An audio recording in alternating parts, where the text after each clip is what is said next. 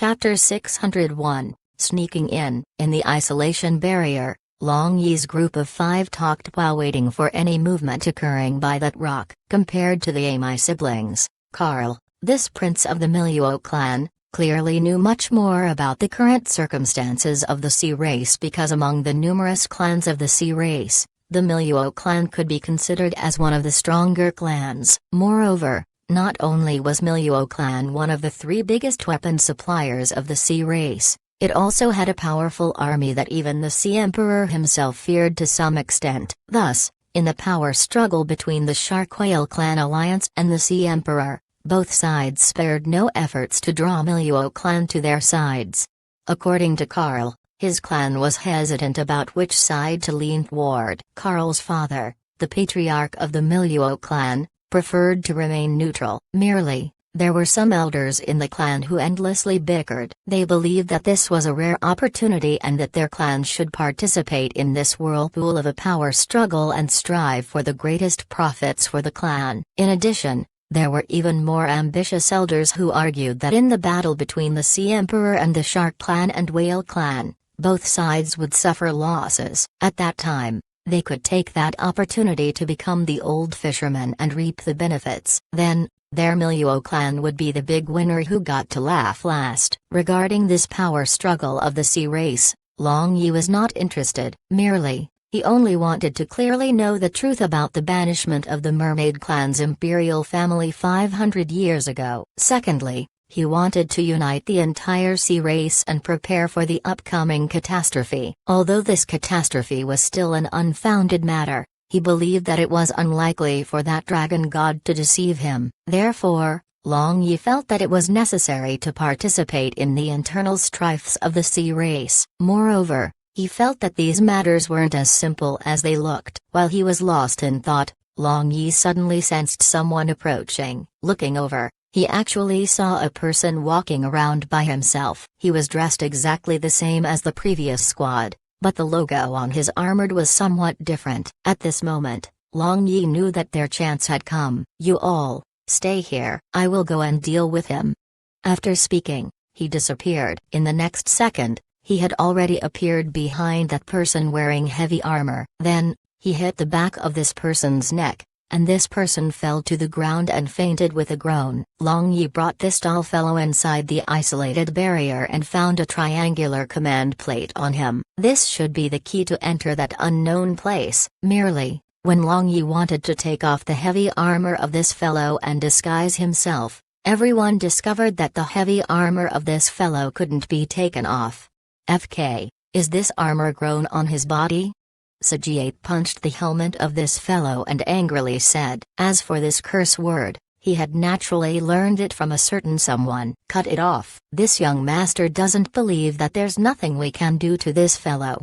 Long Yi was also somewhat impatient. He condensed internal force in his palm and cut towards the arm of this fellow. He thought that if he couldn't take off this fellow's armor, he would first cut off this fellow's arm. In any case, lacking one arm and having broken legs wouldn't threaten his life. The powerful energy he condensed distorted the air around them. Then, along with a metal colliding sound and sparks flying in all directions, an arm separated from the body. Squeak! A sharp and miserable screaming sound resounded as green blood splashed onto the ground. At this moment, this unconscious person wearing heavy armor woke up in pain, and his body acutely trembled. Dear readers, scrapers have recently been devastating our views. At this rate, the site, let's just hope it doesn't came to that. If you are reading on a scraper site, please don't. Greater than. Long Yi picked up the cut-off arm from the ground and looked inside. He then casually threw this cut-off arm toward Carl with an amazed look. "Young master, the aura of this blood is very similar to the heaven-slaying squid. Merely, there is no powerful momentum of the heaven-slaying squid," Lai said thoughtfully. "This cut-off arm seems to be a tentacle of the squid. Merely, some kind of method was used to fuse it with the armor, allowing it to become one entity." Carl carefully examined this arm and was very surprised. Yet, the Sea race doesn't have such a race. Sajiat ferociously kicked that heavily armored person, and a scream resounded. Perhaps, This is just a sea monster. A sea monster controlled by someone, Yamai said. Long Yi felt that Yamai's viewpoint was likely correct. Just a moment ago, he had used his spirit power to scan this armored person, and he had indeed had a squid-like structure. Moreover, there was a kind of very strange energy fluctuation within his body, and this energy fluctuation made Long Yi feel cold and bloody. If someone were truly controlling everything from behind, that absolutely wasn't a small matter. It was common knowledge that some sea monsters could be tamed and used for different purposes, but there were some sea monsters that were difficult to tame. Squids were one of them. But now, not only had someone successfully tamed them, but he had also made the squids wear armor and given them weapons to make an army. If this kind of powerful sea monster army that only thoughtlessly obeyed orders walked onto a battlefield, they truly would become invincible existences.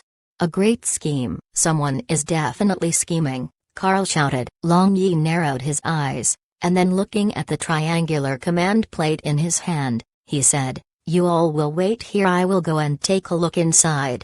"Let's go together," everybody said in unison, looking at Long Yi. "No, I don't know the circumstances inside. It is better for me to go alone." Long Yi waved his hand and said with a decisive tone. He then walked out of the isolation barrier, and standing in front of that rock, he placed the triangular command plate into the groove. Suddenly, he felt a powerful magical fluctuation inside the rock. Then a white light sucked him in. When Long Yi was able to clearly see the situation around him again, he was shocked. He discovered that he was standing in an open and spacious hall. A huge magic lamp dangled down from the roof of this hall. However, what surprised Long Yi was that the hall was filled with guards, each wearing heavy armor and holding a spear. Nevertheless, Long Yi quickly calmed down. These heavily armored guards stood straight and still as if they were sculptures without any life. It could be assumed that just like that heavily armored guard Long Yi had captured, all of them were sea monsters under the control of someone, and they wouldn't move without orders. Long Yi spread out his spirit power, and like a wisp of smoke, his figure disappeared from this hall and appeared in front of a room. Rather than saying this was a room, it was better to say that it was an isolated space. Other than the passage leading inside, this space was surrounded by blue seawater. An unusually burly patriarch of the Shark clan was standing with his hands clasped behind his back. His head was very different from the other clansmen of his Shark clan. His head was more like a human head rather than a shark's head. Other than a cyan scale on the top of his head and those sharp steel teeth, his facial features were the same as a human being's. He was the patriarch of the Shark clan, one of the most powerful clans in the sea race. Reporting to Patriarch, "We captured that girl of the Sea Emperor." A general of the Shark clan wearing golden armor entered from the passage and said with excitement, "Oh, captured? Take me there." A hint of excitement flashed through the eyes of the Shark Patriarch, but he quickly suppressed it. The two people walked out of this space, and following this passage that meandered left and right, they arrived at the seashore. This so-called seashore seemed to be underground, and there were numerous guards patrolling back and forth. That Shark general led the Shark Patriarch through layer upon layer of defenses and entered a room that was decorated with more than 100 fist-sized best-quality pearls that illuminated the room. In the room, there was a bed made of sea essence, and on that bed, there was bedding weaved with very precious sea spirit grass. At this moment, a young girl who was roughly 17-18 years old lay on that bed. Her face was exquisite, her skin fine and smooth, and there were two short horns on her head that paralleled to dragon horns. Compared to the Shark clan, it was simply the difference between an angel and a devil. Even though both were actually from the sea race, their looks were very different. The eyes of this young girl were closed. She seemed to be sleeping. Not bad, it's really true this time. Last time, that BDC Emperor made a fool out of us. It seems that new hatred piled on old will be vented on this girl. Shark Patriarch complacently laughed, but his dead fish eyes emitted a cold light. Patriarch, we lost many elites in order to capture this girl. How about letting our other close friends torment her? The Shark general looked at this sleeping girl and said these words with his eyes flashing with a lewd light. We absolutely cannot make a move on her now. Wait until we capture another one. Then you can do whatever you please. If you dare to not heed this patriarch, you know the consequences, right?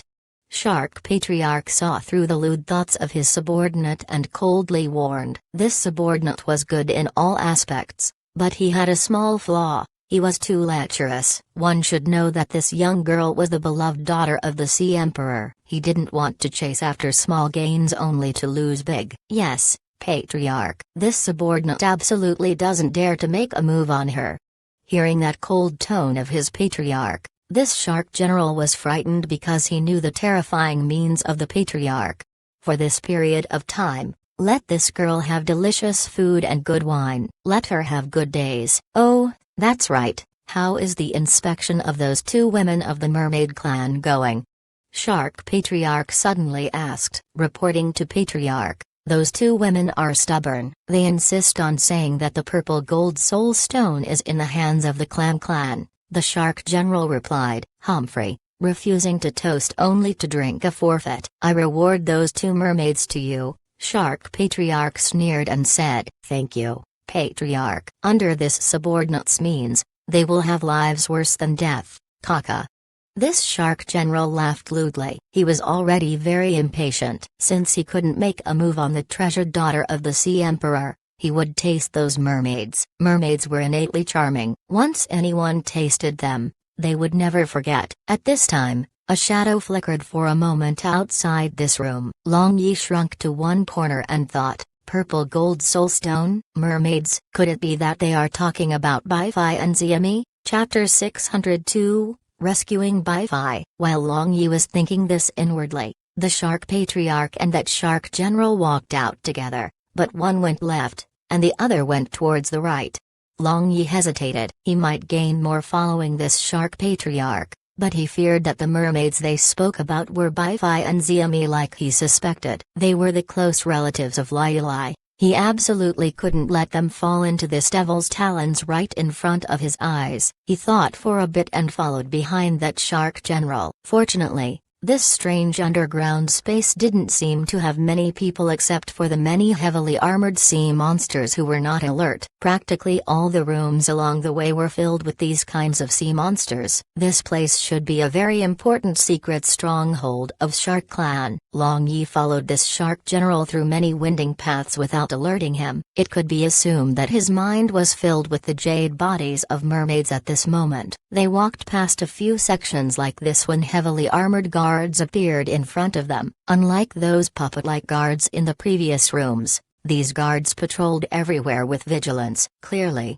their controller was especially focusing on them to keep a close watch on their surroundings. These kinds of guards were also present at the one section of the passage where that daughter of the Sea Emperor was placed, but even then, there had not as many as this. Long Yi was well aware of the perceptivity of these heavily armored guards. If he didn't use spirit power to isolate his aura, then within a certain range, even if he successfully hid his figure, he would be discovered. Nevertheless, Long Yi wondered what was actually inside since there were so many guards stationed here. Long Yi was increasingly looking forward to seeing it. He carefully retracted his aura and used earth magic, the earth-concealing magic, to quietly follow that shark general underground. Suddenly, the dim yellow radiance covering his body flickered, and Long Yi cursed inwardly. Layer upon layer of magic restrictions were laid out, even underground. Moreover, their strength was truly startling. Now, if Long Yi wanted to quietly sneak in past these magic restrictions using the melting magic elements property of Tianzhu, he would have to work for no less than 10 days without rest to accomplish it. By then, who knew what the shark general would do to the two mermaids? However, forcibly charging in was also unwise because he had as of yet only seen the tip of the iceberg regarding the true colors of the shark race. In addition, this shark clan controlled countless of those heavily armored sea monsters. From this, he could infer that they were very formidable. Of course, with Long Yi's current strength, he was confident that he could defend himself without any problems, but the problem was that he still didn't know the consequences of stepping into these muddy waters of the sea race. Fortunately, That shark general didn't enter those magic restrictions. Instead, he turned into a secret room next to it. This made Long Yi breathe a sigh of relief. After all, he could always examine those restrictions later. This ugly shark-headed general walked into the secret room and sat on a chair located at the center of this room. Glaring at a few guards, he ordered, "You all, withdraw. Let this general personally interrogate them." After all the guards withdrew, this shark general lewdly smiled and sized up those two tied-up mermaids in front of him. These two mermaids were listlessly hanging their heads low, their beautiful light blue hair also hung down loosely, and their hands were tied above them. Their fishtails below the waistline were tied up with tough seaweed. As for the upper parts of their bodies, they were covered with just a thin layer of fine gauze. Large portions of their spotlessly white jade skin were completely exposed. This shark general greedily stared at the charming bodies of these mermaids and stood up. Thinking about it, it had already been more than 100 years since he had last enjoyed a mermaid's body. At that time, he had married a mermaid as a concubine. At that time he had discovered that, to his surprise, although the flavor of mermaids was quite good, they couldn't endure severe lashings. She had unexpectedly died under his tormenting, and since this incident had spread out, no mermaid that had been willing to marry him. Even the girls of other clans became so scared that they would turn ghastly pale upon hearing his name. They would rather die than marry him. Originally, it had been no problem for him to capture a few girls of the mermaid clan with his means. But after the imperial family of the mermaid clan had been banished from Untersea City 500 years ago, this clan unexpectedly hadn't become like a sheet of loose sand. Instead, it had only grown more united. In addition, since even the Emperor directly placed obstacles in his way, he couldn't do anything even if he had the will to, and now, an opportunity had finally come for him to unleash his list. Moreover, these were two of the best quality of girls from the mermaid clan. How could he not be excited? Perhaps they sensed the unscrupulous greedy gaze of this shark general, and the two mermaids rose their heads with some difficulty, revealing their stunning faces. One was mature and charming, and the other was pure and cute. Who else could they be other than Baifai and Xiami? My mermaid darlings, tell this general the whereabouts of the purple gold soul stone now while this general's mood is good. Then, this general will treat you too gently later. Otherwise, after this general is done, this general will bestow you two to my subordinates as a reward. I think my 2,000 elite shark guards will serve you too nicely, Kaka. The shark general laughed complacently. If he could find the whereabouts of the purple gold soul stone, that would be great merit, and the patriarch would definitely treat him favorably, not to mention that when it came down to it, the prisoners were powerless in preventing him from just gifting them to his subordinates anyway. Baifai was still able to remain calm, but Xiami was so scared that her complexion turned pale. She just bit her lower lip and held back her inner panic as she continuously cried in her heart, young master, quickly come and save Aunt Baifai and Xiami." When people were desperate, they would always think of the person who they trusted the most to come and save them. Xiami was no exception. Baifai was also so. She found that Long Yi's handsome face wearing his signature bad smile had unconsciously appeared in her mind. Although that bad fellow was not decent, and he frequently stared at her chest, compared with this ugly fellow in front of her who made her feel like vomiting, Long Yi was undoubtedly very pleasing to the eye. More than that, he also had unfathomable strength. Why am I foolishly wishing for such a fantasy? He and Lai are far away. How could he come to save us? It seems that I and Xiami are doomed this time. Baifai tossed out that unrealistic fantasy from her heart, and a bitter smile appeared on her face. It seems you two are very stubborn. Since that is the case, don't blame this general for being rude. The shark general laughed and began to take off his golden armor. Baifai and Xiami trembled, and Xiami shrieked in terror, "Young master, princess, quickly come and save Xiami." Shouting, your shouting is going to make this young master deaf. A voice suddenly resounded throughout this secret room. Bai-Fi and Xiaomi were shocked at the same time because this familiar voice sounded like it belonged to Long Yi. Were they having auditory hallucinations in despair? When they opened their blue eyes and saw a familiar figure casually leaning against the opposite wall with a bad smile, they didn't dare to believe what they were seeing for a moment. After confirming that they were not seeing an illusion by glancing at each other, they instantly felt at ease. At that moment, tears flowed down their cheeks even though they hadn't shed tears before, even when under the threats of the Shark General. As for the Shark General, he was not an ordinary person, otherwise, the Shark Patriarch wouldn't have regarded him so highly. Immediately after noticing Long Yi behind him, he thought to rush out and alert everyone, but he discovered that a powerful barrier had already surrounded this secret room. Human? The Shark General didn't rashly launch an attack. This fellow who had appeared all of a sudden was too strange, and especially that casual smile without any worries made his heart very restless. Only after sizing Long Yi up carefully, did he ask his question with some doubt. After all, the sea and land were two completely different worlds. The human race, that kind of extremely intelligent land race with frightening creativity, only existed in the legends and ancient books and records of the sea race.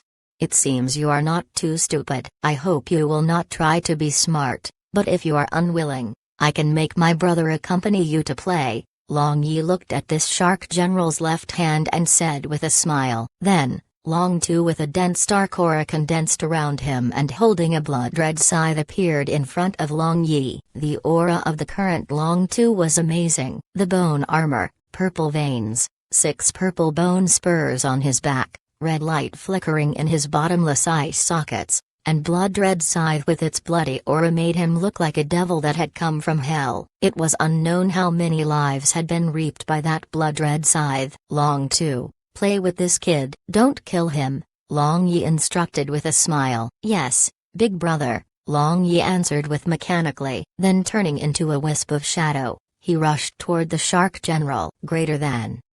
As for Long Yi, he no longer looked at them, and with a flick of his finger, he undid the bindings restricting Bai-Fi and Xiaomi. Since they had been tied up for a long time along with having their power restricted, not to mention that their fishtails ached and were limp without any power, how could they support their weights? After their bindings were undone, they weakly fell forward. Fortunately, Long Yi was there. He opened his arms in time and caught them in his arms. No one knew if this was intentional or not. Young master, Xiaomi misses you to death.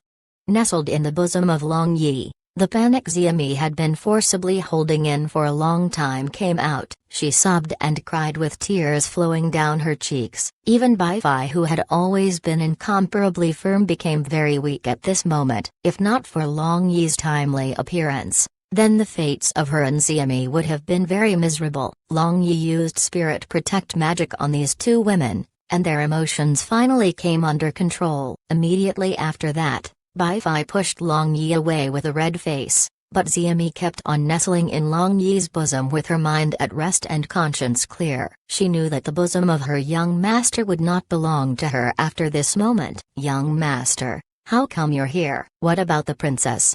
Xiaomi looked up, and she happened to see Long Yi's serious look. Her heart stopped, so she asked this in a timid manner. Now, you think of this young master and princess? When you left without a word, do you know how worried your princess was? Long Yi glared at Xiaomi before his gaze moved to Bai-Fi. Xiaomi stuck out her tongue and looked pitiful. Of course, she knew that Long Yi was not truly angry. Bai-Fi didn't avoid the gaze of Long Yi. She sighed softly and said, some matters had to be resolved. Lai Lai is the only one with the bloodline of the Mermaid Imperial family. Nothing can happen to her. Dear readers, scrapers have recently been devastating our views. At this rate, the site might ... Let's just hope it doesn't came to that. If you are reading on a scraper site, please don't. Long Yi thought about those restless days of Lai Lai where she neither ate nor sleep well and wanted to speak more about her condition. However, at this moment, along with a sudden burst of wind, a golden light flashed. Then, that Shark General fell heavily on the ground as if he were a dead fish. He struggled for a bit but was unable to stand up, Chapter 603, Reasons. Long Yi calmly sat on the stone stool the shark general had sat on just a moment ago. Xiaomi and Bai Fai stood behind him while Long Tu stood at one side glaring like a tiger eyeing its prey. As for the shark general who Long Tu had treated like a toy, he was just barely alive, and now, he was suspended in midair with seaweed. He was very alarmed and felt panic in his heart. You should be an intelligent person. No, I mean, an intelligent little shark. Now, you have two choices. One is to cooperate with me, and the other is to suffer all kinds of torture and die. Long Yi smiled and spoke, but his eyes were filled with ice-cold killing intent.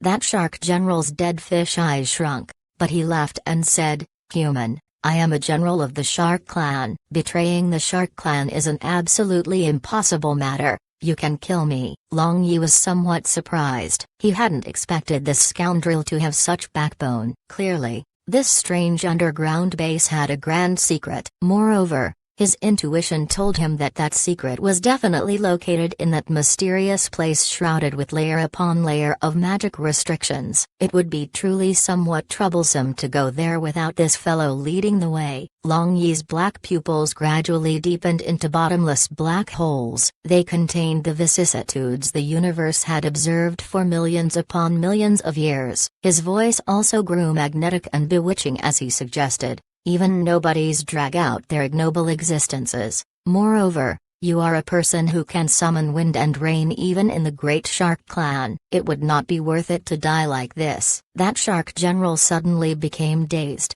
and his eyes lost focus. Hearing Long Yi's bewitching words, he began to struggle with indecision. He didn't want to lose the women around him or the fawning soldiers below him. Long Yi saw that this shark general was still resistant, so he continued, "Why can other people live well, but you have to die? Remember your beautiful wives and concubines. Furthermore, remember your descendants. After you die, your wives and concubines will be taken away by others and your descendants will lead miserable lives and fall. Perhaps, they will all be slaughtered by your enemies one day. You should think clearly." Upon hearing the words wives, concubines, and descendants, this shark general's body suddenly shook, and he seemed to truly consider Long Yi's offer. Long Yi delicately guided his state of mood. This general was already a very narrow-minded person, and thinking about how his wives and concubines would be divided up by others, his heart twitched. Nevertheless,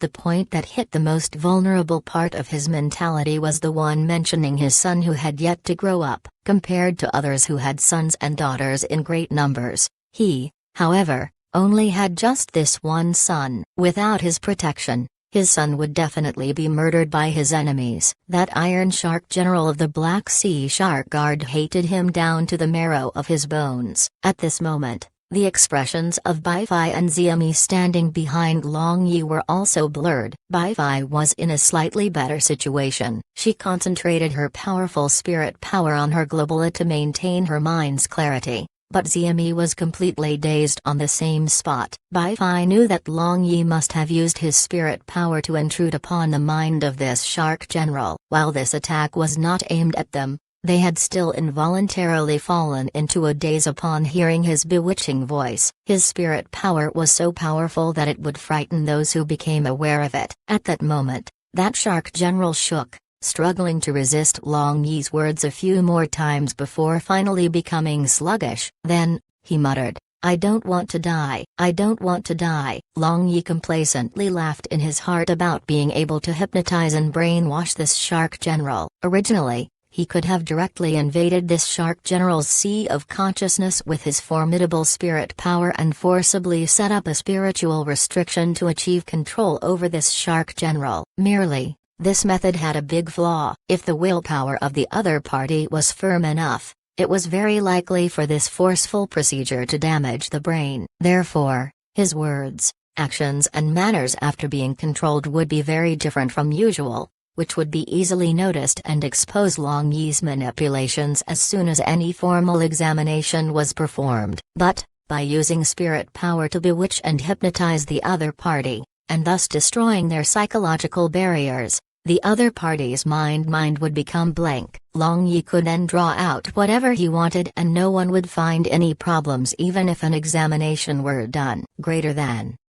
Long Yi snapped his fingers and placed down the tied-up Shark General. After that Shark General's dazed eyes began to slowly regain their focus. Behind Long Yi, Bai Fai and Xiami also returned to normal simultaneously. Then, the two women looked at each other with lingering fear in their hearts. What if Long Yi used this trick to do naughty things? Xiami simply felt breathless. As for Bai Fai, a hint of expectation flashed through her eyes while she gazed at Long Yi's back view. Such a powerful man was the husband of her princess. With his help, her hopes of the princess returning to the mermaid clan and reclaiming her birthright was far greater. In her view, no matter whether it was Lai Lai, herself, or Xiami, they all belonged to the sea race. Although the outside world was vast, when all was said and done, it was not their world. Their roots were in the sea race, so it was all that mattered. The Shark General crawled up and respectfully said to Long Yi, "Master, this golden shark awaits your orders." "Golden shark, is it?" "Tell me about this underground base. What is it used for?"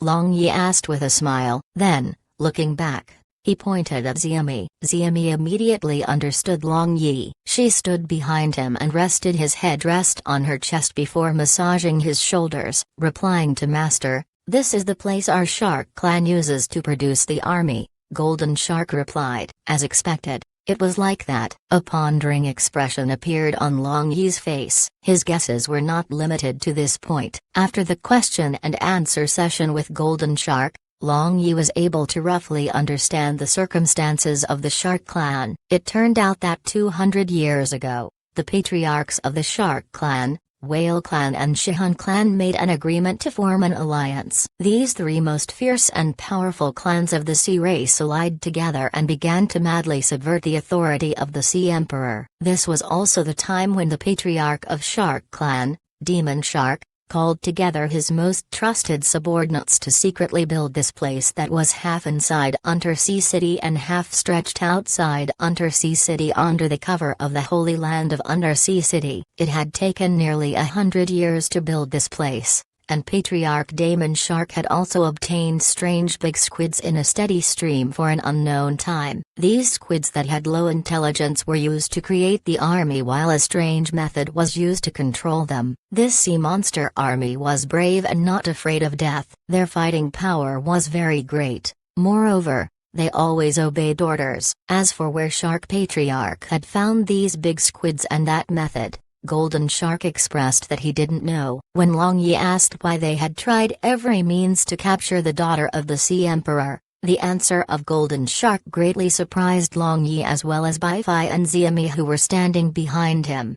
Originally, Shark Patriarch Demon Shark had not only wanted to capture the daughter of Sea Emperor, but he had also secretly dispatched the elites of the Shark clan everywhere around Undersea City to look for the traces of the Mermaid Empress and her descendants who had been banished 500 years ago. Allegedly, he needed to use the two to refine something. As for what exactly was that thing, Golden Shark didn't know. He only knew that Patriarch Demon Shark regarded this matter as very important. The degree of importance was even greater than that of the rebellion. The complexions of Bai Fai and Xiami turned pale. Like that, wasn't the arrival of Lai Lai in Undersea City like a lamb entering the tiger's den? Golden Shark, did you capture Bai Fai and Xiami just for the purple gold soul stone?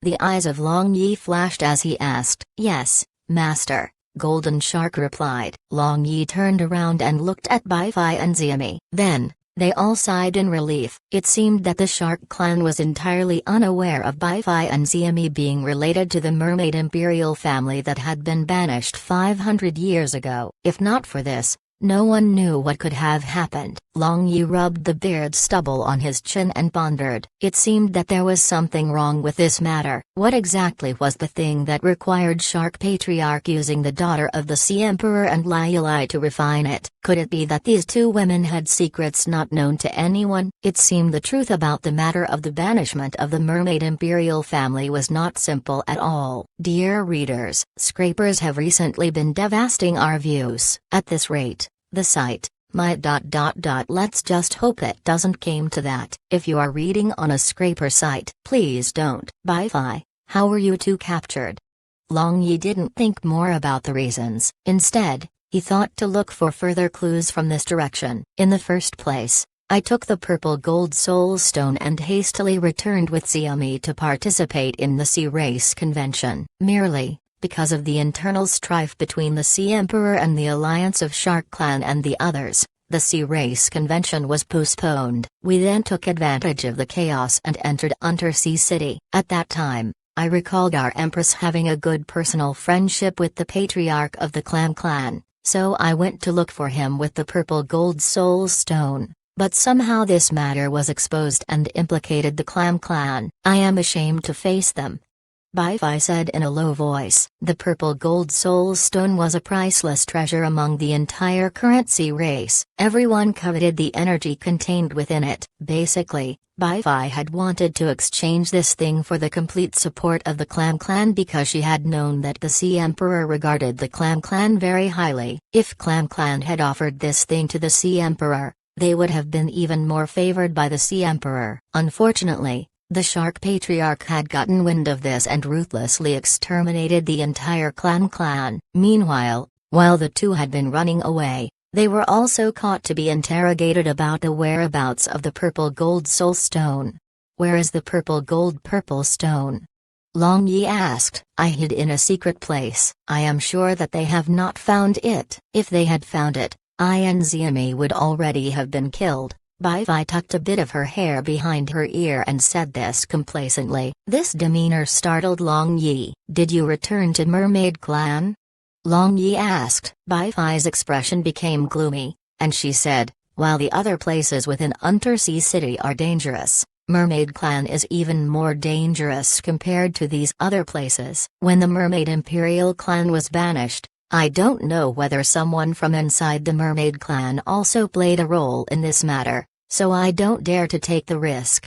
Long Yi nodded his head. Bi-Fi was a very cautious person. She was always careful, but he didn't think there was a spy in Clan. Then who exactly had leaked the news? Could it really be someone from the Clan? Oh, that's right. The patriarch of the Clan said that the value of the purple gold soul stone was not only due to the huge amount of energy contained within it. Bi-Fi suddenly recalled something and revealed this to Long Yi. Not only the energy. Then what else?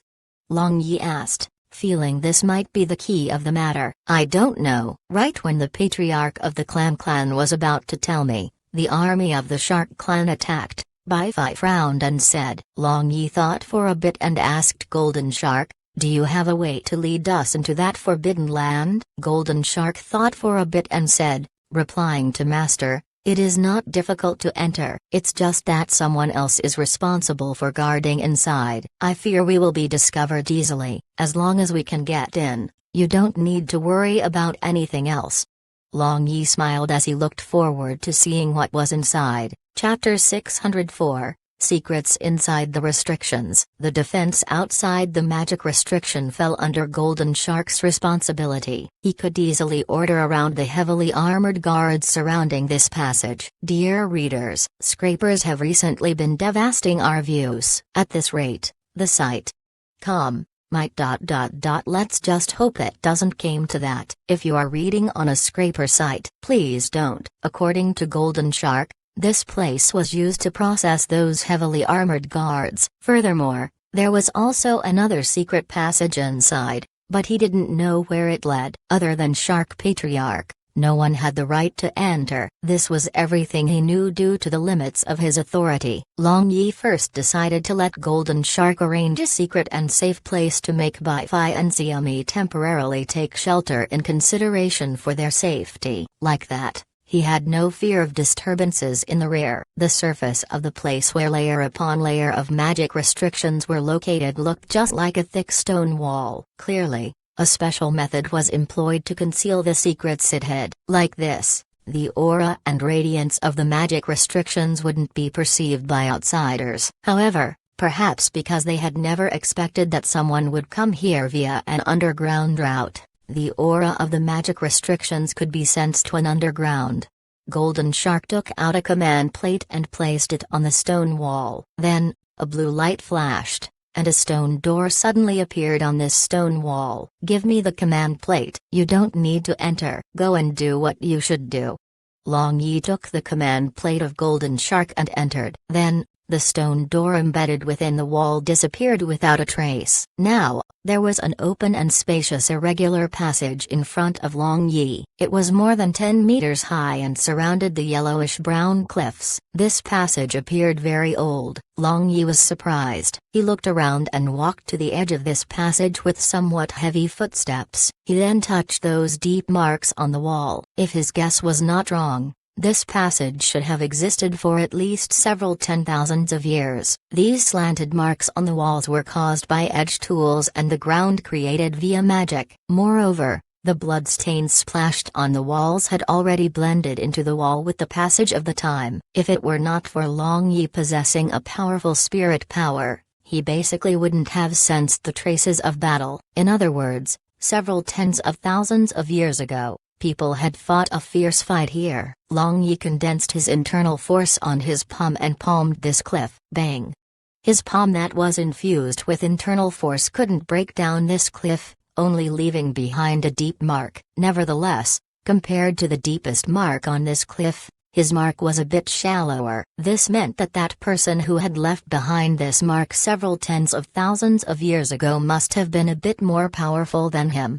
Long Yi couldn't help but have doubts. He didn't know what made this cliff, but it was unexpectedly so hard. At the same time, he couldn't help but wonder just how powerful the sea race of that time was. Just looking at the deep and shallow marks dotted all over the cliff, one could well imagine how powerful the people fighting here were. One could say that anyone who could leave behind a little mark on this cliff could become a well-known figure on Blue Wave's continent. Long Yi didn't think much about it. He concealed his aura and flew forward. According to Golden Shark, all the guards that patrolled inside the restrictions were strong shark guards, not heavily armored guards created through sea monsters. The reason why there were no shark guards patrolling this passage was that the cliffs on both sides emitted a kind of invisible weak energy, and staying here for a period of time would make their body spasm and their mind fall into chaos. This was also a matter Long Yi was unable to understand. Long Yi flashed and disappeared like a wisp of smoke into this passage. After taking a turn,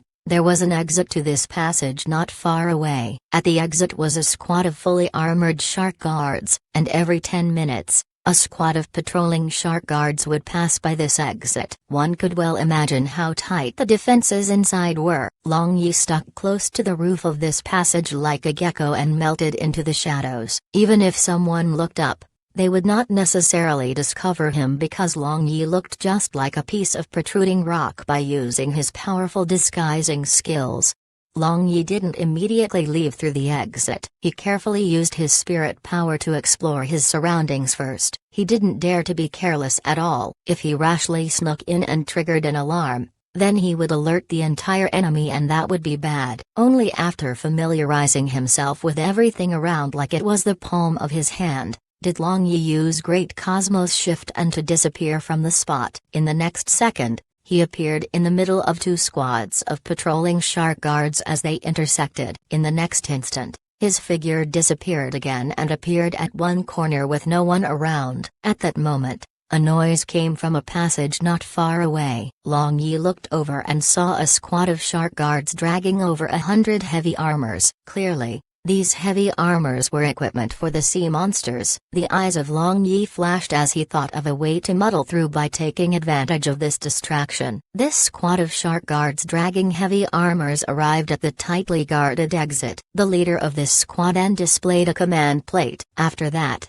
the shark guard guarding the exit opened the magic door and let this squad pass. He didn't notice that a person who shouldn't be there was hiding in one of the heavy armors. Long Yi blended into this squad without anybody knowing and entered inside. He then quietly hid in a dark corner and examined the scene in front of him. But, upon seeing the scene inside, he was dazed for a long time. Golden Shark's descriptions were basically insufficient to even convey the basic idea of this place. This was the reason why Long Yi lost control of himself. This was no longer some underground passage here, but rather huge underground space. It was more than 1 kilometer deep and had spiral stairs around each floor. People of the sea race were busy bustling about on every floor. These people were from all kinds of sea race, yet all of them were just skin and bones. Greater than. In addition, each floor was separated by 100-meter-tall tower, and a ferocious shark guard stood on it, watching over his respective floor. At the lowest part of this place, there was a magic array emitting a strange aura. Moreover, it glimmered with a deep purple radiance. This magic array was unlike any magic array that Long Yi had ever seen before. This FK.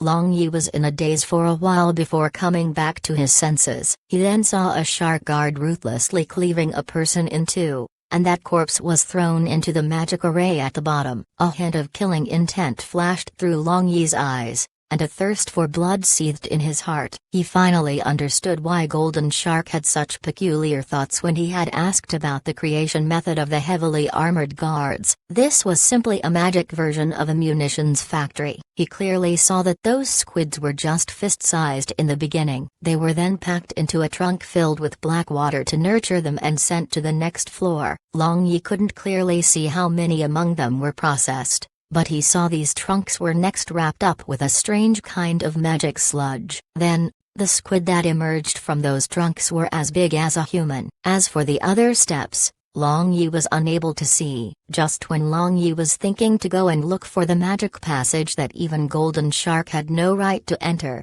his hairs suddenly stood erect, and his heart became heavy because he felt as if someone were looking directly at him.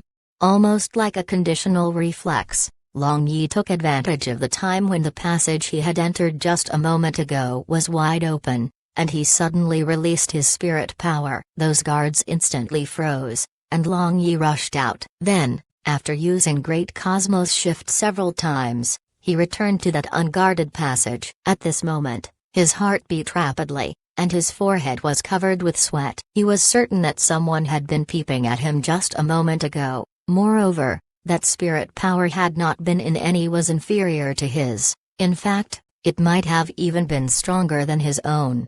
Long Yi calmed down, but he looked serious. This sea race was truly a hornet's nest. It seems the task of uniting the sea race would not be at all simple. Long Yi took out the command tablet of Golden Shark and came out of this space surrounded by the magic restriction. He then went to the secret room to look for Golden Shark. Now, he wanted to take Bai-Fi and Xiaomi and immediately leave this underground base that concealed a heaven-shaking secret. However, he suddenly remembered the captured beloved daughter of Sea Emperor. She was a genuine princess of the sea race, thus, her status was much higher than Liali's, Carl's and the others. Perhaps, I can find out the secret of her body, Long Yi thought. Because this matter involved Liali, Long Yi was somewhat concerned, so he wanted to know what Shark Patriarch wanted to refine using the princess of the sea race and Liali.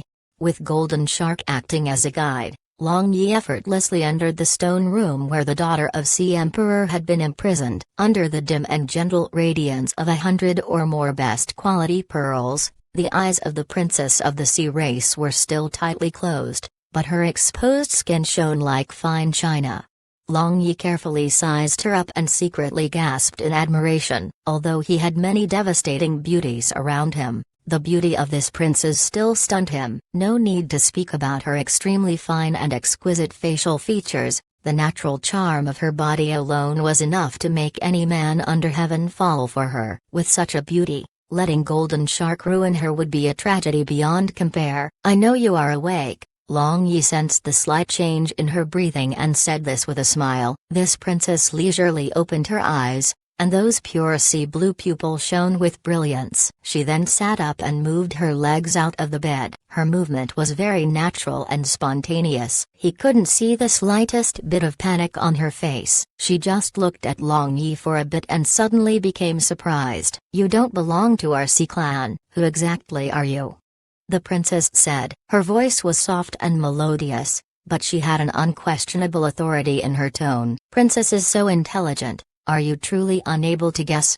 Long Yi stepped forward and sat down beside the princess. Teasing a beauty was one of Long Yi's great hobbies. Every time he did so, Regardless of whether he had previously been in a bad or heavy mood, his mood would relax. The princess frowned and moved away. She could sense a peculiar aura that she had never sensed before around this man with her acute senses, but she didn't seem to hate it. Instead, it made her beautiful face hot. She was unable to comprehend this. Human?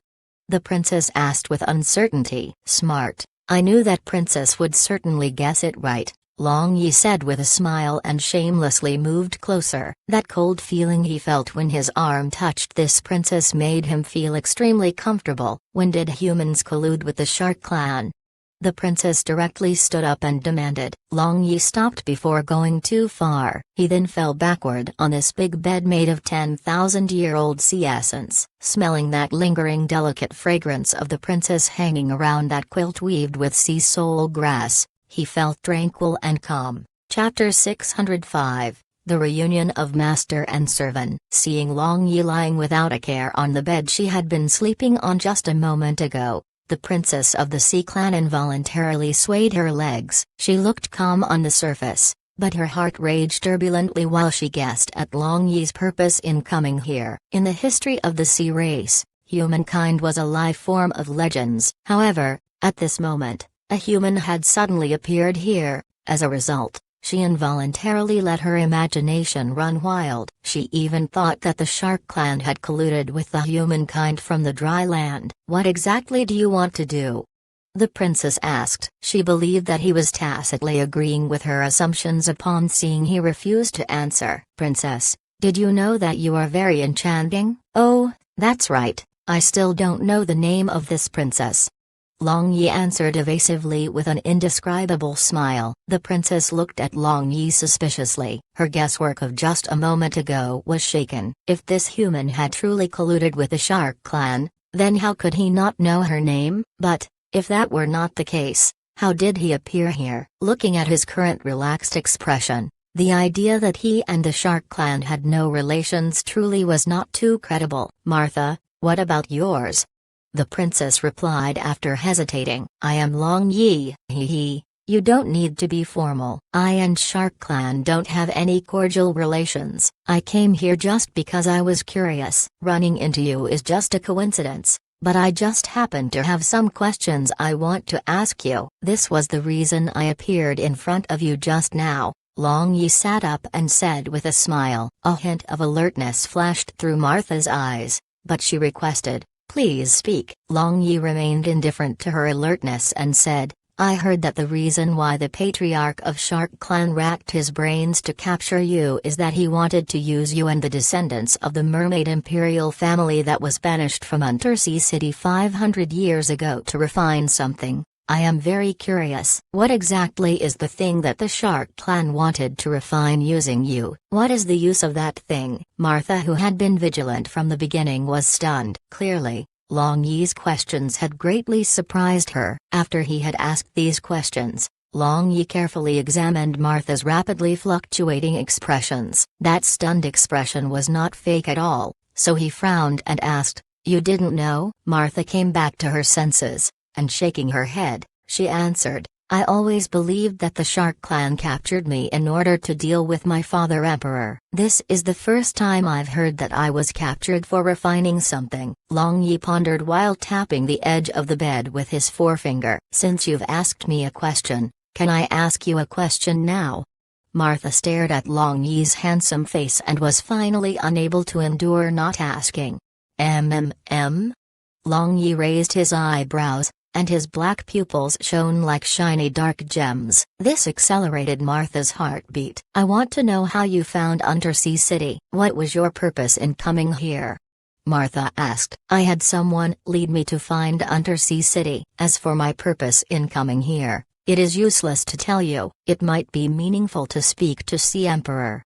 Long Yi smiled and replied while watching Martha. In his heart, he, however, was thinking about how to make Martha help him meet Sea Emperor. Martha got off the bed and walked about as a small bell around her ankle made crisp cling sounds. However, this beautiful princess was actually methodically contemplating her plans with each measured step. I got it. Is it not the mermaid imperial family that was banished 500 years ago that brought you here?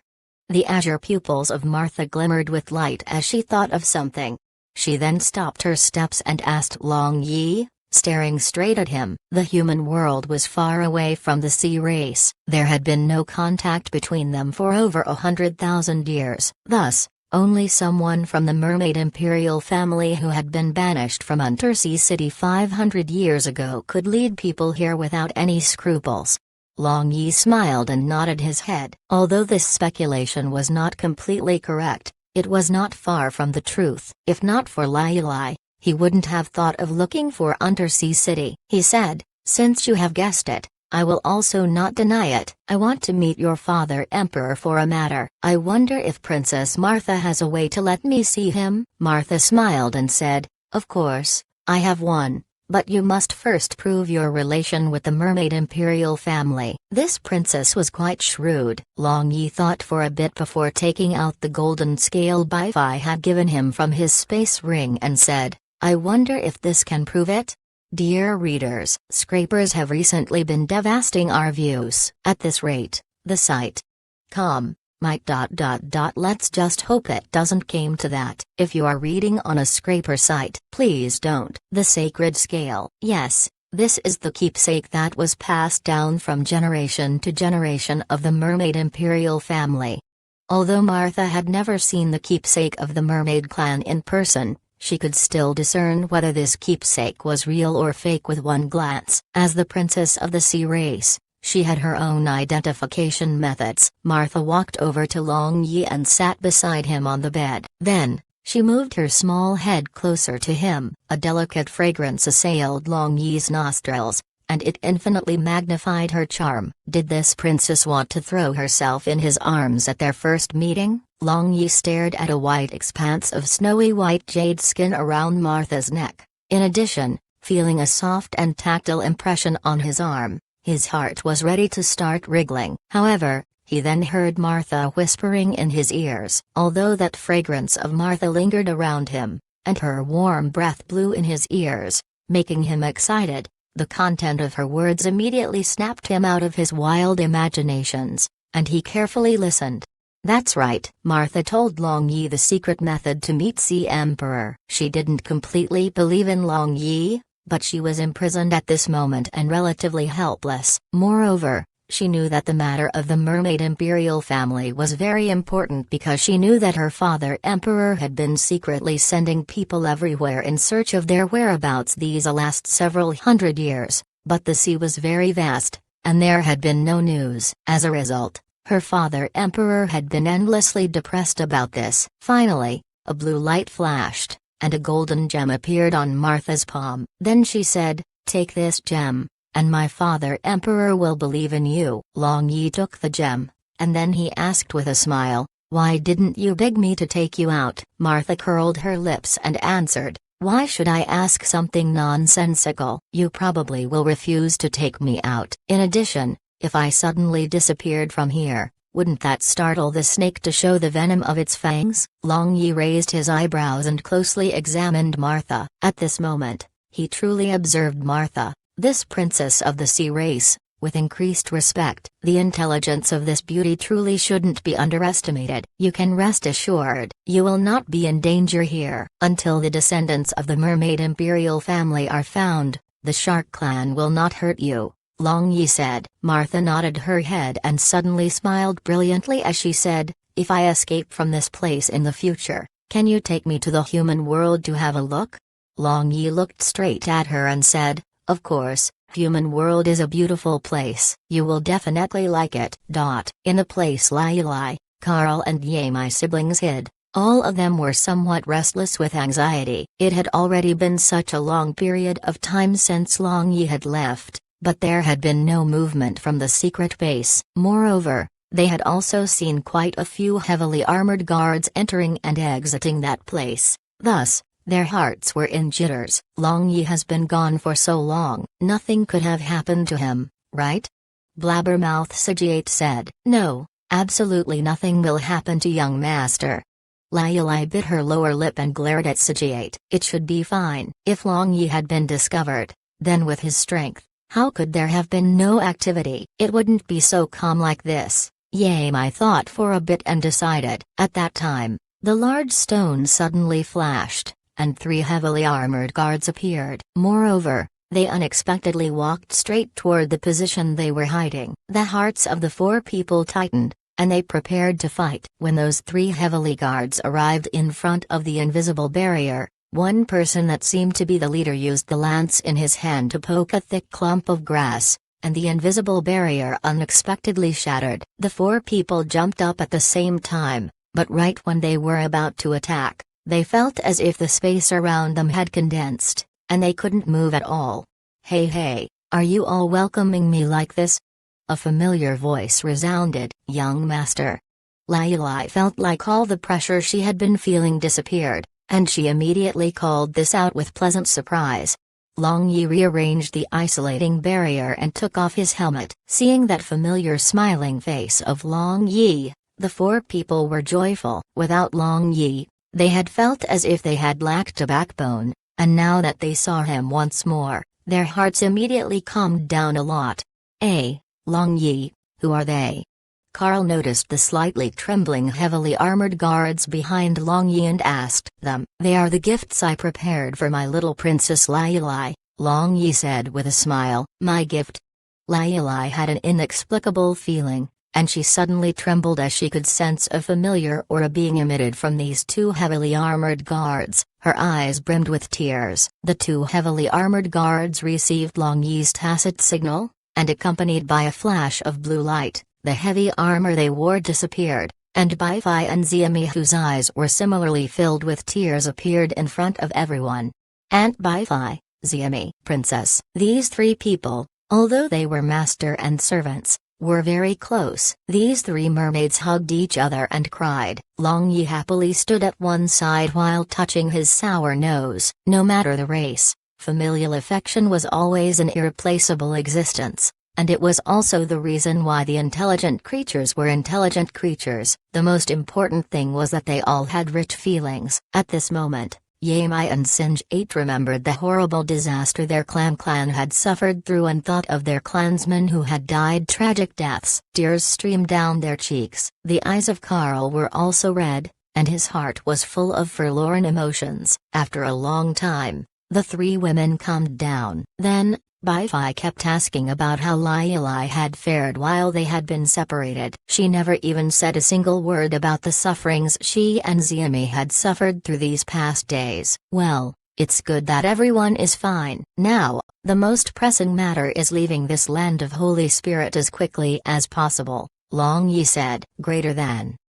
Then, the group of 7 people quickly disappeared into the horizon of this wilderness overgrown with weeds. Chapter 606, Sea Emperor. The land of Holy Spirit was located at the edge of the central district of Undersea City. It was well within the sphere of influence of the Sea Emperor. Of course, the entire Undersea City was originally under the direct rule of the Sea Emperor, but now that the 3 powerful clans of the Sea race had joined their hands to oppose the Sea Emperor, the authority of the Sea Emperor was weaker than before. Only the center area of this undersea city was now within the range of his complete direct control. Unfortunately, this area was only 1/5 of Undersea City. Perhaps, the Sea Emperor had never even imagined that the Shark clan would dare to build a secretive underground military base below the land of Holy Spirit. That place held so many sea monsters that once the united front of the Shark clan, Whale Clan and Shihan Clan rose in revolt, they would be able to directly attack the imperial palace of the Sea Emperor. At that time, Sea Emperor would be in great danger. At this moment, Long Yi's group of 7 were completely shrouded within a layer of sea cloaks, each revealing only a pair of eyes. This kind of attire was very strange to Long Yi, but he quickly discovered that there were plenty of people who were dressed like this who were busy bustling about Undersea City. According to Carl's explanation, there were many clans in the Sea race, and their relations were also very complicated. Many clans had a huge influence within certain areas of Undersea City, but the more powerful a clan was, the more hostile rivals they had. Therefore, in order to prevent clashes among the clans, Sea Emperor had made a rule. As long as one wore a sea cloak to conceal one's identity, No one was allowed to forcibly take off the other's sea cloak. As a result, such attire came into fashion and become popular. Despite that every clan faced many hostile clans, it was impossible to limit their activities to just within their spheres of influence. This sea cloak became the best method to conceal one's identity and safely go about one's business. In every region of Undersea City, one could see many people in such attires. The buildings in Undersea City were also very peculiar. Most of them were built using sea stone and sea vines, and their shapes were very irregular. They were randomly square, round, or flat in shape. It was impossible to see these types of buildings on land. In Undersea City, there were several thousand miniature cities within the city. Some of them were large cities, and some were small cities. When Long Yi's group passed through these cities, they saw that the vast majority looked like they were in a hurry because they constantly rushed about on their individual journeys. After asking his guides, Long Yi understood that because of the Sea Race Convention, the greater part of Undersea City was finalizing preparations to participate. This Sea Race Convention held once every 100 years was a rare event for the entire Sea Race. Not only was there every kind of activity that the Sea Emperor personally hosted, there was also the largest trade conference in the entire Sea Race. For common people, this trade conference was the main theme of the Sea Race Convention. Most of the people would bring all their savings from the past century to sell off their unneeded things and buy things they urgently needed. As for the policies formulated during the Sea Race Convention, they were naturally the matters of the upper echelons of the Sea Race. On the way to the largest place in Undersea City, Sea Emperor City, Carl and the Yamai siblings further explained the Sea Race Convention. As a matter of fact, the trade conference was divided into quite a few levels. The higher the value of the goods one wanted to trade, the higher the level one could enter. Different levels were strictly segregated into different sections and schedules. The higher level trading places were also closer to the center where the authority of the Sea Emperor was more powerful. Therefore,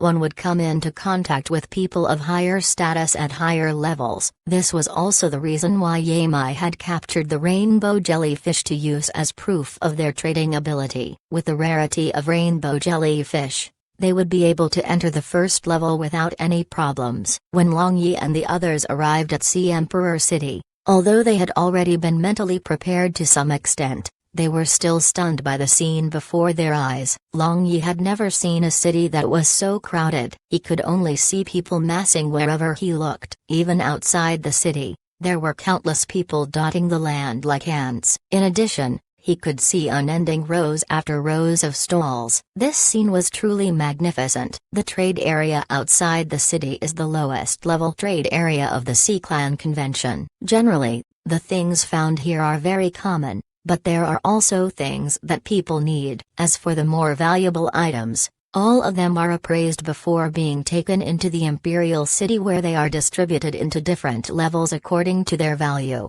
Carl was very familiar with the matters of the trade conference. As the prince of the Miluo clan, he had gone to the first level 100 years ago. Then, should we go appraise our rainbow jellyfish now?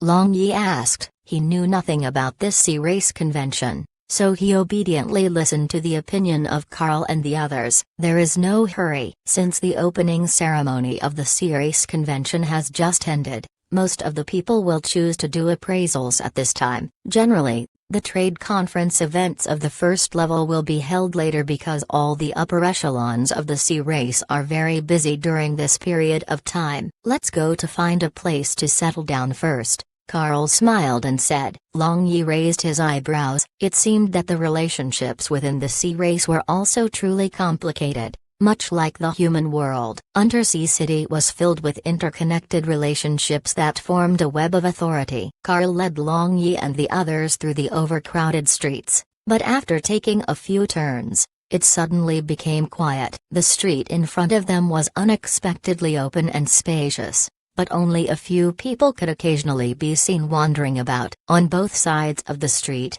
there were still strange buildings, but there were guards of different clans vigilantly guarding each building.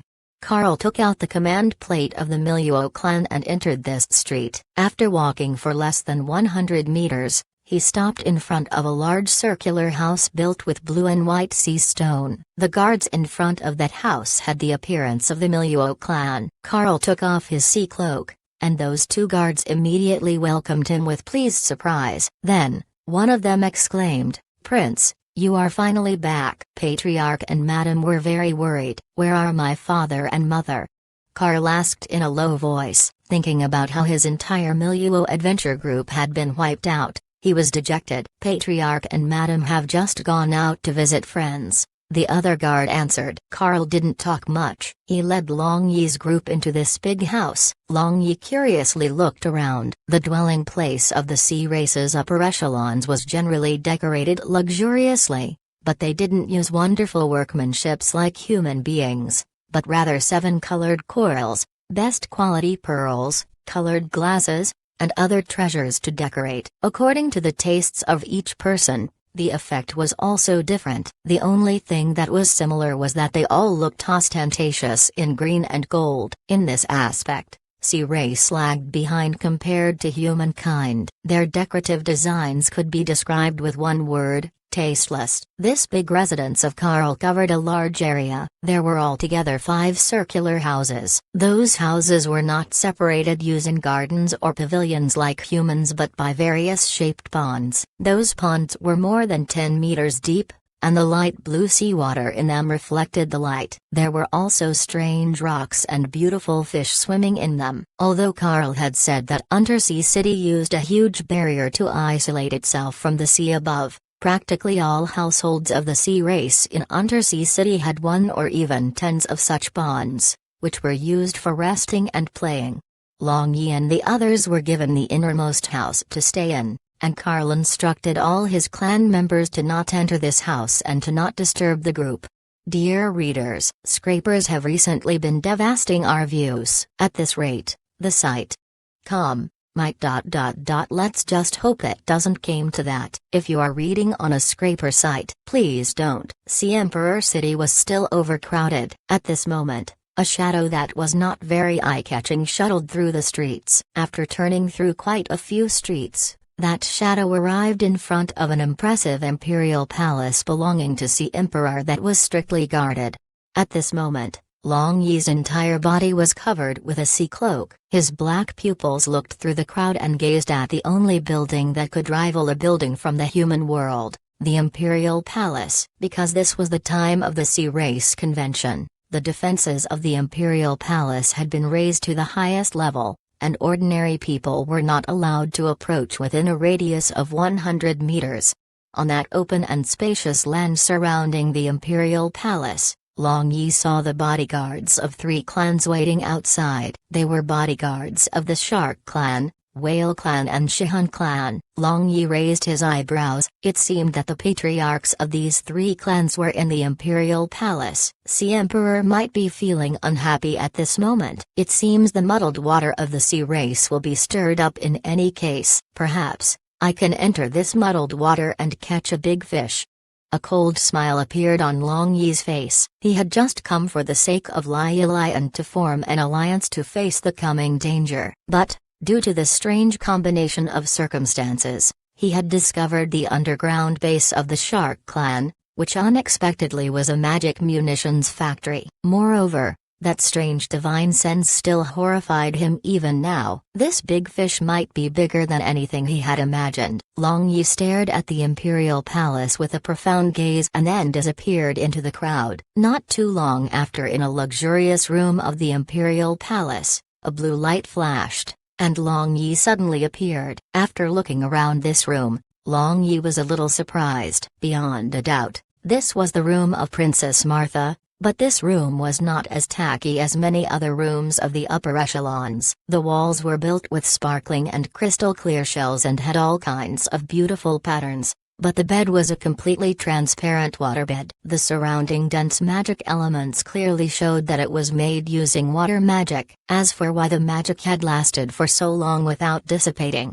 He was sure that a magic array was embedded in it to supply magic power. There was a big window on the right side made using light-colored coral. Above it was a curtain made with weaved seaweed. This room was very elegant. The tastes of this princess were clearly of a different grade compared to the other people of the sea race. Long Yi sat on the waterbed. It felt very comfortable, like he was sitting on a wave. At that time, he sensed two life fluctuations approaching this room. Long Yi's figure flashed and disappeared into thin air. Then, two beautiful maids entered the room. Looking at their blue fishtails, he knew that they were from the mermaid clan. Because of their relations with Lai Lai, he had a cordial feeling toward the mermaid clan. The two mermaid maids cleaned the room. In fact, there was nothing to clean up, so they stopped very quickly. There is still no news of Princess. I wonder where she is. God bless Princess. I hope she's fine. Among those two maids, one frowned in worry. The other maid was also worried. She sighed softly and shook her head. She then opened her mouth but said nothing in the end. Little Green, just say whatever you want to say. Why on earth are you acting like this?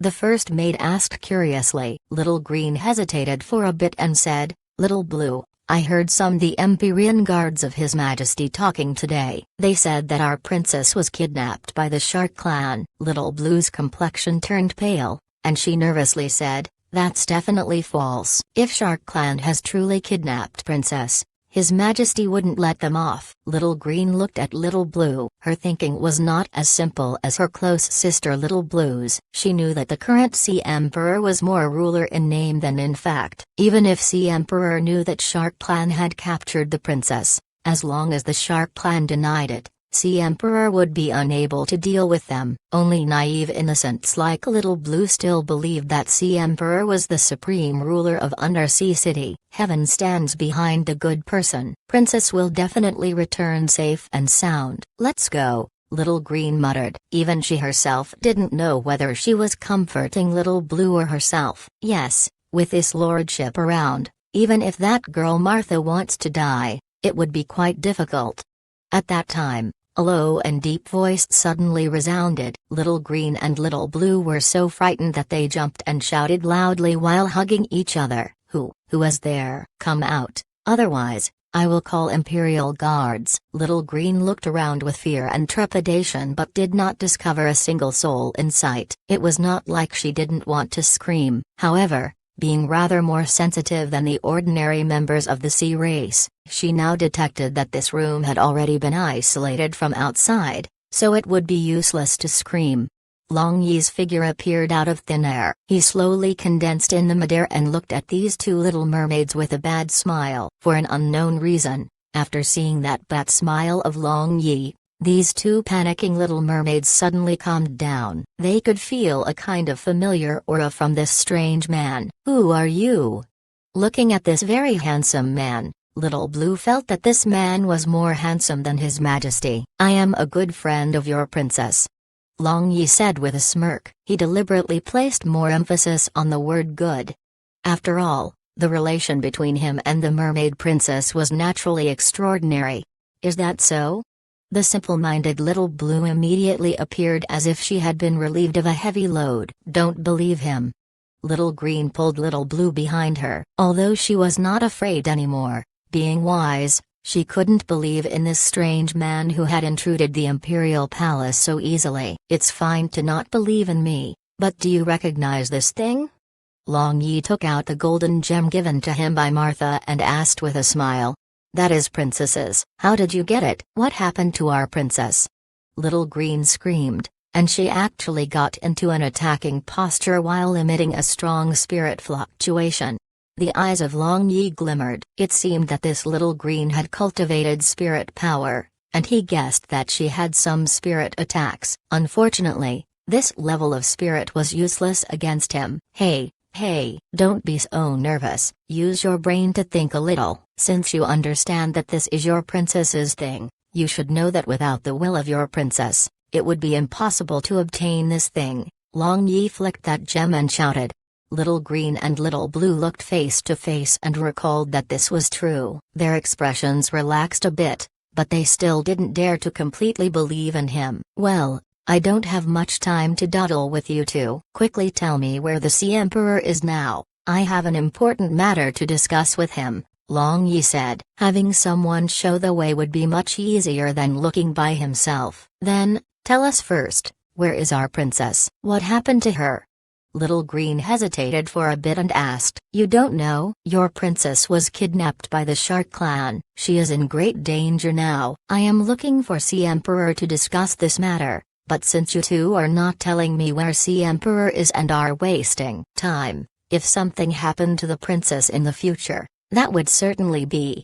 Long Yi pretended that he had an urgent matter. Upon hearing that their princess was in great danger, Little Green and Little Blue panicked. They had already heard that the princess had been kidnapped by the Shark Clan. Now that Long Yi had confirmed this, they subconsciously believed in him. Little Green pointed out the location of Sea Emperor and clearly explained the situation of that place. She said that Sea Emperor was with the patriarch of the Shark Clan, Whale Clan and Shihun Clan discussing something. At this moment, in the main hall of the Imperial Palace, a handsome middle-aged man wearing blue soft-scaled armor paced back and forth with a depressed look. He had a pair of horns on his head, and a hint of ruthlessness could be seen in his half-narrowed eyes. Those three old bastards are simply pushing me too hard.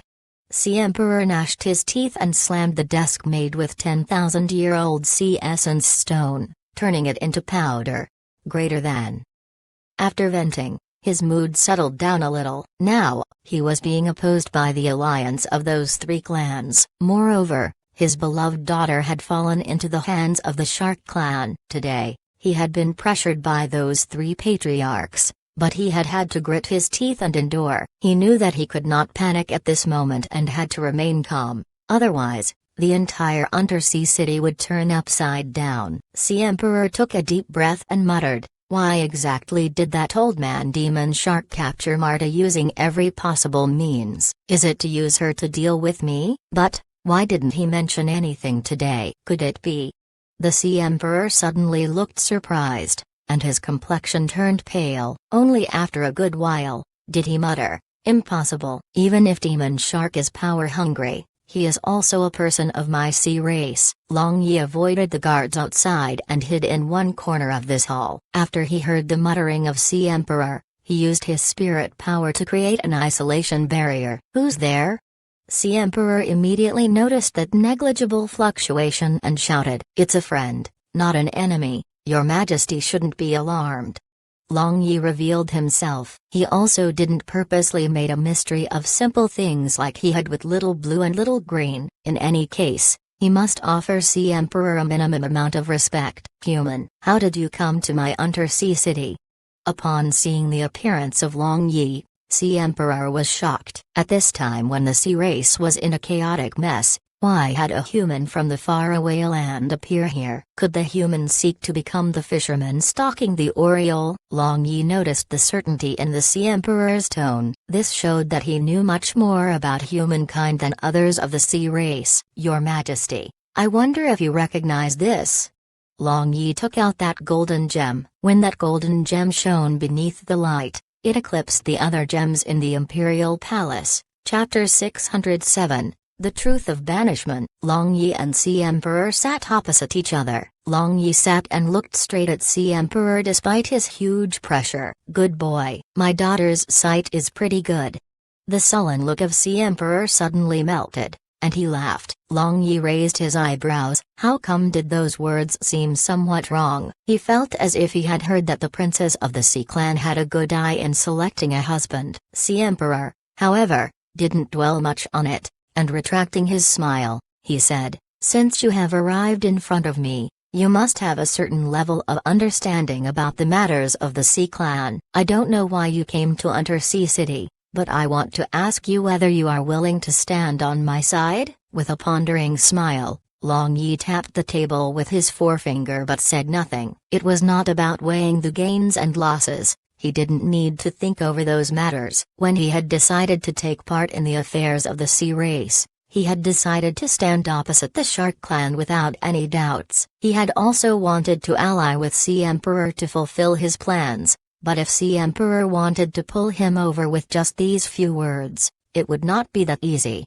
Sea Emperor also didn't urge him further, waiting for Long Yi to fully consider his offer. Standing at your majesty's side is naturally better. You look more pleasing to the eyes than those of the Shark clan. Moreover, you have a beautiful daughter. This is the most important point. However, everything should have conditions and benefits, especially in a power struggle. Isn't that so?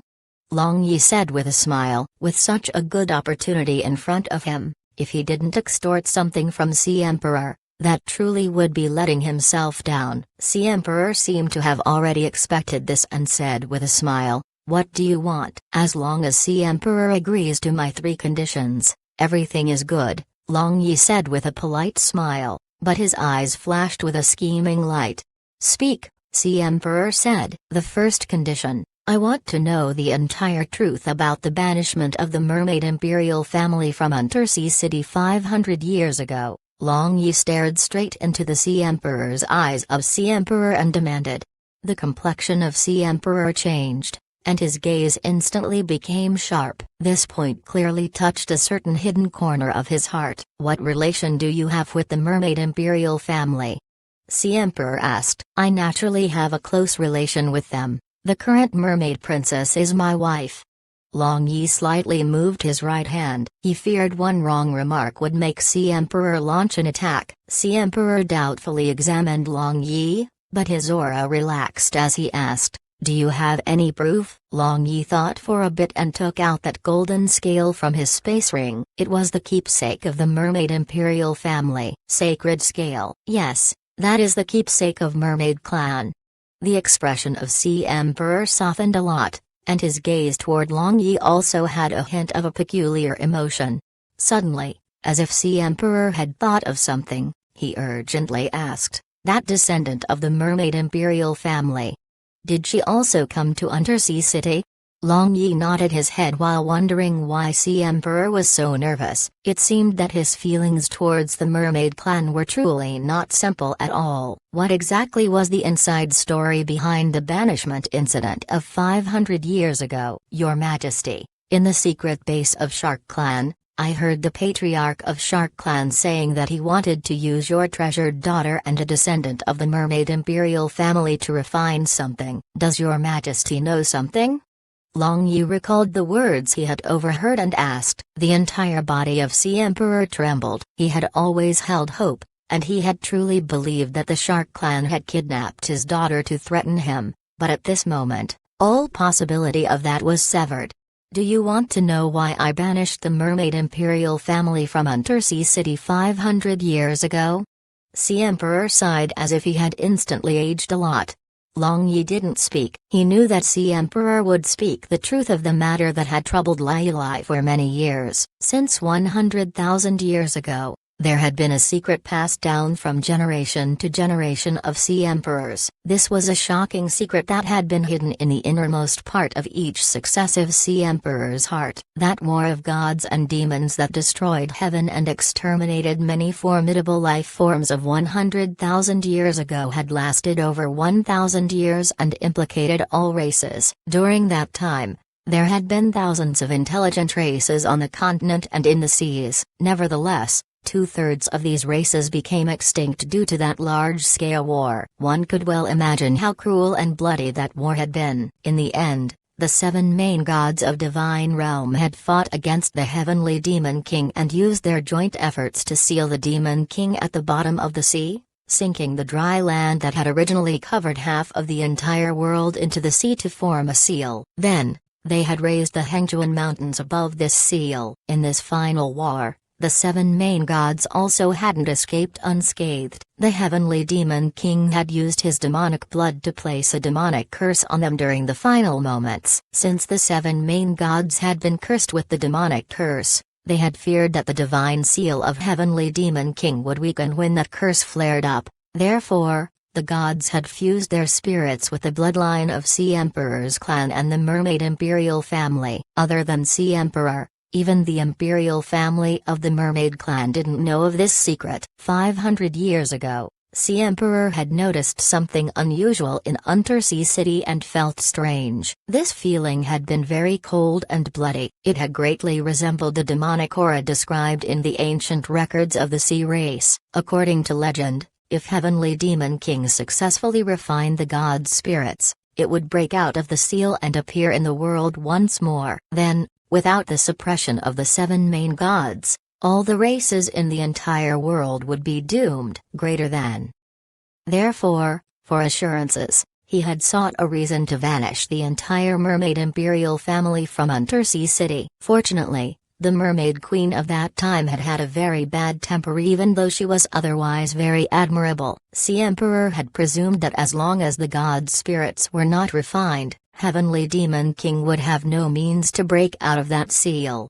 However, according to Long Yi's description, Sea Emperor guessed that at least a portion of Heavenly Demon King's prowess was known to others. Moreover, the patriarch of the Shark clan, Demon Shark, lusted for the Demon King's power, so he had kidnapped the Emperor's daughter using every means possible. Now, the patriarch was sparing no efforts to look for the descendants of the mermaid imperial family. After hearing the explanations of Sea Emperor, Long Yi was alarmed. In the war of gods and demons of that time, it turned out that Heavenly Demon King had been sealed at the bottom of the sea, and the 7 main gods had been cursed with demonic curse. No wonder, dear readers, scrapers have recently been devastating our views. At this rate, the site might ...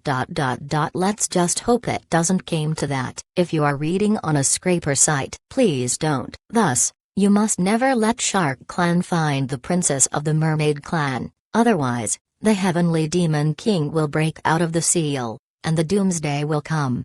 Sea Emperor exhaled a mouthful of chaotic chi and said while looking at Long Yi, "Your Majesty can rest assured. With Lai Lai by my side, no one can even touch her hair." Long Yi said, "I have already fulfilled the first condition. I wonder what the remaining 2 conditions are." Sea Emperor asked, "I am sure that you will definitely agree with my second condition. I will help you deal with Shark Clan, and you will unite all the clans of the sea race. You must then cooperate with humans to prevent unknown catastrophes affecting the whole world." Long Yi paused for a bit and added, "It now seems that one such catastrophe regards the seal of the Heavenly Demon King, but whether your assumptions are true or not is uncertain. In any case, sea race and humankind must stand on the same side." "Of course, that is no problem," Sea Emperor straightforwardly said. Since this also related to the life or death of the sea race, he had no reason to disagree. "As for the third condition, I have not thought of it yet. We will talk about it in the future. As long as your Majesty owes me a condition, it'll be fine. I assure you it won't be something that will force you to harm innocents," Long Yi said with a smile. Sea Emperor smiled. He shook his head but said nothing. There was a hint of affection in his gaze. He had always wanted to have a son inherit his position as Sea Emperor. That girl Martha was intelligent and clever, but she lacked a majestic momentum and absolutely couldn't keep down the various clans of sea race. But this human in front of him had the boldness of vision and the requisite momentum. In addition, he was cunning like an old fox. If he married his daughter and inherited his legacy, how wonderful would that be, Sea Emperor thought. "Boy, you must participate in treasure seizing conference tomorrow," Sea Emperor suddenly said. "Treasure seizing conference? Is there good treasure to seize?" Long Yi was interested upon hearing about seizing treasure and asked with interest, "I know ordinary treasures will not enter your eyes. However, the location of the treasure-seizing conference tomorrow is the Undersea Smelting Death Cave. This cave was formed during the War of Gods and Demons 100,000 years ago. There are treasures left behind by gods and demons inside," Sea Emperor said. "The treasures left behind from the War of Gods and Demons?"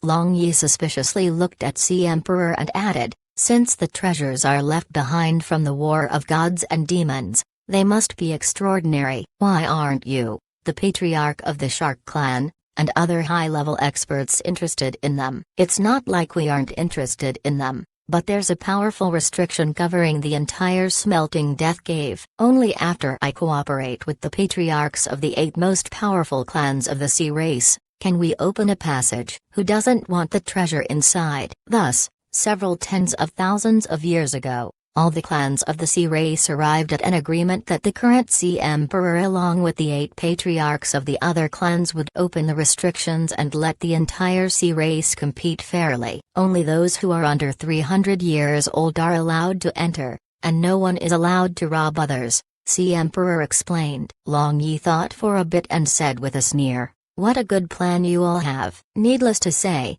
all the large forces will dispatch people to enter that place. Once someone finds a treasure, I fear it would be hard for them to avoid the hunt later. Sea Emperor was startled and said with admiration, "You are correct. The composition of the sea race is very complicated. The big clans are everywhere in Undersea City. The influences of the clans are jumbled, and the intelligence level among the clans is also different. It is basically impossible to carry out unified regulations. On the surface, it appears as if all the big forces check and balance each other, but in fact, it is also that the weak are the prey of the strong. This law has been the survival criterion of all living beings since ancient times. I will not change it and am also unable to change it." Long Yi nodded his head. Having experienced 2 worlds, this law was naturally engraved in his bones and heart. "I don't want any ordinary treasure. In the innermost part of the smelting death cave is a blue sea divine soul," Sea Emperor said. "Blue sea divine soul?" Long Yi raised his eyebrows. "Yes, blue sea divine soul is the divine soul of a first-tier water god. This thing has great use," Sea Emperor seriously explained. Chapter 608. The scheme concocted inside Miluo clan. At this time, inside a house located on the right side of the Miluo clan's residence in Sea Emperor City, "Father, the Shark clan is brewing a terrifying scheme. We can no longer look on and ignore them like this. Doing so will definitely harm our entire sea race." Carl yelled this and agitatedly rushed over to his father, the patriarch of the Miluo clan, who had just returned.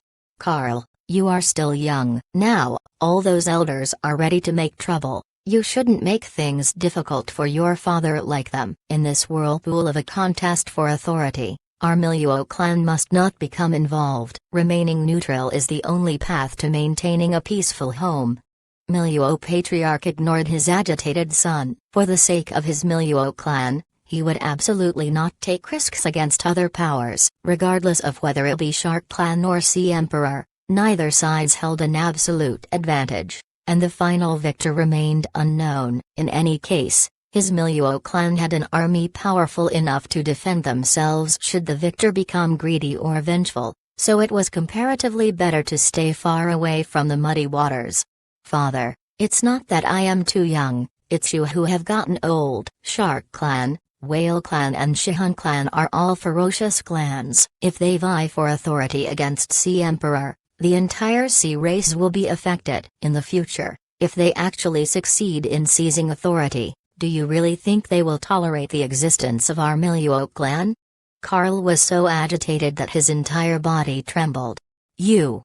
Miluo patriarch ferociously glared at his son. Then, he sighed and said, "This matter is not up for discussion. I command this as the patriarch of the Miluo clan. Father, I'm sorry. I was too agitated just now." However, the Shark clan has built a secret underground base below the Land of Holy Spirit. Moreover, we actually discovered the skeletons of elite scorpion guards inside the Land of Holy Spirit. In addition, my friend said that all of this soldier's essence blood was sucked dry. This is definitely related to the Shark clan. Father, okay, Carl, your father is tired. You should leave. Miluo patriarch interrupted Carl in a low voice. Carl gritted his teeth and angrily turned away. "Carl, according to the clan's information, Xuji is already rushing over to Sea Emperor City. It is estimated that she will arrive later today. Go receive her on behalf of this father." Just when Carl was about to leave,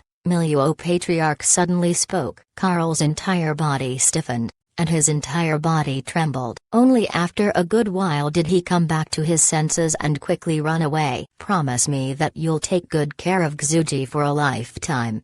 The voice of his good brother Frank reverberated in his ears. Merely, Carl felt that he didn't have the face to go see her. Frank was dead, but he had escaped alive. There was nothing more painful than this. As for Miluo Patriarch, he, however, was examining that part of the elite Scorpion Guard Karl had left on the table, lost in thought while frowning.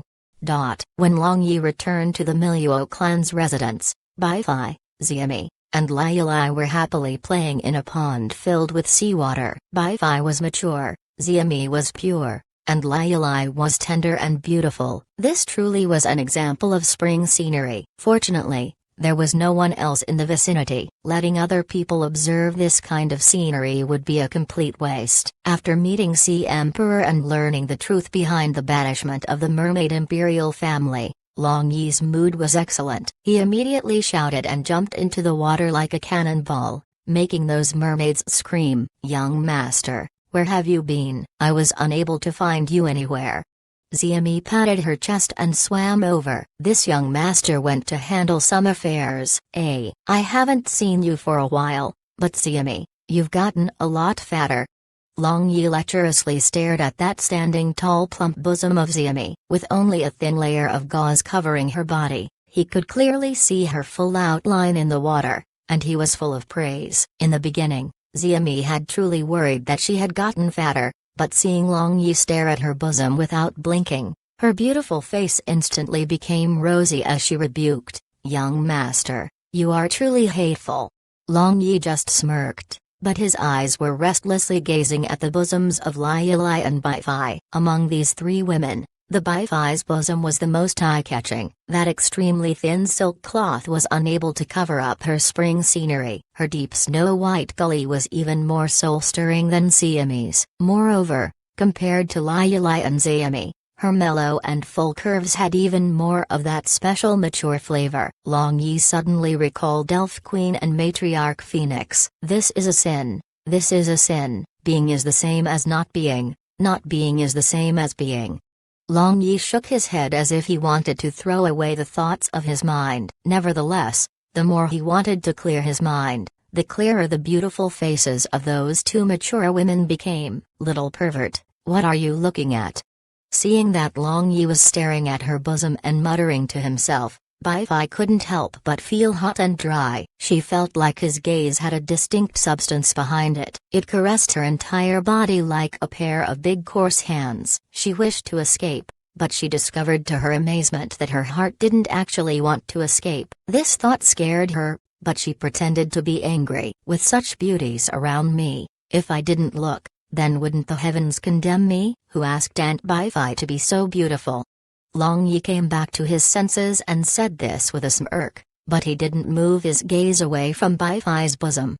Bai-Fi felt as if her bosom had been electrocuted, and electricity spread all over her body from her. A blazing heat unexpectedly appeared at her lower abdomen. After associating with him for such a long period of time, Bai-Fi already knew about Long Yi's naughty tricks, and even from their hostility at the beginning to their current friendly terms, she had felt a kind of peculiar feeling toward Long Yi. This was very normal, but that kind of feeling was under her control. Because she regarded Lai as her own daughter, she had wanted to straighten out Long Yi's attitude. Merely, after she and Xiaomi had returned to Undersea City, they had suffered all sorts of hardships and were even nearly violated by Golden Shark. However, at that most critical moment when they had already given up all their hopes, Long Yi had appeared and saved them. After that, she had been hardly able to control her feelings. When a man saved a woman who had been trapped in a desperate situation and had already given up all her hopes,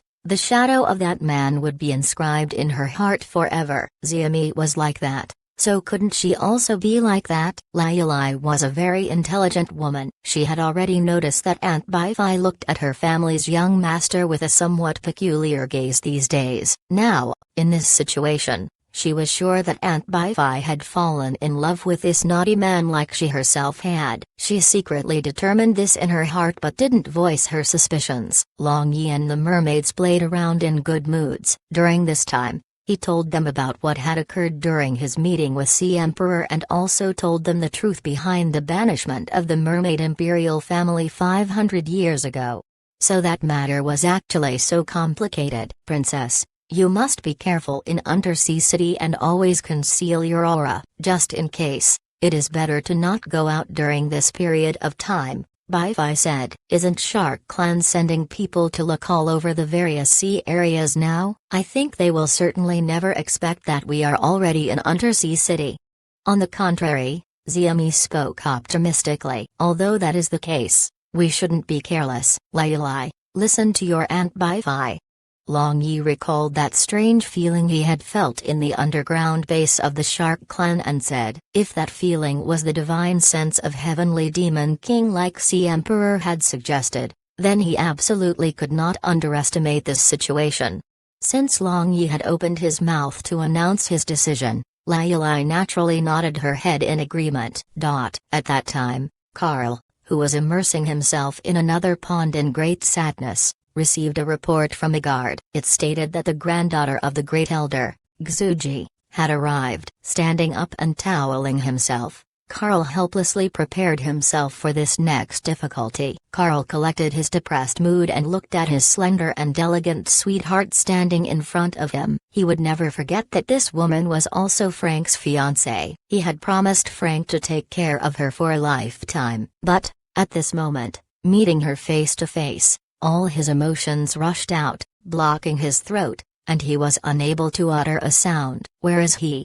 After a long time, Xuji asked softly. Carl silently took Xuji to a room where Frank's corpse was placed. Because of the use of anti-decomposition magic, his corpse was not rotten. Merely, since heaven-slaying squid had sucked out his essence blood, his corpse seemed like a balloon without air. Xuji sat next to Frank and gently caressed his crumpled hand. Tears flowed down her eyes. Carl wished to console her, but seeing Xuji's suffering expression, he too suddenly realized that this girl who had once had an ambiguous relation with him was unfamiliar at this moment. This girl who had repeatedly complained that she was forced to live together with Frank because of that marriage agreement now looked as if she were greatly suffering. This expression clearly suggested that she had loved Frank to his bones. And then, thinking about all those matters of the past, a chill suddenly appeared in his heart. I'm sorry, Frank. You always asked me who I love. I,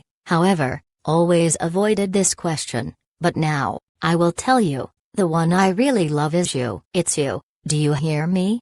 Xuji said in a hoarse voice while she trembled. Carl stood still like a fool and was unable to think of anything. Then, he felt like he had suddenly understood something, but when he wanted to recall this something, his brain turned into a blank space. Only after a long time did Xuji stop crying. Looking at the dazed Carl, a complicated and pained expression appeared on her face. Can you explain all this?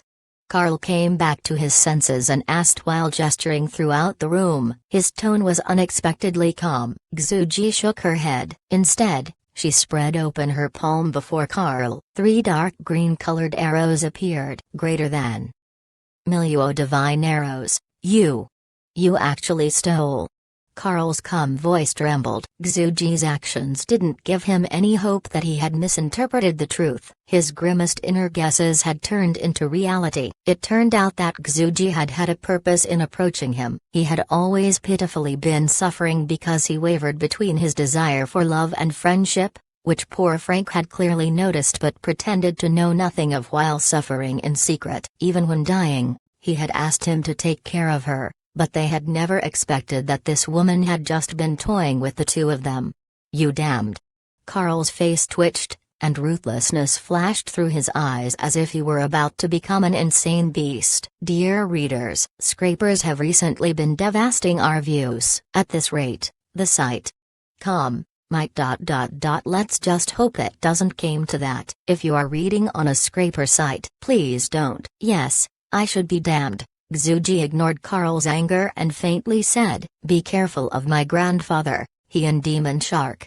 Xuji's voice was quiet, barely able to be heard. Her body softened and slowly fell over Frank's corpse. Carl could feel that Xuji was gradually losing her life. His legs softened, and he knelt on the ground. He then grabbed his throat and wanted to scream cheater, betrayer. To release this pain he felt. This kind of feeling nearly drove him mad. Chapter 609 Smelting Death Cave. The wasteland located northwest of Sea Emperor City was the only place in Undersea City without throngs of people. There were crumbling piles of rocks, and grasses grew everywhere. It was quiet without sound. This place was the private land of the Miluo clan. In the past, it had once been a mine. Although it had been discarded after all the ores had been mined, this land still belonged to the Miluo clan. A black shadow suddenly appeared in the distance, and in the next second, that black shadow materialized in the sky above this place. The afterimage in the distance had yet to dissipate, giving any who witnessed the scene strong visual intimidation. The shadow slowly descended from the sky and then stowed away the sea cloak he wore, revealing his figure. A white silk gown draped his form, and he looked handsome. He was none other than Long Yi. Greater than. Long Yi went straight toward a pile of rocks covered with long weeds and stopped. Carl lay there in the midst of a thick clump of grass like a corpse. This Carl, who had not fallen apart even when Frank had died before his eyes, appeared as if he had now lost his soul. His eyes were blank, and he didn't even blink. His milky white eyelid layer had become light red, looking very scary. Long Yi sat on a rock and gazed at the azure seawater on the other side of the barrier. Like those various kinds of sea creatures swimming above were very interesting. Even after a long time, Carl didn't move. Long Yi also sat as still as a statue. "Why are you not speaking?" Carl blinked, and a hint of focus appeared in his empty eyes, but his voice was very hoarse. You're still alive. I thought you were dead." Long Yi pretended to look surprised and joked. Carl sat up on the grass. His heart was still in pain, but compared to his feelings a moment ago, he felt a lot better. As a matter of fact, Long Yi hadn't done anything to contribute to this. He had simply used a bit of his spirit power to shake Carl back into reality, forcing Carl to notice his existence. Before intentionally ignoring the Miluo prince for a long time, Carl had thought that Long Yi had come over to comfort him, but Long Yi had just sat still at one side like he had forgotten of his existence. This had also pulled his attention out of that despairing mood, and now that he had opened his mouth, much of his dark emotions dissipated. "Long Yi, do you think I am a joke? The woman I dearly loved was only fooling me. Everything was just a scheme concocted by her and Great Elder. If it were not for her stealing the Miluo divine arrows, making my Miluo divine bow lose a lot of power. If it were not for Great Elder sparing no efforts to instigate this matter, would Frank have died? Would Miluo Adventure Group have been wiped out?" Carl's dark green face trembled as he spoke his words of resentment. "Since you know there was a scheme, what are you doing here, full of remorse? It is very likely that the Great Elder of your clan is planning something big. Aren't you afraid that your family members are in danger?"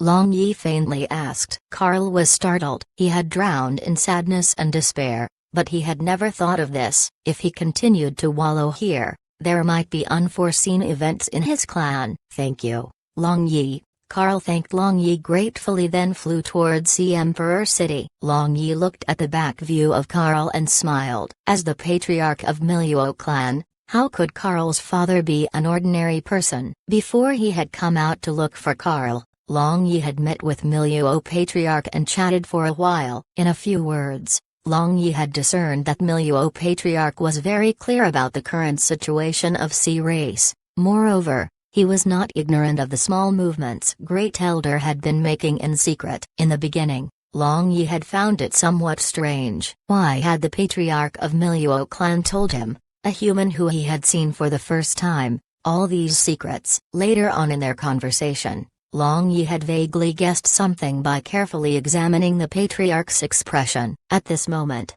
the Sea Emperor City seethed with excitement. The treasure-seizing conference, the main event of the Sea Race convention that was paid close attention to by all the forces of the Sea Race, was about to begin. Everyone coveted the treasures inside the undersea smelting death cave. However, while they were the treasures left behind from the War of Gods and Demons 100,000 years ago, they were accompanied by extraordinary danger at the same time. Otherwise, it wouldn't have been called the Smelting Death Cave. According to Sea Emperor, Smelting Death Cave was a space that existed independently at the bottom of the sea. Inside, The environment was very harsh. In addition, not only were there resentment specters and zombies formed from the corpses of gods and demons, but there were also all kinds of variant magical beasts. All of them were variants left behind from the crossbreeding of god beasts and magical beasts that had survived the Great War of Gods and Demons 100,000 years ago. Moreover, they had evolved in such a harsh environment for 100,000 years, thus, they might even be many times stronger than their ancestors. Therefore, this treasure-seizing conference was very dangerous. It was very likely that all the participating people might never return, but if one was able to bring out a treasure, that person and his entire clan would be greatly honored, and their reputations would flourish. Moreover, all the treasures inside were extraordinary. With such a treasure in hand, no matter their hard or soft power, both would reach another level. As a result, although this treasure-seizing conference was very dangerous, even the clans who had significant power within the sea race would risk their young experts by participating. In the spacious square of the Imperial Palace, Sea Emperor solemnly gave a brief explanation about the treasure-seizing conference, elaborating the dangers of this event, and finally sung his own praises to illustrate that there was no coward in the sea race under the leadership of the wise Sea Emperor. After Sea Emperor, as the three major powers nominally beneath Sea Emperor, the patriarchs of the Shark Clan, Whale Clan and Shihan Clan each delivered a speech one after another. Finally, the etiquette officer of the Imperial Palace announced the list of people and their associated clan who were participating in this treasure-seizing conference. This time, there were 1,500 young experts of various clans participating in the treasure-seizing conference. One could well say that the sea race was filled with experts. Among these experts, the majority of them had formed alliances in secret. Once they found a chance, they would cooperate to kill other experts to seize treasure or reduce competitors. After their vehement speeches, Sea Emperor as well as the patriarchs of the various big clans led those 1,500 participants to the transform magic array that led to the smelting death cave that was opened just once every 100 years. Long Yi, wearing a sea cloak, was mixed among those 1,500 young experts. There was a concealed triangular symbol on his sea cloak. This was the unique symbol of Sea Emperor. Long Yi observed this crowd of 1,500 participants and discovered that roughly 100 people shared this concealed symbol, meaning that they were the people of Sea Emperor. Blue Sea Divine Soul, what is its use? Long Yi muttered to himself as he walked into the transform magic array. Then, the white light flashed, and he was surrounded by seawater once more. From the amount of pressure, Long Yi knew that this place was without a doubt at least 10,000 meters below the sea's surface. While it ought to have been dark, there was a glimmering light ball that illuminated every detail of their surroundings. That light ball most likely marked the place where the entrance to the smelting death cave was located. At that time, all participants arrived here through the transform magic array. Sea Emperor looked deeply toward Long Yi. He was full of expectations and hopes. He was clearly placing his greatest hope on Long Yi. The time is running. Patriarchs, are you all ready? Sea Emperor stepped forward and asked the 8 strongest patriarchs of the sea race. The 8 patriarchs silently formed a circle with Sea Emperor at the center. Then, a large amount of energy gushed out from their bodies and gathered above Sea Emperor because of Sea Emperor's special ability to contain the energy of all living beings and fuse them together. After fusing the energy, he attacked that light ball. Only after attacking several times, did a crack appear on that light ball. Then, that crack slowly expanded until it completely opened, and one could see red light glimmering inside. The etiquette officer of the Imperial Palace, who had been paying close attention to the situation, waved his hand and loudly announced, "Enter." Immediately, several hundred participants rushed forward, vying with each other to be the first one to enter, as if they feared that the treasures inside would be taken away first if they were late. Long Yi, however, acted far more leisurely. Since he was not familiar with the circumstances within the smelting death cave, why shouldn't he let other people scout the path first? Besides, if the treasures were so easy to find inside, Why were there so few people who had obtained a treasure in these past 10,000 years? Finally, his objective was the Blue Sea Divine Soul located at the deepest parts of this smelting death cave. Still, he also wouldn't mind killing and robbing others if he saw a treasure he liked on other people. In the blink of an eye, among the 1,500 participants, only Long Yi and another person wearing a sea robe were left. Long Yi sized up this person with surprise, and a smile appeared on his face. Then, under the urging of that etiquette officer, he entered the smelting death cave. That person also followed behind Long Yi. After everyone had entered, Sea Emperor and the other 8 patriarchs simultaneously retracted their energy, and the entrance reverted back to the original state. Inside, Long Yi glanced around and began to understand why this cave was called the Smelting Death Cave. It was very wide inside, and there were conical rock-like things hanging down from the roof. The walls were also uneven. Nevertheless, everything here was fiery red in color, everything glowed red with heat, and steam curled up from the floor. With the water-attributed physique of the sea race, those who were slightly weaker would immediately lose their fighting ability upon entering, and they could die without even once encountering any terrifying magical beasts. Long Yi glanced around, and his gaze stopped on a person beside him. He said with a smile, "Carl, now, you resemble a man. If you wanted to give up your life just because of that small matter, how could you accomplish great matters?" "You are correct. No matter what Xuji did to me and Frank, since she has already died, all affection and hate towards her should also perish. Now, I just want to do my part for my clan," Carl sighed and said. Long Yi smiled mysteriously. However, looking at that hidden triangular symbol on Carl's sea cloak, he couldn't help but frown a little. Chapter 610, Variant Fire Kylin. According to Carl, Miluo clan had always been a neutral power in Undersea City. However, when Long Yi had talked with the patriarch of the Miluo clan, he had noticed that something strange, and now, Carl was also wearing a sea cloak with a concealed triangular symbol. Thus, Long Yi was sure that the patriarch of the Miluo clan had already joined the Sea Emperor's side long ago. Merely, they had not made it public for some reason. Moreover, both parties had spared no efforts to show the Miluo clan's neutral position. This matter was something worth noting. Long Yi dared to confirm that this fellow Carl was still ignorant of his father's choice and knew nothing. Since Carl had a rather straightforward deposition, the patriarch of the Miluo clan must not have had the confidence in him to reveal this kind of absolutely secret matter. This straightforward fellow would have probably given a hint of his father's thoughts to his best friend Frank and Xuji. "Carl, did your father make you participate in this treasure-seizing conference?" Long Yi asked. Since the patriarch of the Miluo clan only had one son, it seemed unreasonable for him to take risks with his precious bloodline. "Yes. My father wanted me to learn things while accompanying you," Carl said with a smile. Long Yi cursed in his heart. This old fellow truly wasn't simple. The reason why patriarch of the Miluo clan had made Carl follow him was that with Long Yi's backing, Carl could temper himself without dying and possibly even get a cheap advantage to boot. Long Yi and Carl advanced, and not long after, forks appeared in front of them. There were 15 relatively small caves arranged in a row. "Long Yi, which one should we go through?" Carl naturally followed Long Yi's decision. "How would I know? Just choose casually."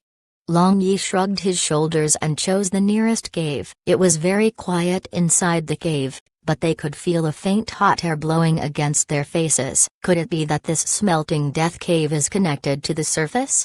Long Yi thought, and after walking for a while, Long Yi suddenly stopped and turned toward Carl. Carl knew that something was wrong with this place, so he carefully looked around but discovered nothing wrong. However, just when he felt shame and was about to concede defeat and ask Long Yi what was wrong, he suddenly noticed a piece of cloth hanging on a protruding fiery red rock on the right wall. Clearly, this was a thing that had been left behind not long ago. When Carl told this discovery to Long Yi smiled and nodded his head, before saying, "This indeed is a clue that shows that there is danger here, but this is not the only sign." "Did you see that scratch below the debris? Although it is very shallow, even at first glance, one can see that it was created by a weapon. Furthermore, there are a few crimson stains not far away. If my guess is correct, blood was splattered there. Carl gazed at Long Yi with admiration. The more he interacted with this human,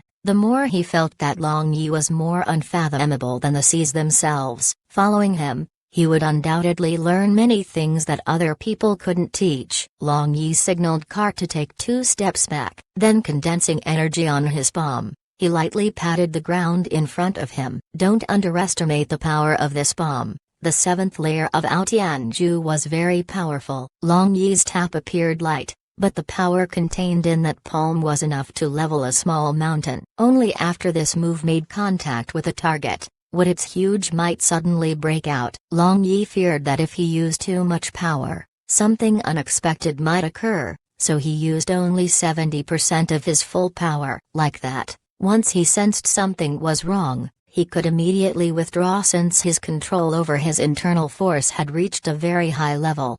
When the internal force of Long Yi came into contact with the ground, it exploded in an instant, and shockwaves penetrated into the ground. Then, the ground which had been dense just a moment ago suddenly melted and began to seethe. Fiery red magma splashed everywhere with stifling heat. All this was accompanied by a low roar and a crazy fluctuation of fire magic elements. Strange, how come this aura is so familiar? Long Yi raised his eyebrows and thought. The splashing magma was blocked by Long Yi. Not long after, a huge dark red head popped out from the boiling magma, and its huge eyes ferociously glared at Long Yi and Carl. Carl took out his Miluo divine bow and aimed at this terrifying huge head. That huge pressure made his arms tremble continuously, and he was greatly frightened in his heart, but he was a brave warrior who had faced the heaven-slaying squid. He was able to maintain his calm on the surface. Fire Kylin? When Long Yi saw the huge head that popped out from the magma, he was shocked. The only difference was that Fire Kylin's head was dark red. Moreover, it also had a hint of a dark evil aura. It was clearly a hybrid variant left behind from the crossbreeding of a Fire Kylin and another magical beast. Fire Kylin was a god beast under Fire God. The one he had in his dark dimension space was undoubtedly the legitimate Fire Kylin. But what about this one? Was the Fire Kylin he had the same god beast that had participated in the War of Gods and Demons 100,000 years ago? Or was it actually that? Just as Long Yi was lost in thought, that variant Fire Kylin held his head high, and the air above his head rotated and churned into a burning red cloud. Furthermore, there was a black Heian wind interweaved with it. It was a fusion of 2 completely different physiques. At that moment, Long Yi noticed a fluctuation coming from the blood-red skull mark on his left palm. Fire Kylin seemed to have noticed the familiar aura outside and was very impatient to come out. With a thought by Long Yi, a red light flashed beside him, and a miniature version of Fire Kylin appeared. Unexpectedly, it ignored the variant Fire Kylin. On the contrary, it familiarly rubbed its head against Long Yi's leg. Greater than. The red cloud brimming with dark chi suddenly dispersed, and the momentum of that variant Fire Kylin in the magma also suddenly fell. In addition, there was panic and fear in its big eyes as it watched Fire Kylin, who purred at the legs of Long Yi. Dear readers, scrapers have recently been devastating our views. At this rate, the site might ... Let's just hope it doesn't came to that. If you are reading on a scraper site, please don't. Long Yi used his thoughts to communicate with Fire Kylin and learn that it knew nothing about this variant Fire Kylin from Smelting Death Cave, but the strength of this variant Fire Kylin was clearly far below it. As a result, that big fellow was frightened upon seeing it. Fire Kylin turned over and issued a low roar at the variant Fire Kylin in the magma. The variant Fire Kylin immediately cowered and jumped out. At the same time, the magma also condensed. This cave was not too big, and just the huge head of the variant Fire Kylin nearly filled this entire cave, so when it jumped out, it too shrunk into a miniature version. It then lay on the ground while whimpering as if it were begging for mercy from the legitimate Fire Kylin. Among the god magical beasts left behind as a result of the War of Gods and Demons, All were very powerful and possessed earth-shaking strengths. Such powerful strength was accompanied by a foolhardy pride to rather die than to submit. It could be said that once two god magical beasts met,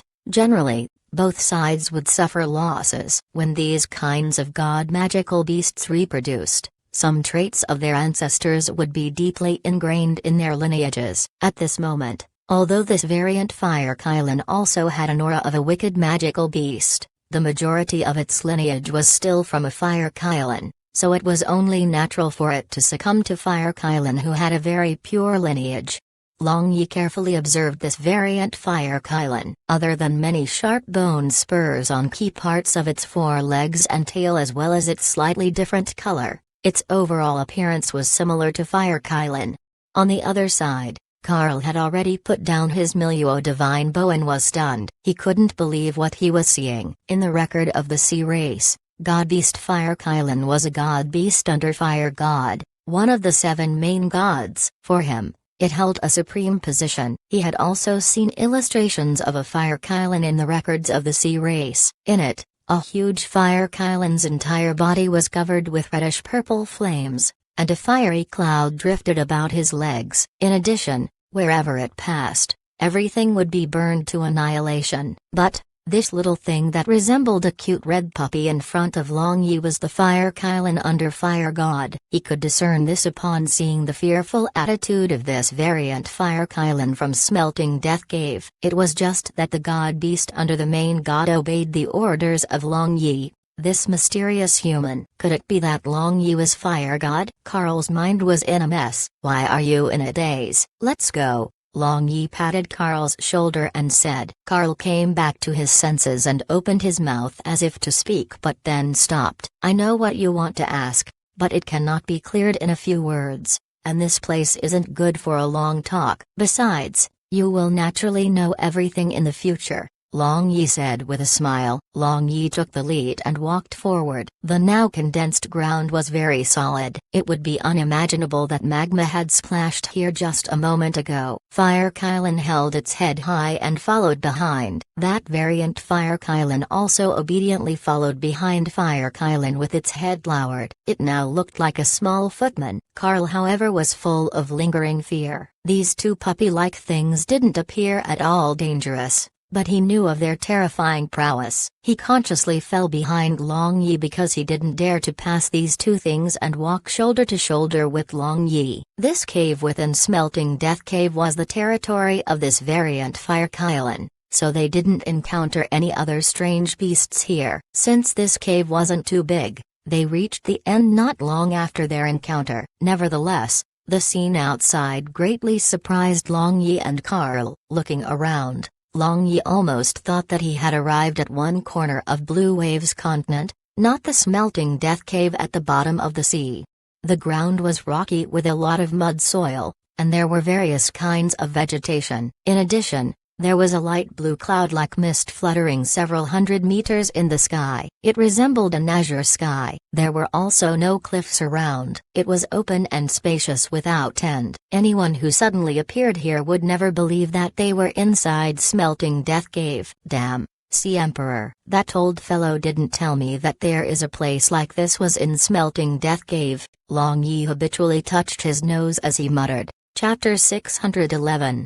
Demonic Corpse. The faint heat in the air whisked past their face, and the leaves of that big tree not far away swayed with a rustling sound. In this open and spacious area, that rustling sound was especially clear as if this sound were amplified. Under that big tree was a rock with strange weeds surrounding it. Long Yi walked forward accompanied by the two Fire Kylans, and Karl also closely followed behind them. They felt very refreshed seeing the wonderful scene in front of them. Long Yi tried to fly in the sky, but once he reached that light blue cloud mist, he realized that he couldn't fly up anymore as if there were a layer of invisible energy. Even after using all his available means, he was helpless. Nevertheless, after that initial refreshing sensation, everything looked kind of dry and dull. The scenery followed a fixed pattern where they were unable to see any other living creature despite walking for a long time. Other than the ever-present sound of the wind, this place was a quiet world, and this unnatural quiet made people feel fear. Long Yi, Is this place truly still in Smelting Death Cave? Those people who had returned alive in the past never mentioned the existence of this kind of place.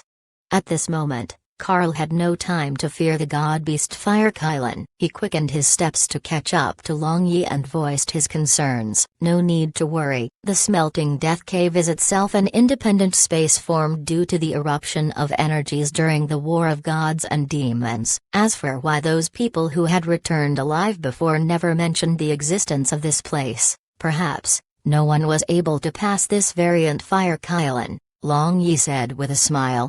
Carl glanced at the variant Fire Kylan and couldn't help but believe in Long Yi's words. Facing such a powerful variant beast, who among the sea race could pass its territory? Only someone on the level of this mystical human being could pass through its territory without any injuries. Moreover, Long Yi had had sufficient resources to easily subdue this variant Fire Kylan. After thinking so, Carl relaxed. Long Yi leisurely walked forward while sizing up their surroundings. Suddenly, a hint of seriousness flashed through his eyes as his beast-like intuition told him that something hidden was staring at them. Carl, who was walking behind, suddenly staggered. When he turned around to look at what had struck him, he saw a white thing flickering with an indistinct light appear behind the rock. Long Yi, did you see that?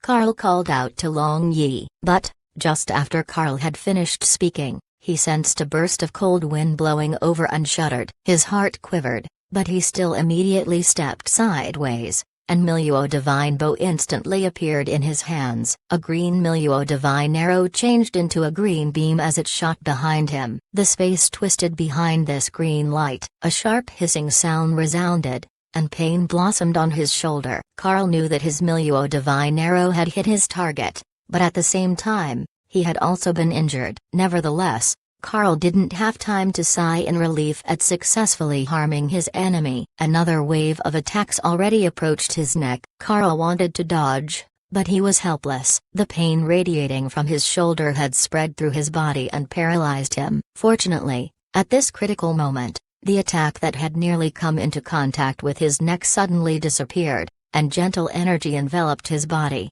making that paralyzed feeling disappear.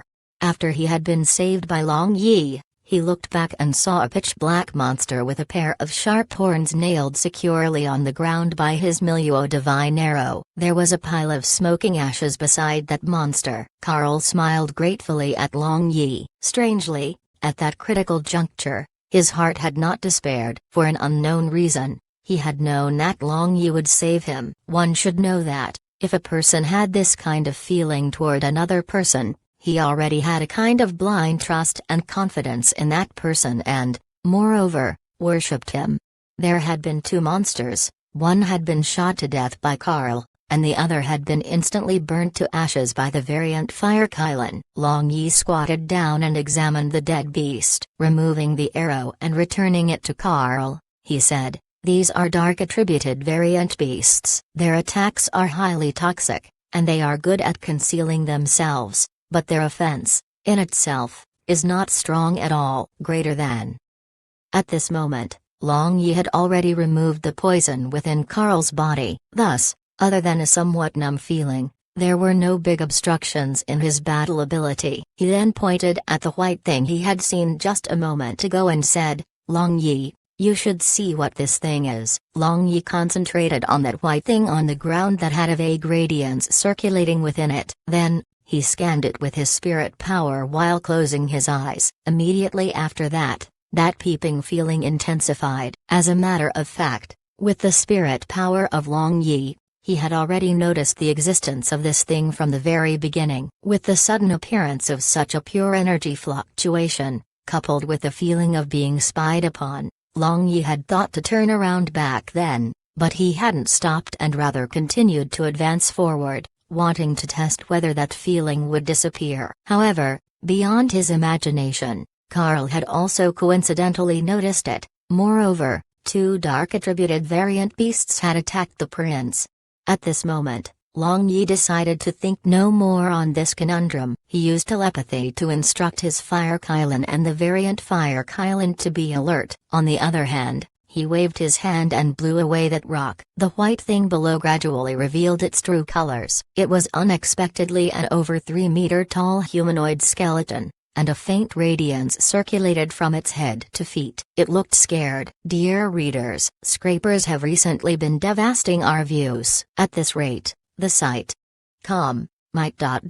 Let's just hope it doesn't came to that. If you are reading on a scraper site, please don't. Long Yi's heart jumped and a strange response stirred in his sea of consciousness. The spinning spirit tablets within his sea of consciousness responded to this external origin energy that resembled their own. At the same time, the wary Fire Kylan and Variant Fire Kylan simultaneously roared. Their bodies expanded, and they assumed an attack posture. Carl nervously looked around and notched the Milieu Divine arrow to his bow. This kind of pressure made his heart jump violently, and his muscles stretched taut. After a while, that strange aura in the air grew denser, but the owner of that aura had yet to show up. Even with the spirit power of Long Yi, he was unable to find the owner of this aura. Long Yi raised his eyebrows, and a cold smile appeared on his face. He then looked back at the white skeleton on the ground. Since he couldn't find the peeper, he would look for the thing causing the reaction of the spirit tablets within his sea of consciousness. Long Yi carefully scanned this skeleton,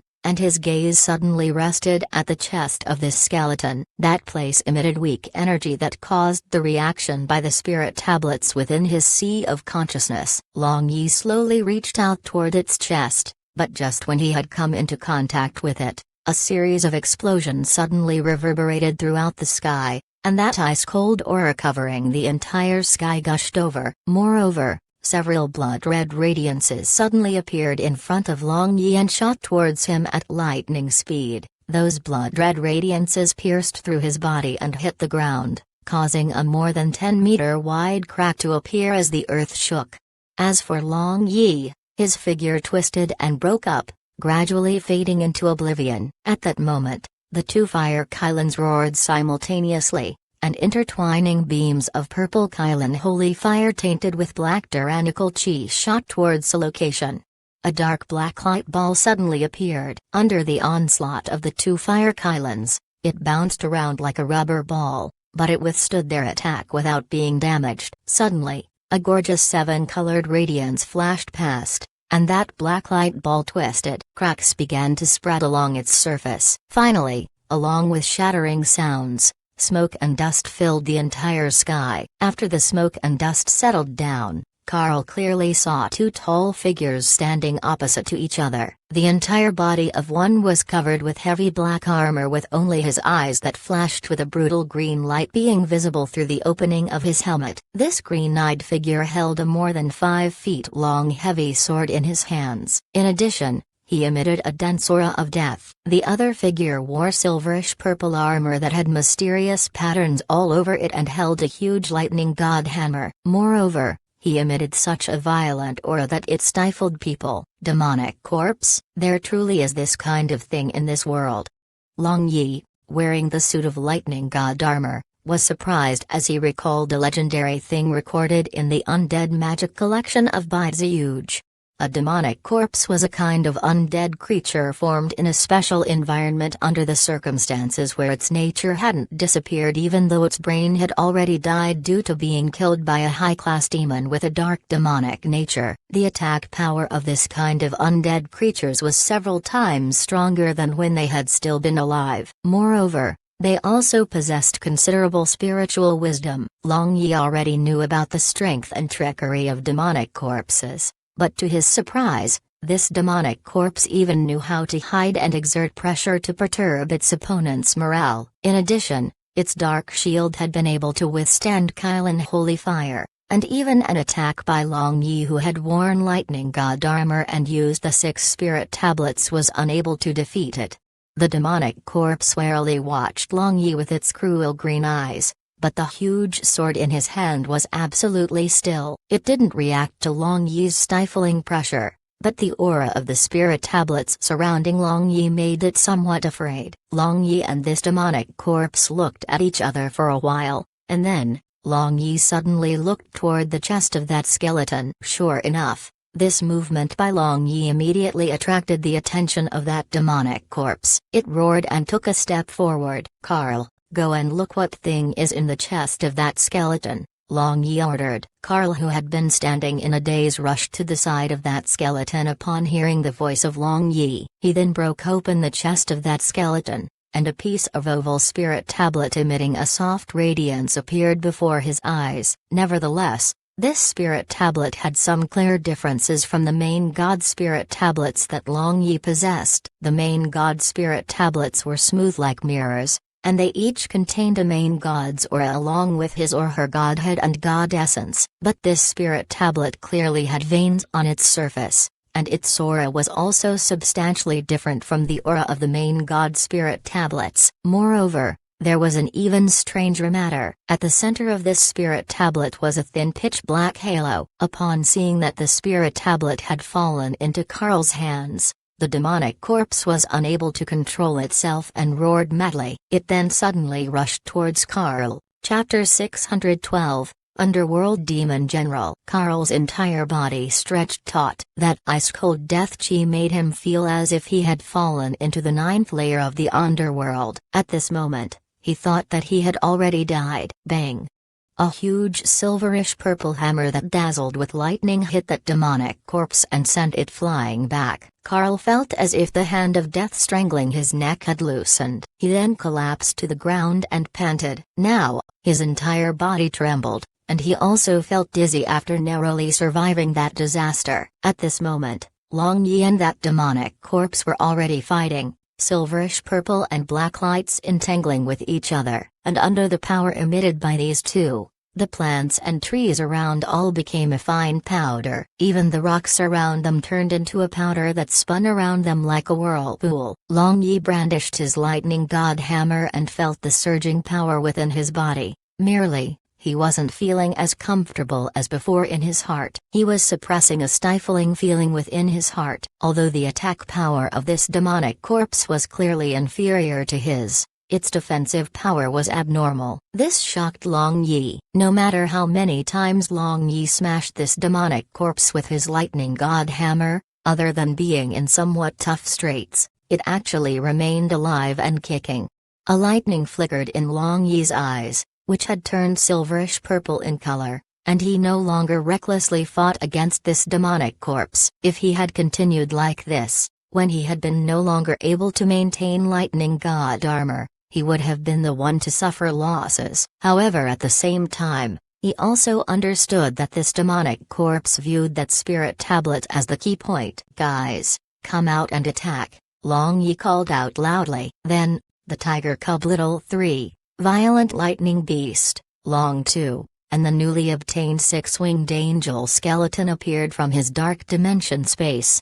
Violent Lightning Beast with its entire body covered with silverish purple fur, brave Snow White Little 3, Long 2 wearing a pitch-black bone armor and holding blood-red scythe, six-winged angel skeleton holding the judgment lance, all coupled with the two fire Kylans. Such a luxurious lineup completely surrounded the demonic corpse. As for Long Yi, he took advantage of this occasion to retreat. After that, Long Yi recalled his lightning god armor and returned to Carl's side. Long Yi, they.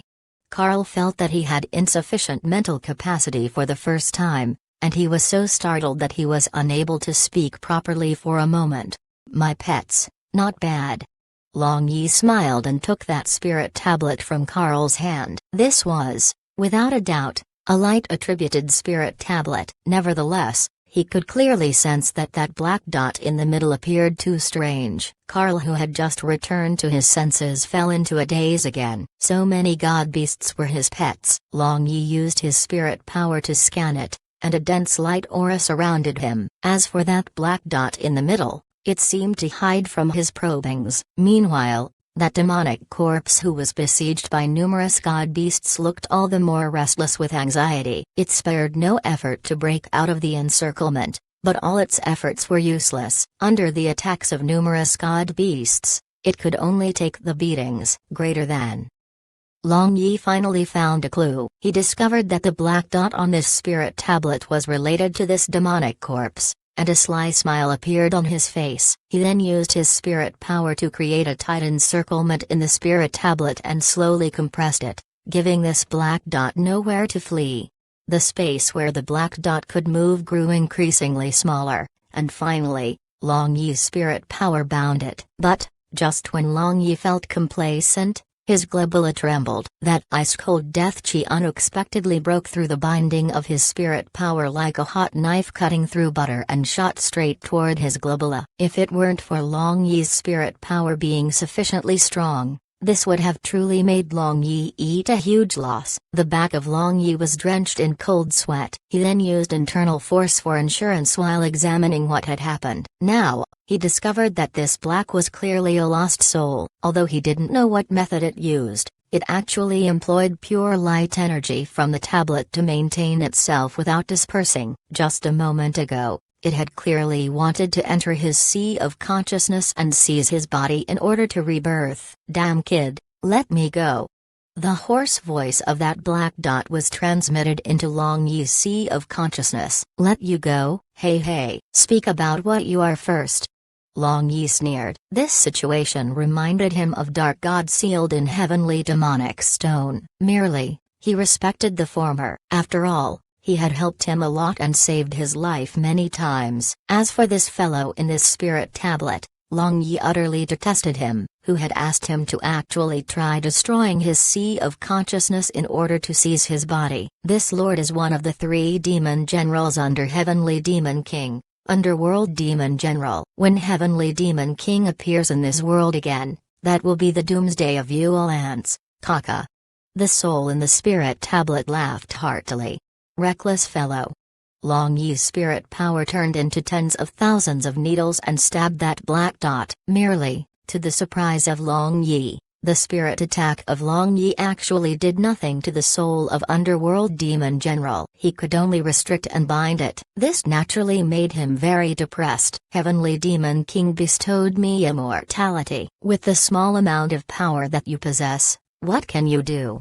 Underworld Demon General arrogantly shouted. He was very complacent, and perhaps, since he had been too lonely in the spirit tablet, his mouth never stopped for a moment. He chattered endlessly. Long Yi was vexed, so he directly cut off the spirit power connection. As for the other side, under the siege of numerous god beasts, that demonic corpse had already lost its power to resist. Even though its defense was high, under the powerful attacks, it was gradually unable to endure. Now, cracks had already appeared on its armor. Long Yi guessed that demonic corpse should be the physical body of this underworld demon general, and looking at the divine skeleton on the ground, he began to paint an image in his mind.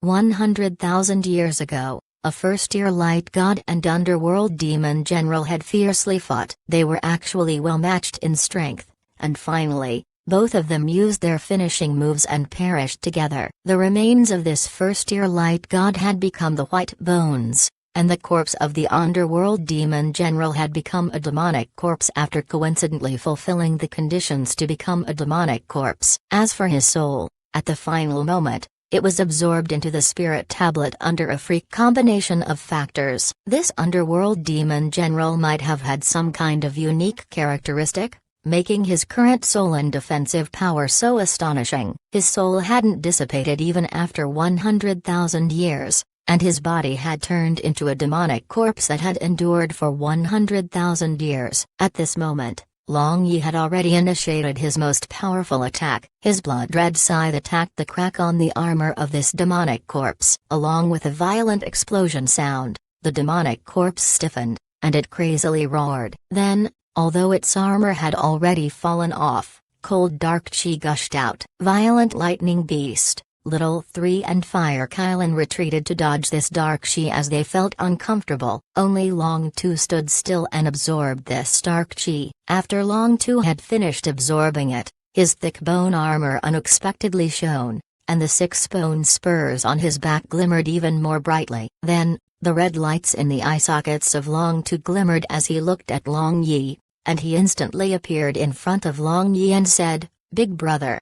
Long Yi patted the shoulder of Long 2, but he was somewhat surprised in his heart. Now, the original mechanical voice of Long Tu was a lot mellower. This was a big improvement. Perhaps, when his strength reached a certain level someday, his way of thinking and speaking would become no different from a human. This might truly be considered a miracle. At this moment, Tiger Cub Little 3 and Violent Lightning Beast had already shrunk into their miniature versions. They excitedly ran over to Long Yi and rubbed their heads against his leg. Especially Little 3, it actually rubbed Long Yi while drooling. Moreover, it looked at Long Yi pitifully and whimpered. "You are tarnishing the glory of tigers. Where can I get roasted meat for you now? Go to play over there."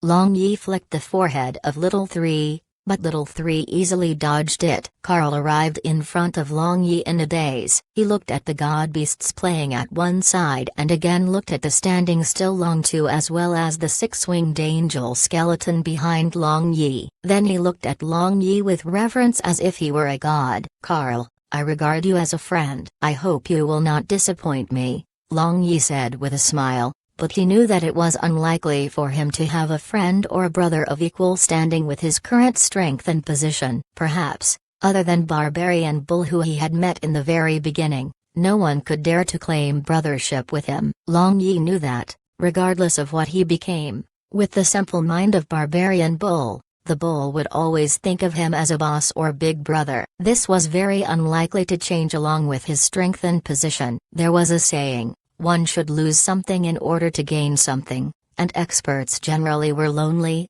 This proverb was not a lie. Carl remained silent for a while and nodded, but his expression remained as before. Long Yi also smiled and said nothing. He then held the spirit tablet in his hand and recalled that strange feeling he had felt in the underground base of Shark Clan and felt somewhat restless. At that time, Little 3 ran over to the front of that skeleton of the first-tier light god and sniffed it. Then, its white pupils spun like a whirlpool, and the light energy circulating on that skeleton was absorbed. It was somewhat similar to Long Tu. As long as there was something it could eat or absorb, it would not let it go. Long Yi shook his head. In any case, this first-tier light god had already died, and leaving behind the remaining energy on his corpse was wasteful. It was better to let Little 3 absorb it as nourishment. After Little 3 finished absorbing all the energy, Long Yi buried this skeleton of a first-tier light god and then erected a stele. This was his payback. Dear readers, scrapers have recently been devastating our views. At this rate, the site might ... Let's just hope it doesn't came to that. If you are reading on a scraper site, please don't. After that, Long Yi and Carl gradually traveled further as god beasts followed behind them, frolicking behind the two's feet. After passing through this rocky wilderness, they were blocked by vast waters. Moreover, a group of several meter-long monster birds with fiery red combs for manes were circling in the air, looking for prey in the waters. Underground sea? Long Yi exclaimed in surprise upon smelling the salty air. Chapter 613, Water Parting Magic. In Long Yi's previous life, he had heard about the existence of underground seas, but he had always thought that they were just speculation. Now, that legend had truly appeared in this mystical world. The smelting death cave beneath the sea was indeed very mystical. Carl was excited to see this sea. Although most of the sea races were amphibians, they truly felt free and unrestrained only in the sea. For them, the sea was as important as air was for humans. Dear readers, scrapers have recently been devastating our views. At this rate, the site might ... Let's just hope it doesn't came to that. If you are reading on a scraper site, please don't. Long Yi looked at that somewhat blackish seawater for a while. He then slightly frowned and said, "There seem to be some problems with this sea." "What's the problem? How about I go and examine it?" Carl said and walked toward the sea. Long Yi nodded his head and didn't stop Carl. He just wrapped his spirit power around Carl so that he could save him in time if something went wrong. He just felt that this sea was somewhat unusual. He remained uncertain about what the problem was. Carl jumped into the seawater, creating ripples, and after a few air bubbles rose, the sea surface calmed down. However, Long Yi could sense that Carl was still swimming around beneath the surface. so he was not too worried. Before long, Carl's head popped out of the sea surface. He then swam ashore while panting. "How was it?" Long Yi asked. Seeing Carl's expression, he knew that this seawater truly had a problem. "There are many poisonous substances mixed in this seawater. I was basically unable to breathe. I truly cannot believe that there is any life within this kind of seawater." Carl took a deep breath and said. Clearly, he had been holding his breath in the water. With the strength of Long Yi, flying past this underground sea with Carl was truly not a difficult matter. Moreover, he had Bayu, a flying god beast. Merely, for an unknown reason, Long Yi vaguely felt that this was not the right way. It seemed that the poisonous problem with this sea was not the key point. Long Yi raised his head and watched those strange birds circling in the air. Then, rubbing the beard stubble on his chin, he became lost in thought. Carl didn't dare to disturb Long Yi. Since the scene in front of him was completely different from how the survivors of Smelting Death Cave had described, he truly had nothing to use as a reference to determine the truth of this matter.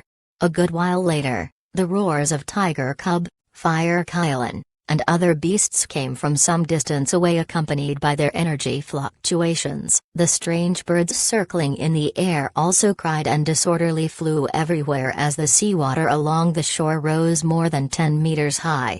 Not long after, the energy fluctuations calmed down. Then, Tiger Cub, Fire Kylan, and the others dragged an over 20 meters long strange corpse in front of Long Yi. Long Yi was speechless. The hunting ability of Little Three and the rest was truly first-rate. Other than some creatures in the sea and the strange birds circling in the sky, Long Yi couldn't sense other living beings nearby. But Little Three had found such a huge strange beast.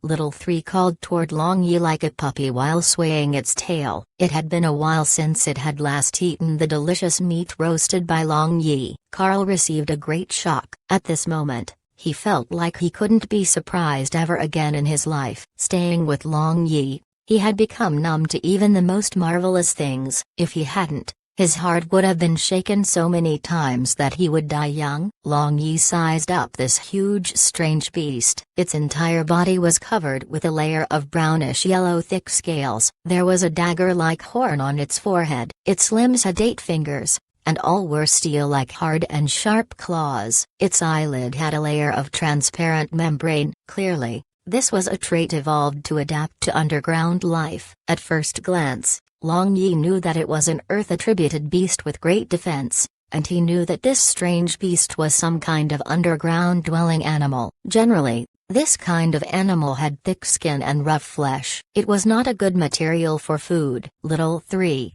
you usually have good eyes. How could you be so blind this time?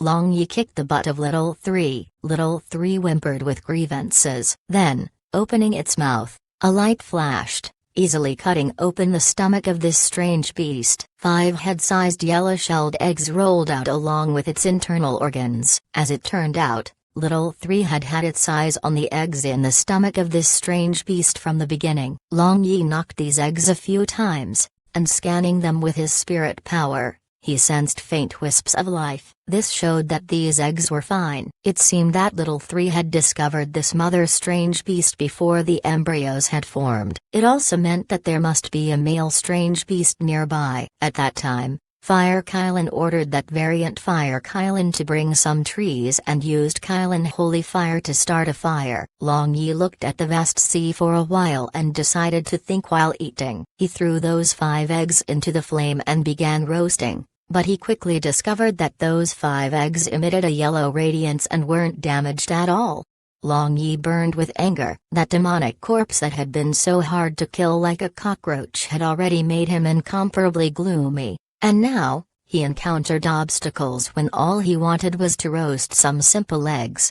Long Yi directly used his spirit power to pick up these eggs and made Fire Kylan use Kylan Holy Fire to roast them. He didn't believe that he would be unable to roast these eggs. The heat of Kylan Holy Fire was far greater than 1,000 degrees. Whether it was steel or rock, they would melt at this point, but these eggs were holding on. Moreover, Long Yi saw that these eggs could absorb the heat of Kylan Holy Fire. This should be a kind of self-defense mechanism. Kaka, kaka. along with cracking sounds. The eggshells of 4 of the eggs cracked open one after another, and a fragrant smell spread all over. Roasted. Long Yi was happy. He then took out seasonings from his space ring and sprinkled them on those 4 eggs, and the sweet aroma grew denser. But the final egg was not roasted despite the intensity of the heat. Its yellow eggshell had already turned fiery red, but it still didn't crack open. Long Yi made Fire Kylan stop. Then he and Carl tasted a bit of the 4 eggs and gave the remaining food to the god beasts. Long Yi, look. What is that? Carl, who was blankly staring at the sea, suddenly shouted. Long Yi looked over and saw a few dark spots on the distant sea surface as a faint smell of blood blew over with the salty sea breeze. It's a corpse. I am going to take a look. Long Yi frowned and suddenly disappeared. Then in a blink of an eye, he appeared again, and 2 rotting corpses of the sea race fell on the ground. I know him. He is the captain of Sea Scorpion Clan's elite Scorpion Guards. He was also a participant in this time's treasure seizing convention, Carl said while pointing at the left side corpse. Doesn't this mean that the other caves are also connected to this underground sea?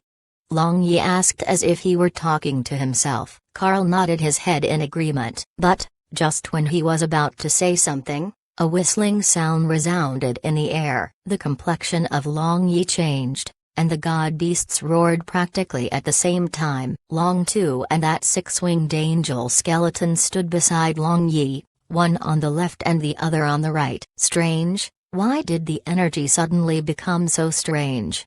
Long Yi mumbled, and after taking 2 steps forward, his body suddenly stiffened, and he shouted, "Quickly retreat." Merely, it was already too late. The space around them instantly became illusory, and a grayish-black sea wave surged along with heaven-destroying and earth-exterminating momentum. Long Yi immediately cast an isolation barrier, but the world around them was already shaking as the sea wave surged. Long Yi, Carl, Little 3 and the others in the barrier could only watch the rapidly approaching huge sea wave helplessly. That crowd of strange birds circling in the air fluttered in panic. At that time, a huge sea monster jumped out of the seawater and swallowed several of them. They instantly fell from their lofty apex hunter positions to become prey. Soon, the sea wave slammed down, and Long Yi and others inside the barrier sunk into the grayish-black seawater. In this foul seawater, countless fierce sea monsters seemed to have appeared. They ferociously attacked the barrier of Long Yi. Merely, the barrier created by Long Yi was very powerful. How could these trifling sea monsters break it? Those sea monsters attacked for a good while without any results. Then, they dispersed as if they had never appeared. Carl sighed with relief. There was still a lingering fear in his heart. The situation had changed too fast. Just a moment ago, they had been on the shore of the underground sea, but in the blink of an eye, the world was completely submerged by seawater. Long Yi, this. Carl opened his mouth wanting to ask something, but the environment changed again. The seawater seethed as if boiling over, and huge undersea whirlpools turned toward the location of Long Yi's barrier. But Long Yi stood still in the barrier at ease. He closed his eyes and sensed the violent energy fluctuations all around. Clearly, this was not natural. Suddenly, Long Yi opened his eyes and his black pupils shone with a terrifying glint. He let out a muffled snort, and 6 spirit tablets shot out from his globula, forming a hexagon above the barrier. Then, the barrier, which was being tossed about by undersea whirlpools, suddenly stood still as if it had taken a root. At that moment, Carl discovered a pitch-black cave which looked like the big mouth of a sea monster not far away in front of the barrier, waiting to swallow them. According to the trajectory of the barrier just a movement ago, if they had stopped a second or two later, the entire barrier would have been swallowed by this dark cave. Thinking so, Carl sweated profusely. Do you truly think that I don't know what to do with you? A hint of a cold smile appeared on Long Yi's face, then the water god mark on his globula emitted an icy blue radiance, and the water god's spirit tablet also rapidly spun. Water parting magic. Long Yi lowered his voice, and the blue radiance of his spirit tablet flourished. Then, the grayish-black seawater parted to 2 sides with this barrier in the center. Chapter 614, Water space variant Bs. A several-meter-wide rift forcibly parted the underground sea into two halves, and then, the barrier with Long Yi and others inside slowly floated down to the sea floor. At that time, in the midst of the cleared cross-section, one could clearly see a strange beast's head. It had a distinct outline and very large eyes with floating hairs on its head. It looked just like a three-dimensional drawing in the seawater. "What is this?" Carl exclaimed. Dear readers, scrapers have recently been devastating our views. At this rate, the site might ... Let's just hope it doesn't came to that. If you are reading on a scraper site, please don't. Long Yi shrugged his shoulders. How could he know what this strange beast was? But, looking at this strange beast, he could clearly see that it was very angry at them. Merely, they didn't seem to have done anything that would provoke its anger. Nevertheless, this strange beast didn't attack them immediately as if it were hesitating. Long Yi sent forth his spirit power, attempting to communicate with it. Clearly, this strange beast was very powerful. In this underground sea, it was a peak existence, and even more importantly, it actually had an extremely powerful ability to control space. The appearance of that black hole just now had not been accidental. Merely, when the spirit power of Long Yi arrived in front of that strange beast, his spirit power encountered an obstruction. Moreover, this probing made that strange beast violent again. The seawater surged violently, and a huge force began to pressure the cleared space created by Long Yi using water-splitting magic. Long Yi was also somewhat angry now. This strange beast truly couldn't tell good from bad. It actually thought that he was mud that it could do anything with. It was just a strange beast with the water attribute. He, however, had the water god spirit tablet and several god beasts. Although his fighting power diminished in water, he was also not so weak that he could do nothing. After thinking so, Long Yi used his world of snow and ice water magic. Under the bluff of the water god spirit tablet, the seawater within a radius of several li was completely frozen. Merely, that strange beast had already disappeared without a trace. The underground sea was very big, and Long Yi didn't have the ability to completely freeze the entire underground sea. In addition, this strange beast seemed to be invisible as if it had already become a part of the seawater. In addition, its space magic was very powerful, so it was hard to accurately pinpoint its position. Long Yi stopped attacking after casting World of Snow and Ice and pondered for a while. He then laughed and gave up the plan of taking the initiative to attack. It was very clear that that strange beast had the ability to control space, but even if it could use space magic to block their route of retreat, couldn't he just split open the blockade? When he, Long Yi, wanted to leave, who could stop him in this world? After thinking this, Long Yi closed his eyes and began to sense the space energy. He had studied space magic to a certain extent, and he knew that forcibly altering the space energy field with an external force would definitely cause an anomaly. He could split open this place using that anomaly to create a passage and escape. Long Yi made all the god beasts and longed to attack the place with the anomaly that he had sensed. As for himself, he alertly looked around to guard against a sneak attack from that strange beast. This strange beast was truly cunning. It actually could change the place of the energy anomaly, causing Long Yi to have to actively manage his helpers. But, despite that being the case, under the fierce attacks, the entire energy field began to sway. Suddenly, a hint of surprise flashed through the confident eyes of Long Yi as he felt that something was wrong. So he made Little Three and the others stop their attacks. However, the entire space energy field still continuously swayed. In fact, the swaying became more and more violent. Cracks began to appear in the surrounding frozen seawater, and energy madly scattered throughout this entire space. This scene was just like the eve of doomsday. That strange beast is crazy. It wants to perish together with us. At this moment, Long Yi finally understood the aim of that strange beast. It wanted to collapse this entire space, and the energy created due to the scattering of the space would wipe out everything within the space including that strange beast itself.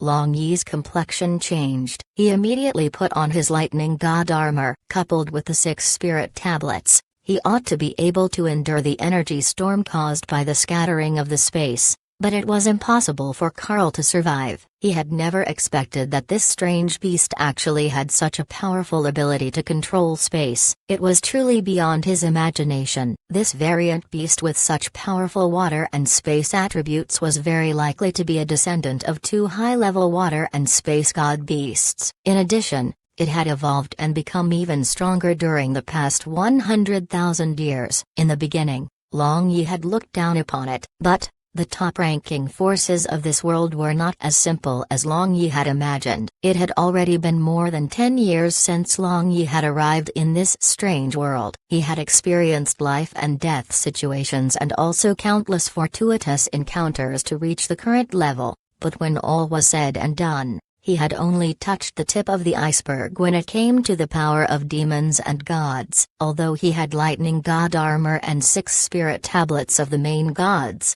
he had not yet truly inherited their powers. Thus, in this space left behind from the war of gods and demons 100,000 years ago, he had been surprised many times within a short period. At that time, when the destructive end of both sides' suffering was right around the corner, in Long Yi's isolation barrier, that egg that hadn't been roasted no matter the heat suddenly pulsated. Next, it swayed and cracks appeared on the eggshell. It was unexpectedly hatching. Meanwhile, the violent energy within the space slowly calmed down, and Long Yi could feel pleasant surprise and excitement from all around the space via his spirit power. Don't tell me. This hatching egg is the descendant of this variant beast? Long Yi was stunned. No wonder they hadn't been able to find the male beast at that time. He had never thought that this water and space dual-attributed powerful variant beast was the father of the eggs from that Earth-attributed mother strange beast. Since his group had eaten their 4 children, it was not surprising that this variant beast had desperately fought them. And now that the last one was hatching, Long Yi knew that the matter was taking a turn for the better, but he still didn't dare to relax at all. After all, he had already eaten several of the other eggs. The cracks on the eggshell became larger and larger, and then a bald fiery red head tore out from the eggshell. It then spared no effort, wanting to struggle out of the eggshell while whimpering in a low voice. It looked very cute. At this moment, the energy storm within this space had completely simmered down, and a low call came from all around the space. Then, the little fellow inside the eggshell struggled even more as if it had been encouraged. Finally, the little fellow broke out of its shell. Its entire body was bright red without any hair, but it unexpectedly had only one leg and its eyes were still closed. This little fellow didn't seem to have any attack power, but it jumped while whimpering. Then turning into a wisp of red smoke, it flew around the isolation barrier in disorder, trying to reach that variant beast. Merely, without the permission of Long Yi, how could it leave the barrier? Those low roars became even louder, and Long Yi noticed a hint of spirit power coming into contact with his spirit power. Upon sensing this, he couldn't help relaxing, and a faint smile appeared on his stretched taut face. Chapter 615, Death Impasse. After the spirit power of Long Yi contacted with the monsters, he heard a low voice in his sea of consciousness. Outsider, as long as you let go of my child, I can let go of everything. Long Yi said with apologetic tone, everything was a misunderstanding. Had we known that they were your children, we would have never touched even a single of their hairs. The divine sense of that variant beast moved, and a change occurred in the energy field. Everything around them distorted and fluctuated, before reverting back to its original state. We're back. Carl looked around and exclaimed. He discovered that the seawater had already retreated, and they stood on the shore as if everything that had happened just a moment ago had been a mere illusion. Long Yi could sense the sincerity of this variant beast, so he dispersed the isolation barrier. Then, that little fellow flying all around changed into a red shadow and entered the underground sea. After cheerfully paddling around for a little while, it dived deep into the sea and didn't come out again. After a good while, the divine sense of that variant beast appeared once again and said, Outsider, I can see that you possess the Water God Spirit Tablet and also the Water God's mark on your body. You are clearly the inheritor of Water God. I don't know why, but you clearly haven't truly inherited the power of the Water God Spirit Tablet. However, my parents had a close relationship with Water God Beast and Water God in the divine world, so since you have came to this space, feel free to ask if you need my help in here." Long Yi was glad in his heart. This truly was a blessing in disguise. Just a moment ago, he had been worried about the consequences of both sides suffering, but now, the situation had made a big turn of 180 degrees. "I wonder if you know of the existence of the Blue Sea Divine Soul?" "We are looking for this thing," Long Yi expressed with his divine sense. That variant beast remained silent for a long time before replying. "Blue Sea Divine Soul is the divine soul that condensed after the first-tier water god of the divine realm died in battle. He was also the master my father followed." Long Yi was startled. Now, this matter had become somewhat difficult. Long Yi thought that since this variant beast had that kind of relation with that first-tier water god, how could it tolerate him having thoughts toward the Blue Sea Divine Soul? "I cannot help you obtain the Blue Sea Divine Soul, but I can teleport you all to Death Impasse." That place, however, was the most terrible battlefield of the War of Gods and Demons. The remains of countless high-class demons and gods are buried there. I don't know how many demonic specters and divine zombies there are, but no one has returned alive after stepping into that place, the variant beast said after a long time. Death Impasse. The heart of Long Yi sunk after hearing the words of this variant beast. The demonic specters and divine zombies formed from the corpses of high-class demons and gods were absolutely different from general undead creatures, therefore, Long Yi didn't have any hope of his undead magic affecting them to any significant extent. Calling that kind of place Death Impasse would not be excessive at all. Wanting to obtain the Blue Sea Divine Soul and escape unscathed from such a dangerous place would truly be an enormous ordeal. Long Yi frowned while examining Carl. In such a dangerous place, he wouldn't have the ability to take care of Carl's safety. "Long Yi, what's going on?" Carl asked upon seeing Long Yi was looking at him. Long Yi explained everything detailed by the variant beast and added, "Carl, Death Impasse is too dangerous. How about you wait for me here?" Carl quietly caressed the Milieu divine bow in his hand and sighed, "I know that I would only be a burden with my strength. I will stay here. In any case, you must be careful. You have said that you will take me to experience the human world of Blue Waves continent. I hope you will live up to your words." Long Yi patted Carl's shoulder and said with a smile, "You can rest assured, there is no place in this world where I cannot go. Just wait for my good news." "Are you ready?" that variant beast asked. "Yes, but I want to ask you a help. If I don't return from the Death Impasse, can you send this person out of this space?" Long Yi requested. "Okay." The variant beast agreed. This matter was nothing difficult for it. It knew the sea race sent people in Smelting Death Cave once every 100 years to seize treasures. In the future, he could just teleport this person to the place where the sea race had created the entrance, and when the sea race opened the path again from the outside, this person could just walk out. At this moment, this water space variant beast used all its energy, enveloping Long Yi and his pets. In the next moment, they disappeared without a trace, leaving behind only the listlessly sitting Carl. He believed that he could never reach the level of Long Yi. The expansion works of Soaring Dragon City were progressing in full swing. The new districts had already begun to take shape. Numerous refined, elegant and imposing buildings had risen. In addition, big trees transplanted from the Hengjuan Mountains were planted on both sides of the street along with various kinds of fresh flowers, decorating the district. Nevertheless, the most striking of these buildings was the Continent Conference Hall. It was built for the purpose of holding the Blue Wave Continent Conference. It covered an area of more than 100 hectares, and the main building had 10 floors. It looked magnificent and imposing. The first task of this conference hall was to hold the upcoming Dragon Race Conference. Since its completion, countless tourists had come to visit it every day. At this time, in the central square of Continent Conference Hall, A magic fountain was gushing out from the rockery. Below that fountain was a clear pond where fishes happily swam. There were also several white cranes washing their spotless feathers in the pond. It was noisy outside but very quiet inside. Visitors could only view and admire from the outside. They couldn't enter inside this place. A group of women wearing beautiful clothing walked over from behind the rockery as their happy laughter and cheerful voices spread throughout the central square. Dear readers, scrapers have recently been devastating our views. At this rate, the site might ...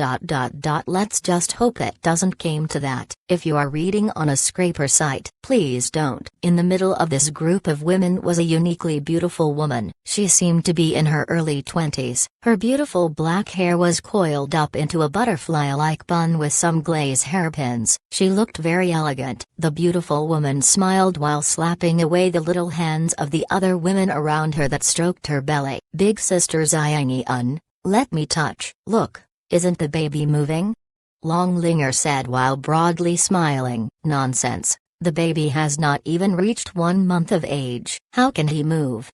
Nangong Xiangyi unrolled her eyes at Longlinger and said, This baby, however, is the blood of our husband. Naturally, it'll be different. The baby of other people might move only after 6 or 7 months, but his baby might move in less than a month. Leng Yui, who was wearing a skin-tight black attire, said. The rest of the women also chimed in succession. From the first moment, the twittering never stopped. All the women of this group were outstanding beauties. They were lovely enough to cause the fall of a state. With all of them gathered together, even a celestial being might not be able to look away. Madams, Empress requests madams to return to the palace a bit earlier. Empress wants madams to taste the soup she personally stewed. At that time, a young girl wearing the palace maid attire urgently walked over and notified them. Hee, we will be having tasty food again. This is all thanks to big sister Xiangyi. Murong Shua said with a smile. Since younger sister Shua envies this so much, wait until husband returns. Then, you can work hard and let us sisters enjoy your light, okay? Leng Yui teased. These women teased each other as they walked out of the Continent Conference Hall. Since Dongfeng Wan had given them instructions, they didn't dare to disobey as daughters-in-law. Outside the Continent Conference Hall, these women boarded into a super luxurious carriage and left under the protection of a group of imperial guards. The sudden appearance of these beauties intoxicated many foreign visitors. Only after the carriage couldn't be seen any longer did they came back to their senses and begin to inquire about those devastatingly beautiful women. At that time, the wily old foxes of Soaring Dragon City looked down upon them and said, They are the wives of His Highness the Crown Prince. Only fools dare to have thoughts on them. Do you know Hell Angel, Hell Saintess, Light Saintess, Miss of the Phoenix Clan? What? You know yet dare indulge in such flights of fancy? Hereafter, polish your eyes. You all are fortunate. Nevertheless, there are some people like us, the people of Soaring Dragon City, who get to see them every day. So, with numerous not local people surrounding them, those boasting wily old foxes proudly talked about the great love story of Crown Prince Ziman Yu over and over again with their saliva flying all around. Of course, they included the amazing love storm of Miholy Magic Academy. Among the crowd, 2 hooded fellows in black robes looked at each other. One of them interrupted the speech of an especially excited wily old fox and said, This brother truly knows the matter of His Highness Crown Prince like the back of your hand and often sees the madams, but I wonder if you know where His Highness Crown Prince is now? You asked the right person. Now that the entire continent is unified, and you should know that the Dragon Race Convention is about to be held in our Soaring Dragon City, His Highness the Crown Prince is visiting the legendary Dragon Island, enjoying the beauties of the dragon race. If you want to see His Highness the Crown Prince, wait until the Dragon Race Convention. You will definitely be able to see him, that wily old fox confidently said. The 2 black-robed people thanked the wily old fox and moved back into the crowd. Big sister, it seems Long Yi truly isn't in Soaring Dragon City. If he is truly at Dragon Island, what should we do?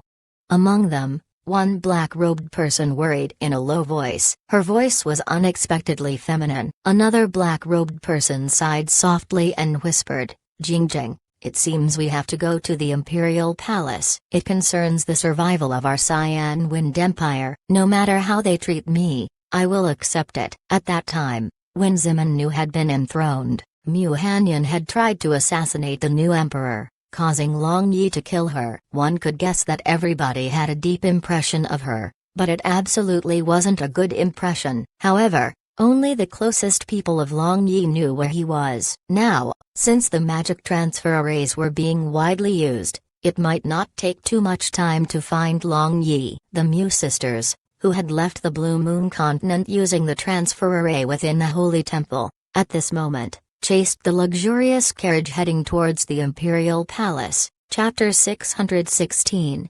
Demonic Specters and Divine Zombies. Inside the luxurious carriage, the women were happily chattering continuously. Their subject of conversation always revolved around the unborn child of Nangang Xiangyun and Long Yi. Zimenwuan quietly sat at one side with a smile while listening attentively. Although she always had the role of younger sister in the midst of these women, she truly longed to integrate into this someday, becoming the real woman of her second brother. Unconsciously, her eyes blurred as if she was missing someone. She gently lifted the window curtain of the carriage and watched outside. The newly built streets were bustling with activity. They were full of peddlers. Now, these streets however were the most crowded streets of Soaring Dragon City. Zimenwuan sighed softly. The immatureness of those years when she was 16 was long gone. 10 years could make a young girl truly grow up into a woman. Those ridiculous, hateful and sad feelings all dissipated, only this dense love fermented in the bottom of her heart. When Zimenwuan was feeling sentiment, she accidentally saw two black-robed figures from the corner of her eyes. She immediately became alert. She felt that one of those two black-robed figures appeared very familiar. Mu Hanyan sensed that someone inside the carriage was watching them and knew that they were already discovered, so she simply didn't hide any longer and lifted the hood, revealing her beautiful face that could charm all living creatures. "It's her." Zimenwuan was startled and muttered. At that time, the remaining women noticed the unusual appearance of Zimenwuan and they all followed the gaze of Zimenwuan in succession.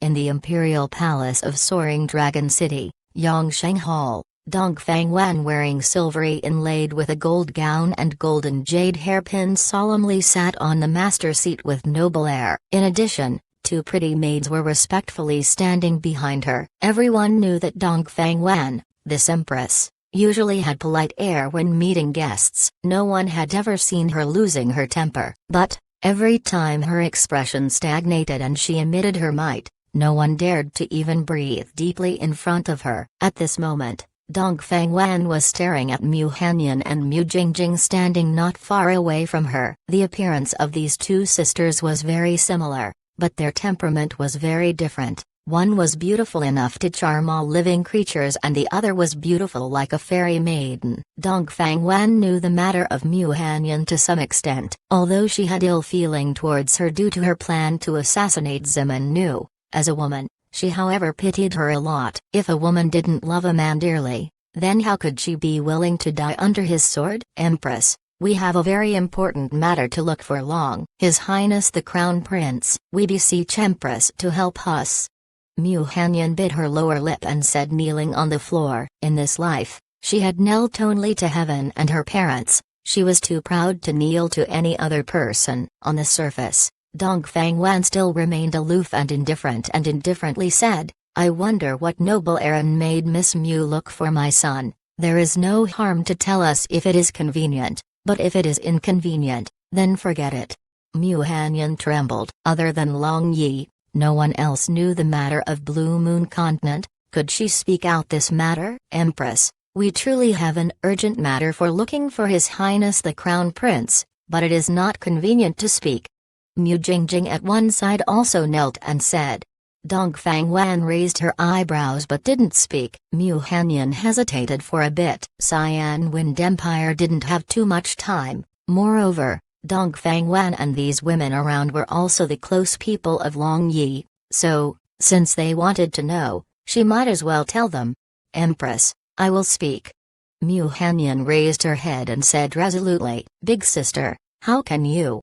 Mu Jingjing urgently said, but she was stopped by a stern look of Mu Hanyan before she finished speaking. But, just when Mu Hanyan wanted to speak out the overall matter of Blue Moon Continent, Dong Fangwan stood up with a smile and gently said, well, stand up, you too, since it is an urgent matter and so difficult to speak out, I will let it off. But, I will clearly tell you that, according to the news from Dragon Island, Ewer has already left Dragon Island to the seas looking for the legendary Undersea City. His current whereabouts is unclear. Who know in which corner of the sea he is? Dear readers, scrapers have recently been devastating our views. At this rate, the site might ...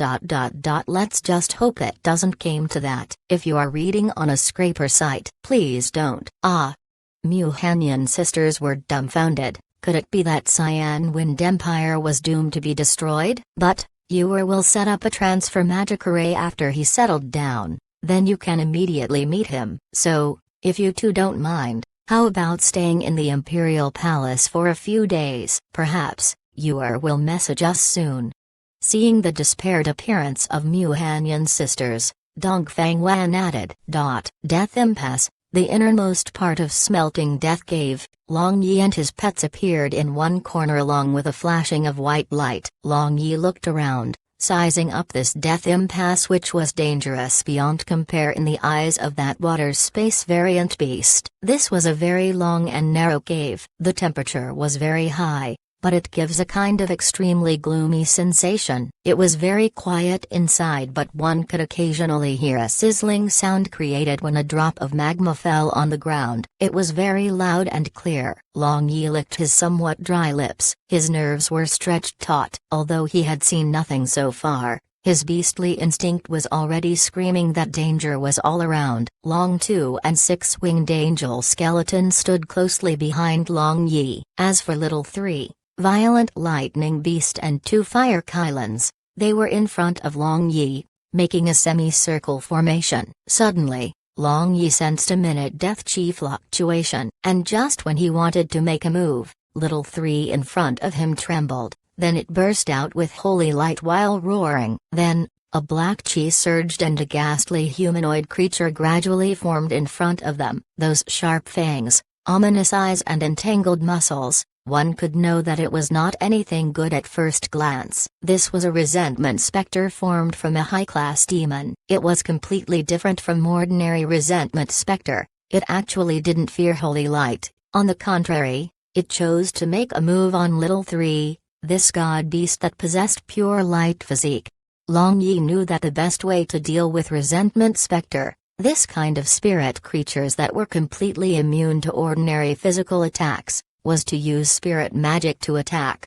At that time, even without the order of Long Yi, Long Two holding a blood red scythe rushed up to attack. He was also an undead creature, and the baleful chi around blood red scythe sword. Upon seeing this demonic specter actually had some misgivings, but its speed was very fast and dense dark mist surged. It goes without saying that the holy light of Little Three and King Holy Fire of Fire Kylan could effectively kill or wound resentment specters, but this demonic specter unexpectedly ignored them. It just dodged the attack of Long Two. As for the attacks of Little Three and Fire Kylan, it didn't care about it at all. A fierce battle unfolded in this narrow cave, but no one could cause any damage to the cave walls. Initially, Long Yi was worried about this cave collapsing due to the energy scattering everywhere being too huge, and magma above submerging this cave, but, after seeing this, he no longer worried.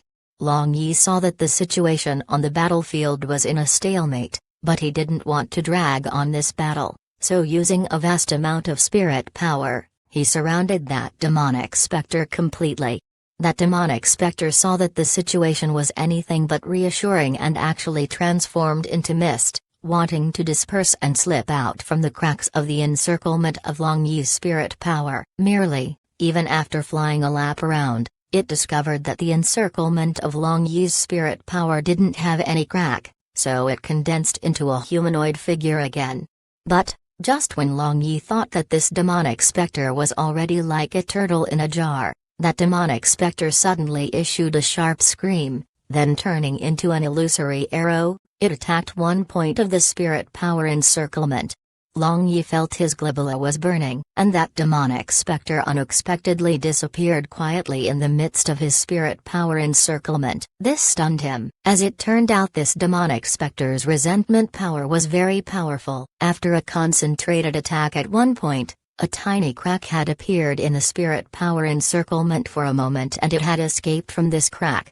After that, Death Chi fluctuated violently in this narrow cave, and this cave, which was quiet just a moment ago, was thrown into disorder like boiling water. In an instant, cold wind whistled and various kinds of resentment specters appeared suddenly. In addition, all kinds of zombies filled this cave like ants. It was like he had instantly arrived at the 9th floor of hell. The cheeks of Long Yi twitched as he shouted good gracious in his heart while sweating profusely. If these were just ordinary undead boss like Wicked Zombie, Dark Spectre and so on, then he wouldn't have any problem to kill any number of them with his current strength. But these were demonic specters and divine zombies, rose from the elites that died in the war of demon and god. With so many of them appearing all of a sudden, just the dense Death Chi and baleful aura were already pressuring Long Yi so much that it was getting hard to breathe. It was useless to struggle against this number unless he had a strength to oppose the entire world by himself. Long Yi took a deep breath and he stood still in the same place. In the confrontation of momentum,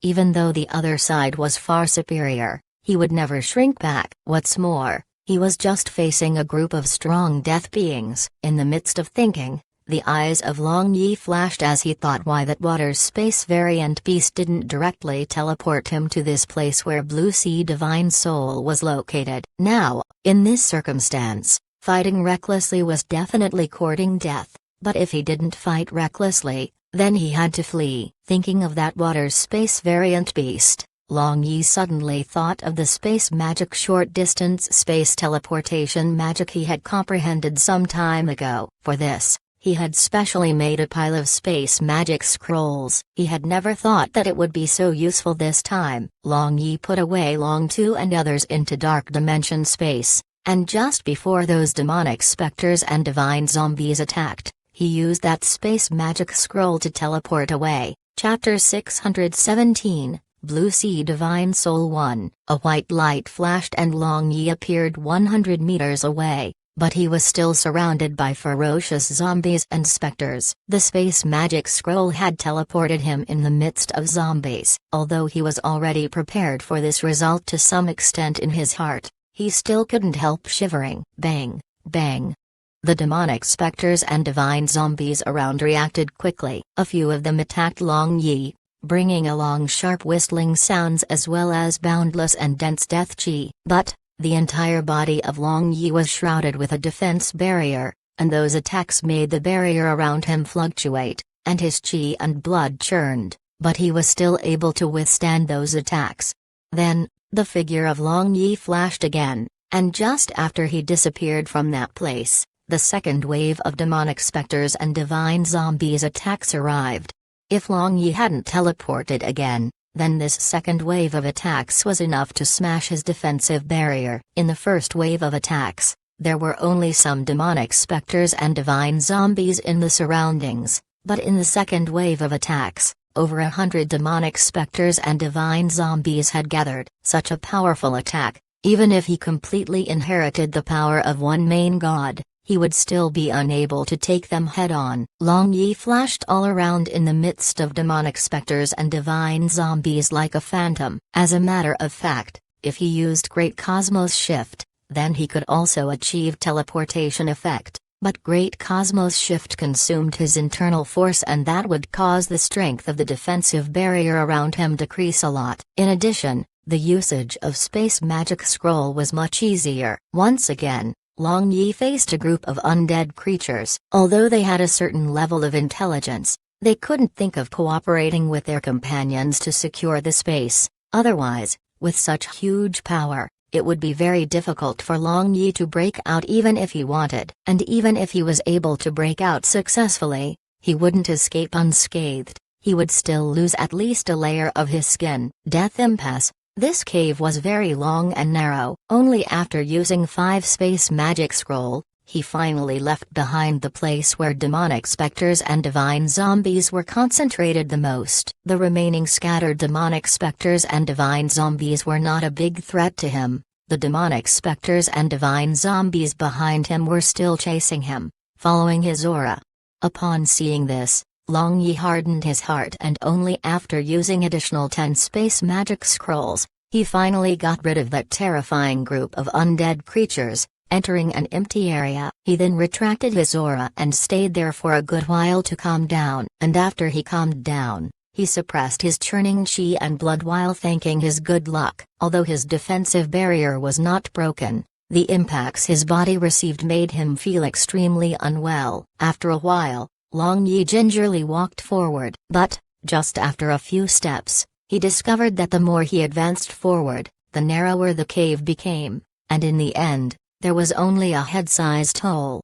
Long Yi scanned inside the hole and discovered that this head-sized cave was unexpectedly curved. He didn't know what kind of situation was in the front. FK, is this making fun of others? Long Yi cursed and moved a step back. Fortunately, this young master, I have bone shrinking technique, otherwise I would have been truly trapped in this awful place.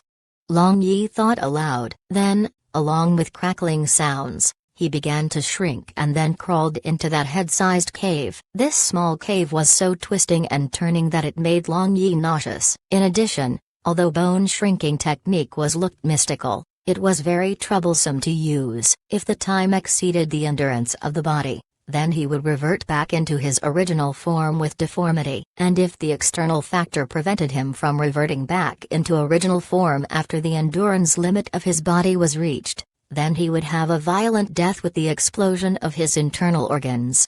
When Long Yi thought of these possibilities, his heart tightened a little. But, his spirit power had always been obstructed by a kind of strange energy in the front. This young master will never die in this hole. Long Yi felt his body was somewhat sore, so he sped up. If this cave was surrounded by ordinary rocks, then he would have leveled this cave in 1 second. But the rocks around were 100 times harder than the diamond. The attack power of those demonic specters and divine zombies was very terrifying, but they were still unable to leave behind a single scratch on the walls. One could well imagine the consequences of Long Yi being trapped here. Although Long Yi had space magic scrolls that could teleport him within the distance he could see with his eyes, in this very narrow and winding cave, their usage was very limited. The time slowly passed and Long Yi began to feel tingling pain, which was increasing along with the passage of time. He gritted his teeth and moved forward, sparing no effort. Add effort, my husband. A familiar yet unfamiliar voice faintly reverberated in the ears of Long Yi. Long Yi, who was already dizzy, thought that he was having an auditory hallucination, but he felt a warm current flowing inside his body which eased him a lot. Dear readers, scrapers have recently been devastating our views. At this rate, the site might ... Let's just hope it doesn't came to that. If you are reading on a scraper site, please don't. Zia? The eyes of Long Yi shone as he muttered a name. Not long after, a glimmer of light appeared in front of Long Yi. There was an exit just 10 meters away. Long Yi shot forward like an arrow. But just before he was about to pass through this exit, he slammed the brakes, and blankly looked outside this exit. Outside this small cave, there was an extremely spacious big cave. Inside this big cave, evil chi was soaring, and 10 demonic specters and divine zombies were fighting against each other with dense energy surging everywhere inside this big cave. Even if steel was thrown into there, it would instantly change into fine powders. These 10 demonic specters and divine zombies were clearly formed from very high-leveled gods and demons. They were in a completely different level compared to those demonic specters and divine zombies he had encountered just a moment ago. At this moment, Long Yi, however, could neither return nor go forward. It was very unwise to use space magic scroll in front of these very high-level demonic specters and divine zombies. Moreover, no matter how powerful his defense was, it would not be able to withstand a single blow. But the endurance of Long Yi's body had already reached the limit at this moment, thus, if he didn't go out now, then he would eat a big loss. Since he was unable to change the actual situation, Long Yi rushed out under a cover of the rock, then along with violent crackling sounds, he felt refreshed as if he was finally able to let out after holding a urine for a long time. Long Yi stuck to the wall like a gecko, but violent energy slammed against his defense barrier. Suddenly, a strange silence befell in the cave and all those violent energy also instantly calmed down. Long Yi looked over and saw those 10 demonic specters and divine zombies had stopped attacking each other, and all of them were staring fixedly at him, making his heart shudder. "Hey, everyone, I am just passing by, you all can continue." Long Yi forcibly smiled and then walked past them as if he was just a passerby. The gaze of these demonic specters and divine zombies followed the figure of Long Yi, then they turned around simultaneously and continued to follow Long Yi with their gaze until he reached far away. Are these undead creatures are so open to persuasion, or does this young master look too harmless? Long Yi muttered to himself as he leisurely walked forward. He could feel tens of gazes behind him, but strangely, no one attacked him. But, just when Long Yi was secretly pleased with his good fortune, he quickly turned away with a bitter face as there was no path in the front. "Kid, since you have come here, don't leave, accompany us to play here." A sinister voice resounded in the ears of Long Yi. Long Yi turned around and saw a head with a pair of long horns. A tall demonic specter was standing behind him and that voice had come out of its mouth. Long Yi endured the surprise of his heart. Other than its physical body, the wisdom of this demonic specter had not degenerated at all. Strange, how come there are so many main gods marks on your body? Lightning god, water god, wind god and light god. You actually have 6 main god spirit tablets too? So, the 7 main gods weren't able to get rid of the divine curse in the end? Another divine zombie wearing tattered armor came over to the side of Long Yi and sized up Long Yi with curiosity. Rubbish, is the curse of our heavenly demon god a joke? Although the 7 main gods sealed our heavenly demon god, were they any better? Now that 6 main god spirit tablets have appeared in the hands of this kid, I can see that they were unable to bear the pain of the curse and end themselves. That demonic specter who spoke the first laughed. The rest of the demonic specters and divine zombies also gathered in front of Long Yi in succession and unexpectedly began to discuss. For the first time in his life, Long Yi felt that his IQ was low. What kind of situation was now? A group of demonic specters and divine zombies who were fighting ferociously just a moment ago unexpectedly surrounded him and began to nitpick. After one said something, another one would say something. They appeared quite close to each other. "You all. What exactly are you?" Long Yi rolled his eyes and asked. The demonic specter and divine zombie that spoke the first stopped the discussion. "Scrap Archfiend, aren't you a glib talker? Go, explain to this little human friend."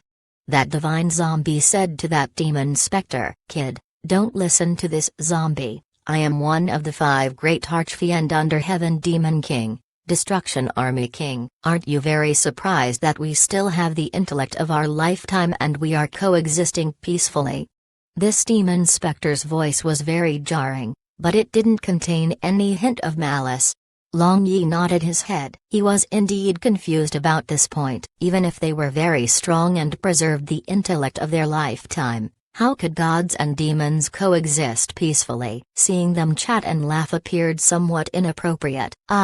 For 100,000 years, I can only stay here in this narrow space without perishing. Even the hatred as big as the heaven also wear off.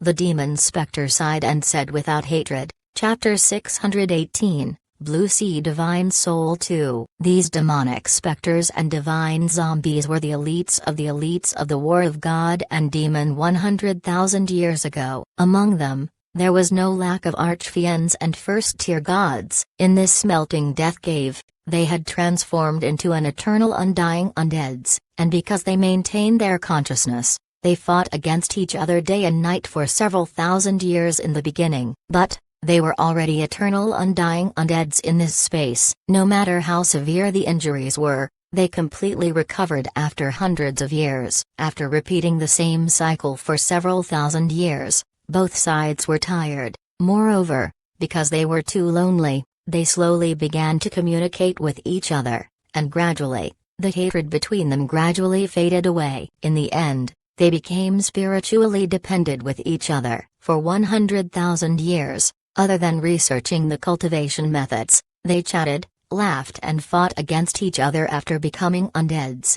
When Long Yi had entered, these demonic specters and divine zombies were moving about their body. You mean to say that you all were trapped in such a small space? Long Yi pointed at this space that was just 100 or so meters long and only 50 or so meters wide space and asked in disbelief. Forced to stay in such a small space for 100,000 years, moreover, couldn't die. Was there anything more painful than this? Yes, so kid, now do you know why we were so happy to see you? After 100,000 years, we finally saw a new face, Kaka. That demonic specter laughed wildly. Isn't there an exit? Why didn't you all leave this place? Long Yi pointed at that head-sized hole he had come from and said, Kid, take a look, can you enter that hole again now? The divine zombie gloated. The heart of Long Yi was filled with ominous premonition. He immediately rushed over to the front of that head-sized hole, but discovered that although he could still see the hole, it was sealed by a layer of strange energy which blocked him from entering the hole. Moreover, all his efforts to enter was also futile. Kid, you cannot leave even if you die. You can only enter this space. You can never leave. Now, be obedient and accompany us. With all of us here, it will be difficult to die even if you want to die.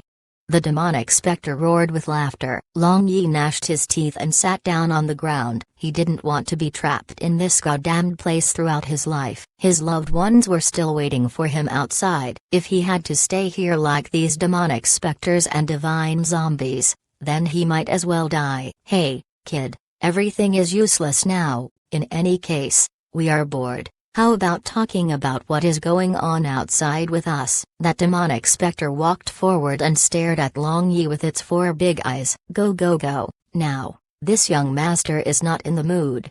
Long Yi waved his hand like he was showing away flies. He wouldn't give up so easily. He didn't believe that this small space could imprison him. Thinking so, Long Yi sprang into his feet and began to carefully examine everything in this space. He didn't miss even an inch. He didn't believe that he wouldn't find any flaw. Don't waste your effort. If there was a flaw in this goddamned space, we would have already gone out. Would we have waited until you come here? That divine zombie said. Long Yi however ignored them and concentrated on his own matter with single-hearted devotion.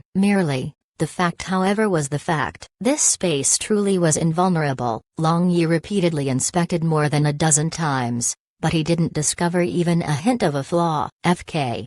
Long Yi kicked the solid wall and his Glibula flashed with silverish purple radiance. He put on lightning god armor and huge lightning god hammer appeared in his hand. He then used lightning god hammer to smash the wall. His anger made these demonic specters and divine zombies feel chill. After smashing the walls for a long time, lightning god armor was retracted into his body. He then vomited a mouthful of blood and sat on the ground in exhaustion. I can't be trapped here, absolutely can't.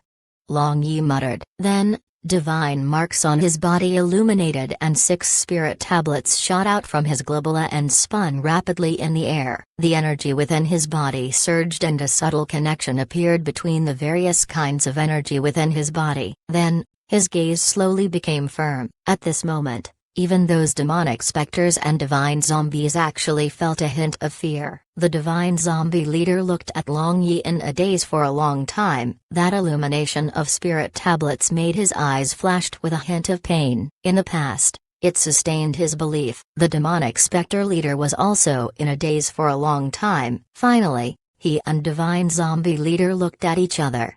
Then, leading the remaining demonic specters and divine zombies to one side, they discussed something.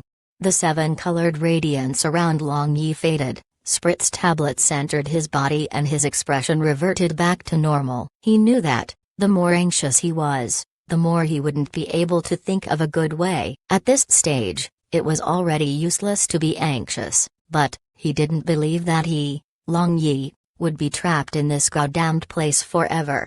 At that time, those more than 10 demonic specters and divine zombies seemed to have already finished their discussion and gathered around Long Yi. Kid, in any case, since you have nothing else to do, how about talking about the outside world? The divine zombie leader said. This time, Long Yi didn't refuse. He talked about the current state of the outside world. He didn't hide anything. I had never thought that the war of God and demon that lasted for 1,000 years nearly destroyed the entire world. The divine zombie leader sighed. Heavenly Demon King is already sealed for 100,000 years, but with his nature, if the seal is broken, then that day would herald the true end of this world. This demonic specter who once was Destruction Army King said. He knew that the reason why the war of God and demon broke out 100,000 years ago was truly not because gods and demons were innately incompatible, rather because demons innately had wild ambitions. Everything was because they wanted to fight against gods for the control of the entire world. And now that it had already been 100,000 years since he had stayed together with these divine zombies, he was influenced by their behaviors to some extent. Therefore, when he learned that Heaven Demon King was about to break out of his seal and destroy the world, he couldn't bear to see it. Long Yi became solemn. Since this demonic specter leader said so, then the consequences of Heavenly Demon King breaking out of the seal was truly a catastrophe for the entire world. In any case, he must not be allowed to break out of the seal. Now, under the command of Heaven Demon King, the Shark clan was looking all around for the descendant of Mermaid Imperial family. If Lai Lai was discovered, then the consequences would be too dreadful to contemplate. But Shark clan basically had never expected that Lai Lai had already returned to Undersea City and they were searching in the wrong direction. It might be assumed that, as long as Lai Lai obediently stayed under the protection of Miluo clan, she was very unlikely to be in danger. Perhaps you are the only one who can prevent this disaster. The divine zombie leader watched Long Yi for a long time and said after a sigh. Long Yi however just shrugged his shoulders and indifferently said, "What can I do? Aren't I trapped in this goddamned place just like you all?" "Kid, don't speak nonsense. We have a way to send out from this space, but you have to agree to our one condition." The demonic specter leader impatiently said. "What condition?" The heart of Long Yi moved, but at the same time, he was somewhat suspicious. If they truly had a way to leave this space, then why were they trapped in this space for 100,000 years? If you are truly destined to return, then after quelling this disaster, make all the races of this world coexist peacefully. Don't instigate dispute easily. As for Demon Clan, I hope you will not exterminate them." The Demon Spectre leader faintly said. "That is natural, but I have a question I want to ask." Long Yi nodded his head and said. The Demon Spectre leader however interrupted. "I know what you want to ask, but you will know the answer when the time comes." Dear readers, scrapers have recently been devastating our views. At this rate, the site might ... Let's just hope it doesn't came to that. If you are reading on a scraper site, please don't. Long Yi raised his eyebrows and no longer asked. "There is one more thing I want to request you." The divine zombie leader suddenly said. "Say it. As long as I, Long Yi, can accomplish it, I will not decline." Long Yi said. "Take this bracelet. If you ran into a girl that can wear it after you leave this place, tell her father loves her very much." The divine zombie leader took out an elegant silvery bracelet from who knows where and said. This bracelet had meticulous and mystical lines, emitting a sparkling divine light. When he said these words, his tone had a great fluctuation. One could well imagine how deep his feelings for his daughter were. "Is your daughter in Blue Wave's continent?" Long Yi took the bracelet and asked with the changed countenance. "During the war of God and demon 100,000 years ago, my daughter was just born. At that time, she was affected by the energy of the battle. In order to protect her, her mother used all her divine power to seal her, and I, I split open space and sent her away. I guess my daughter is in some corner of Blue Wave's continent. With the divine power of her mother, if no one undid her seal, then my daughter would automatically sink into a deep sleep until the seal undid automatically. And according to the calculation, now should be about the time. The divine zombie leader sighed and said. Long Yi solemnly nodded and promised, I, Long Yi, take an oath here. I will look for your daughter with all my strength throughout my life. Good, now, use your spirit tablets to protect yourself. We will teleport you out of here. The divine zombie leader said. Wait a minute, I want to ask a question. Does anyone know Blue Sea Divine Soul? Long Yi asked. Blue Sea Divine Soul? Are you talking about Divine Soul condensed after the death of first-tier water god? The demon specter leader at one side asked. Yes. I came to Smelting Death Cave this time to find it. Long Yi said. Kid, that depends on this zombie in front of you. The demon specter leader strangely laughed. Long Yi was startled and suddenly saw the light. Could it be that first-tier water god was this divine zombie in front of him? That can. At this moment, Long Yi somewhat embarrassed. He opened his mouth to speak, but was unable to speak. He couldn't say that your divine soul is useless for you. You might as well give it to me. Well, kid, we meet here due to fate. Fortunately, my divine soul hasn't dissipated yet. It contains my water-attributed divine energy. Although it is inferior to Water God in terms of attack and defense, it has a kind of special trait that Water God cannot match, that is. When that divine zombie was just about to explain, space suddenly swayed and his words ceased abruptly. Chapter 619, Returning to Undersea City. What happened? Long Yi urgently asked. Kid, there is no time, the sea race outside has already begun to open the space. We have to send you out immediately, or else, once the entrance to space is closed, you have to wait another 100 years for the sea race to open this space.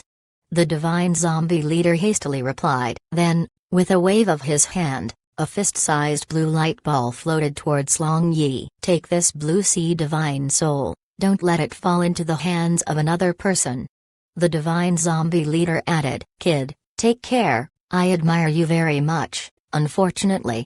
The demon specter leader sighed, and seeing divine zombie leader was already emitting white light, he closed his mouth and rushing over to one side, he also emitted a large amount of energy. Hey, you have yet to tell me the unique trait of Blue Sea Divine Soul.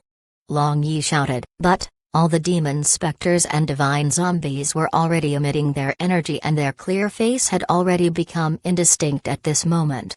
Slowly, the energy emitted by demon specters and divine zombies combined into one, forming an energy whirlpool in the air. Long Yi suddenly realized something. His entire body shook and he shouted loudly, wait a minute, you all, wait a minute. However, that energy whirlpool suddenly became strong and the body of demon specters and divine zombies completely dissipated. Long Yi was unable to control his body and was sucked into this energy whirlpool. Today was the day when the warriors of all clans that participate in Treasure Seizing Conference return from Smelting Death Cave. Outside Smelting Death Cave, various clans of the sea race were already waiting. All of them were watching that pitch-black entrance to Smelting Death Cave. An hour passed, 2 hours passed, but there was still no movement in the entrance. Unexpected, not a single one walked out. It was dead silence in this place. Not a single one uttered a word. All of them were waiting. Even after 3 hours passed, there was still no movement. Many people began to panic. Among them was Sea Emperor and the Patriarch of Miluo clan. This kind of situation had never occurred since Treasure Seizing Conference was held for the first time. In the past, the lowest numbers of people that had returned alive from Smelting Death Cave was 10, but most of the time, more than 100 warriors would return alive. Now however, even after such a long period of time, not a single one returned. Now, there was just 1 more hour left. After an hour, the entrance of this Smelting Death Cave would close. The heart of everyone tightened and, let alone speaking, no one dared to even breathe heavily. Someone came out. Suddenly, a loud voice resounded. The heart of everyone shook and all of them rubbed their eyes and looked over. Sure enough, a figure could be seen in that pitch-black entrance. After that warrior got closer, they saw that he was wearing sea cloak. All the people cheered loudly. This was the first person to return alive. There might be other warriors behind him. This sea warrior was greeted by a beautiful girl of the imperial palace and was led to the front of Sea Emperor. Then, the warrior took off the sea cloak, and a green face appeared in front of everyone. He was wearing extremely thin sea stone armor and holding Miluo divine bow. He was none other than Karl. It turned out to be Prince Karl. He is the first person to walk out of Smelting Death Cave, proving his extraordinary intelligence and strength. Let's wait and see who will be the next warrior to walk out. After that imperial etiquette officer finished speaking, everyone cheered. Karl nevertheless was somewhat dumbfounded, but he was pulled to one side by his father, the patriarch of Miluo clan. What about Long Yi? How come you came out alone? Miluo patriarch urgently asked. Long Yi? He hasn't come out? Impossible. He didn't have an accident, did he? Karl shook his head, then his dejected expression became firm. He believed in Long Yi, that human is omnipotent. Would Death Impasse be able to trap him? Afterward, he didn't utter a word no matter what Miluo patriarch asked. He just stared at the entrance of Smelting Death Cave, waiting for the appearance of that familiar figure. The time passed second after second, but the entrance to Smelting Death Cave was still quiet without any movement. The surrounding became dead silent again. Now, only 10 minutes left. The Imperial Etiquette officer announced, shocking everyone. Could it be that only one warrior survived in treasure-seizing conference of this time? Were all those warriors wiped out? No one dared to believe this. As a matter of fact, all the warriors that participated in this treasure-seizing conference were strong. Moreover, they were large in number. But what did they encounter to have this kind of miserable result? This was something no one could accept. 5 minutes left. The Imperial Etiquette officer announced again. Dear readers, scrapers have recently been devastating our views. At this rate, the site might ... Let's just hope it doesn't came to that. If you are reading on a scraper site, please don't. It seems he is dead. Miluo patriarch sighed. No, he will definitely come out. Even if all the races of this world die out, he will not die. Karl, who had not spoken a single word, firmly refuted his father's word at this moment. Miluo patriarch frowned and strangely stared at his son. When did his ambitious and proud son have such unswerving faith in a human? As he saw it, this kind of faith had already become a kind of belief. The influence of that human was truly astonishing. 10, 9, 8, 7, 6. All the people of Sea Race outside Smelting Death Cave simultaneously began to count down. They still had a glimmer of hope in their heart. They hoped to see a surviving warrior walking out at the last second. 5, 4, 3, 2, 1.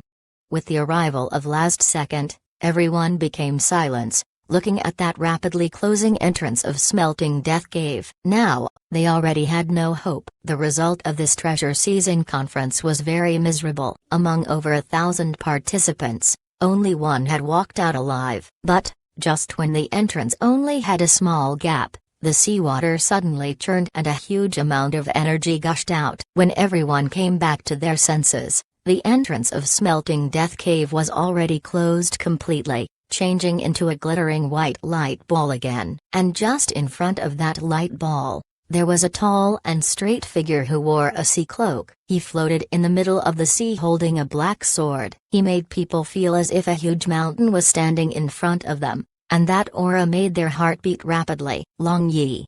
Karl shouted and rushed over to the front of Long Yi, and looked at him with great admiration. I knew that you will be fine.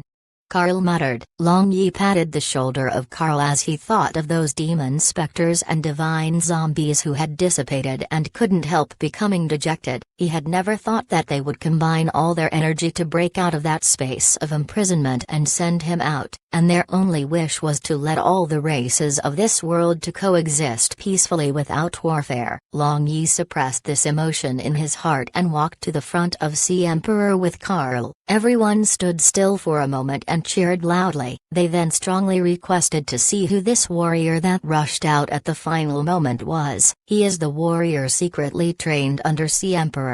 His identity is secret. Please forgive us for not announcing his identity. After a while, the treasures obtained by these brave warriors in Smelting Death Cave will be displayed in Imperial Square.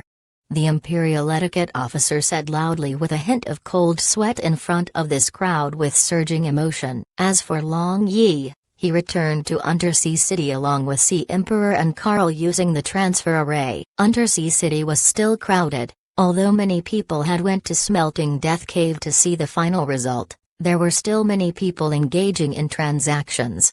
After returning to Undersea City, regardless of the strong request from Sea Emperor to return to the Sea Imperial Palace, he was determined to return to the residence of Miluo clan to see Lai Lai, and seeing he failed to persuade Long Yi, Sea Emperor, who was very eager to know whether Long Yi obtained Blue Sea Divine Soul or not, decided to go with Long Yi.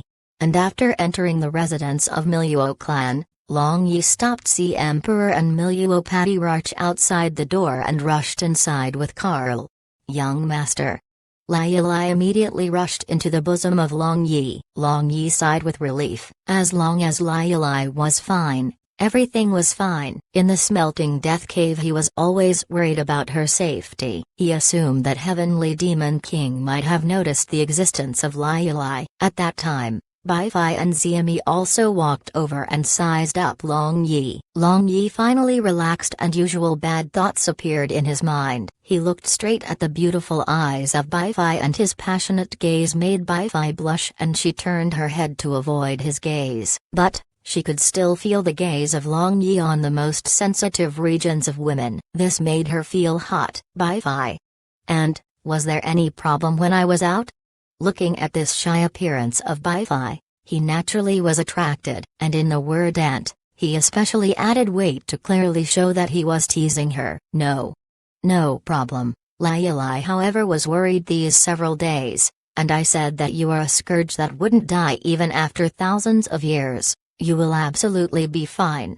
When all was said and done, Bai Fai was an experienced person. She immediately recovered and seized the chance to speak sarcastically. At this moment, the atmosphere was very harmonious. Carl, who was standing at one side in a daze, suddenly recalled dead Frank and Xuji. His mood immediately sunk and he quietly retreated. Chapter 620. True or false? The Sea Emperor was impatient to know whether Long Yi had obtained Blue Sea Divine Soul or not. But Long Yi was only concerned with chatting and laughing with three mermaids. Seemingly, he was so happy as to forget home and duty. But the Sea Emperor could just only be anxious. He wanted to make someone enter and call Long Yi out, but he had certain misgivings. After all, he had to rely on Long Yi's help. While waiting with expectation, the Sea Emperor became more and more anxious, like a cat on a hot tin roof. But just when he could not wait any longer and thought of making the Miluo Patriarch call Long Yi walked out of the courtyard with a smile.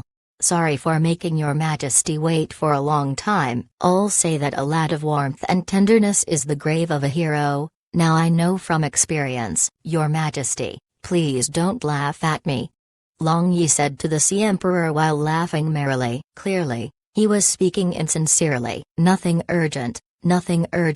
I already made Miluo Patriarch arrange a good secret room. Although the Sea Emperor was saying it was nothing urgent, regardless of his expression or tone, one could see that he was very impatient. Long Yi smiled and nodded his head and walked shoulder to shoulder with Sea Emperor. In his mind, he, however, was having all kinds of thoughts. The two people sat opposite to each other in the secret room. Sea Emperor, who already impatient, asked, Long Yi, Is there any news on Blue Sea Divine Soul? Long Yi frowned and sighed. He was laughing in his heart. These words of the Sea Emperor had a standard. He made it appear as if he paid no attention to whether he obtained Blue Sea Divine Soul or not, instead asked whether he had any news on Blue Sea Divine Soul. No. The heart of the Sea Emperor sunk. That is not the case. I was teleported to Death Impasse by a water space variant beast. There were demon specters and divine zombies everywhere. They were very powerful. I nearly died several times, and finally, I reached a no man's land. In that place, I encountered a divine zombie that maintained wisdom of his lifetime. Long Yi knew that the Sea Emperor must have heard the matters from Carl before, so he said truth mingled with falsehood. Originally, when he entered Smelting Death Cave, he didn't have any other thoughts. He genuinely wanted to help the Sea Emperor find Blue Sea Divine Soul at first. However, after that divine zombie leader later said to not let Blue Sea Divine Soul fall into the hands of others, and this divine soul contained a kind of unique trait that was superior to Water God. In addition, seeing that the Sea Emperor was so nervous regarding this Blue Sea Divine Soul, he hesitated to hand it over to the Sea Emperor. Long Yi, why are you sighing? What exactly happened? Speak out.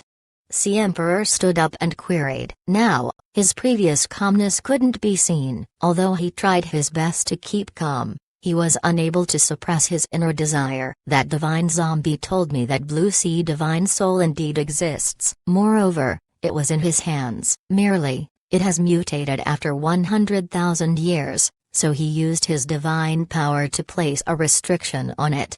Long Yi said. Restriction? Then, did you obtain Blue Sea Divine Soul? The Sea Emperor urgently asked. Yes.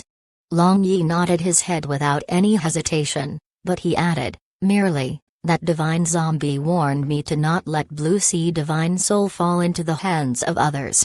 Long Yi said and opened his right hand. Then a white light flashed and a faint green light ball floated in his hand, illuminating this secret room with exuberant green radiance.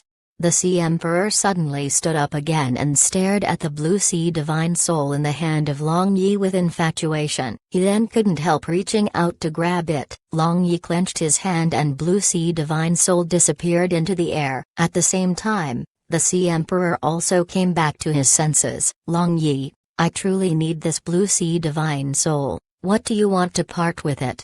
Seeing the attitude of Long Yi, the Sea Emperor knew that Long Yi didn't have confidence in him, so he let Long Yi make demands. Your Majesty, it is not that I, Long Yi, don't believe in you, merely, that divine zombie has already made it clear. I am also complying with the promise, but if your Majesty truly wants this Blue Sea Divine Soul, then it is not difficult. First of all, I want to know what exactly do you want to use this thing for, Long Yi said with a smile. Sea Emperor was startled and appeared as if he instantly aged a lot. He then sat down in dejection, and after a good while, he said, 500 years ago, after I hardened my heart and exiled the Empress of Mermaid Clan from Untersea City, I married a woman of another sea race as a wife. She is the mother of my daughter Martha. Merely, just after Martha was born, the assassin sent by the demon sharks attacked. Although she survived by luck, she sunk into a suspended animation state. Because this matter is no small matter, I directly announced that the Empress had died publicly. Even Martha doesn't know this. Later, by a lucky chance, I learned about the existence of Blue Sea Divine Soul in Smelting Death Cave. It is said, swallowing it can resuscitate my Empress. Therefore, I requested you to enter Smelting Death Cave to look for Blue Sea Divine Soul. Sea Emperor sunk into a kind of sad mood. He even sobbed a few times and tears flickered in his eyes, making Long Yi visibly moved. Dear readers, scrapers have recently been devastating our views. At this rate, the site might ... Let's just hope it doesn't came to that. If you are reading on a scraper site, please don't. I didn't expect your Majesty to be so affectionate and faithful. However, Blue Sea Divine Soul is restricted now, and I don't know whether it can resuscitate the Empress. Long Yi said with moved appearance. Regardless of whether it can resuscitate Empress or not, I still request you to let this emperor test it. As long as you agree, you can choose any treasure you want from the treasury of my imperial palace." The emperor agitatedly pulled Long Yi's hand and said, "Your Majesty is truly too polite. If I, Long Yi, takes your treasure for this, then I would be too ungrateful. It would be ungracious not to accept your Majesty's kindness. If I don't, then your Majesty would have a gap in your heart, and our relationship would drift apart." Long Yi patted the shoulder of the emperor and said, in his heart, however, he was laughing. Since he had a chance to obtain the treasure, why would he let this chance slip by? But at the same time, he was also on guard. This emperor was astute and very deep. The expression of the emperor stiffened but immediately reverted back to normal and gratefully said, "You truly understand this, Emperor. Since you agreed to give me that blue sea divine soul to save my empress, this emperor can't thank you enough. Your Majesty doesn't need to be like this. If I don't give the blue sea divine soul to your Majesty, then whom should I give it to? But, since this is a very secret matter, how about me and your Majesty go together to use this restricted blue sea divine soul to save the empress? If it is truly effective, then I will naturally be happy, but if it is useless, then I request your Majesty to return it." Long Yi stared at the emperor and said, his words were watertight. If it truly worked, then it's fine, but if it didn't work, then not only this blue sea divine soul would return to him, he would also extort the treasury of emperor. That is natural. If you are willing to go with this emperor, then that would be for the best. The emperor agreed without any hesitation, making Long Yi feel that he was oversensitive. After the negotiation, Long Yi and emperor returned to the imperial palace. Then, passing through a heavily guarded passage, the emperor took Long Yi to an underground palace deep inside the imperial palace. Long Yi clicked his tongue in admiration. This underground palace was built in several hundred years. It was enormous in scale, at least 10 times larger than the imperial palace on the surface. There were fully armed elite soldiers everywhere. This should be the secret base of the emperor. Since the emperor was willing to bring him over, this was enough to show his sincerity. Merely, once Long Yi had a hint of suspicion, it was not easy to erase that suspicion. The emperor led Long Yi to an elegantly decorated palace. He lifted the curtain and entered the sleeping quarters. There were a few beautiful imperial maids inside. They respectfully greeted him and left. Long Yi nevertheless narrowed his eyes, and a hint of strange light flashed through his eyes. He had noticed that these few imperial maids were unexpectedly a little surprised when they saw the emperor. This explains that the emperor didn't come here often. This was contrary to the touching words he had said before. If he truly had deep feelings for this empress and he wanted to obtain blue sea divine soul for her by hook or by crook, then how come he didn't come here to see her frequently? Inside the sleeping quarters, there was a dark green stone bed. This stone bed was full of exquisite patterns, looking very exquisite. A beautiful woman wearing a purple flower patterned skirt was quietly lying on this stone bed. Her eyes were closed. If not for that pale complexion, others would definitely think that this was a beautiful picture of sleeping beauty. The Empress truly is a rare beauty in the world. No wonder, Your Majesty bore her constantly in mind.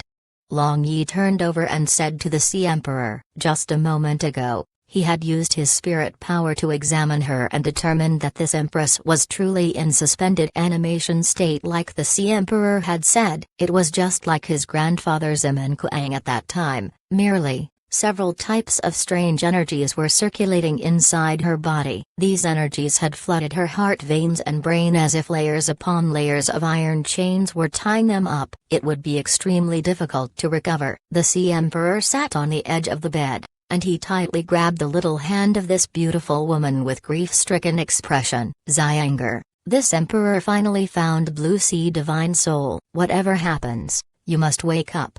The emperor mumbled to himself and unexpectedly, tears flowed down his cheeks. This scene was truly touching. If it were not for noticing all sorts of improper clues before, Long Yi would have been touched at this moment. After all, He had also experienced all sorts of ups and downs on the path of love. He especially hoped that all the lovers in this world got together. A person could be an evildoer, but absolutely cannot be a heartless rotten person without any relationship. After a good while, the Sea Emperor looked towards Long Yi with a hint of pleading expression. Long Yi smiled, and opening his palm, Blue Sea Divine Soul floated. Then, with a thought, this Blue Sea Divine Soul slowly drifted to the front of the Sea Emperor. The Sea Emperor gratefully looked at Long Yi, then waving his right hand, the Blue Sea Divine Soul flew towards this woman's little mouth he had opened with his left hand. Then, overturning his right hand, Blue Sea Divine Soul turned into a green light and entered the mouth of this woman. The entire body of this beautiful woman suddenly flashed with green light, and her pale face slowly became a little red. Success! It is really effective. The Sea Emperor exclaimed in pleasant surprise and held the little hand of this woman tighter. But, all of a sudden, the entire body of this woman stiffened and then trembled violently. After that, light blue-colored blood flowed out from her eyes, nose, mouth, and ears. Chapter 621, Emptied Treasury. Xianger, wake up, you cannot leave me.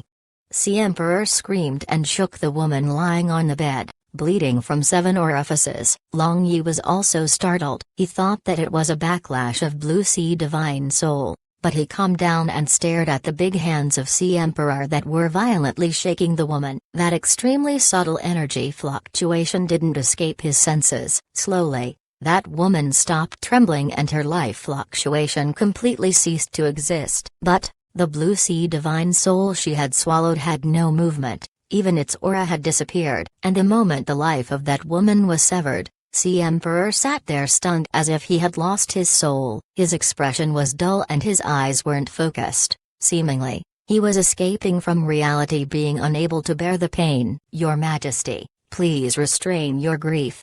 Long Yi patted the shoulder of Sea Emperor and faintly said. The Sea Emperor suddenly raised his head as if he was awakened abruptly. His face was twisted as he glared at Long Yi as if a beast. But soon, his expression slowly simmered down. He then exhaled a long breath and said in a hoarse voice, Long Yi, you are not to be blamed for this matter. I can only blame myself if I have to blame someone.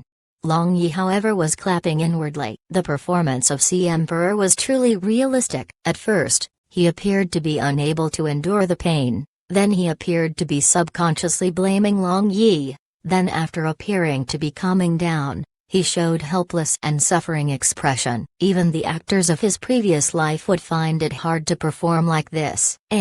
What about Blue Sea Divine Soul? How can it suddenly disappear? The Sea Emperor moved as if he wanted to take Blue Sea Divine Soul and hand it over to Long Yi, but suddenly discovering Blue Sea Divine Soul had disappeared within the body of this woman, he exclaimed loudly.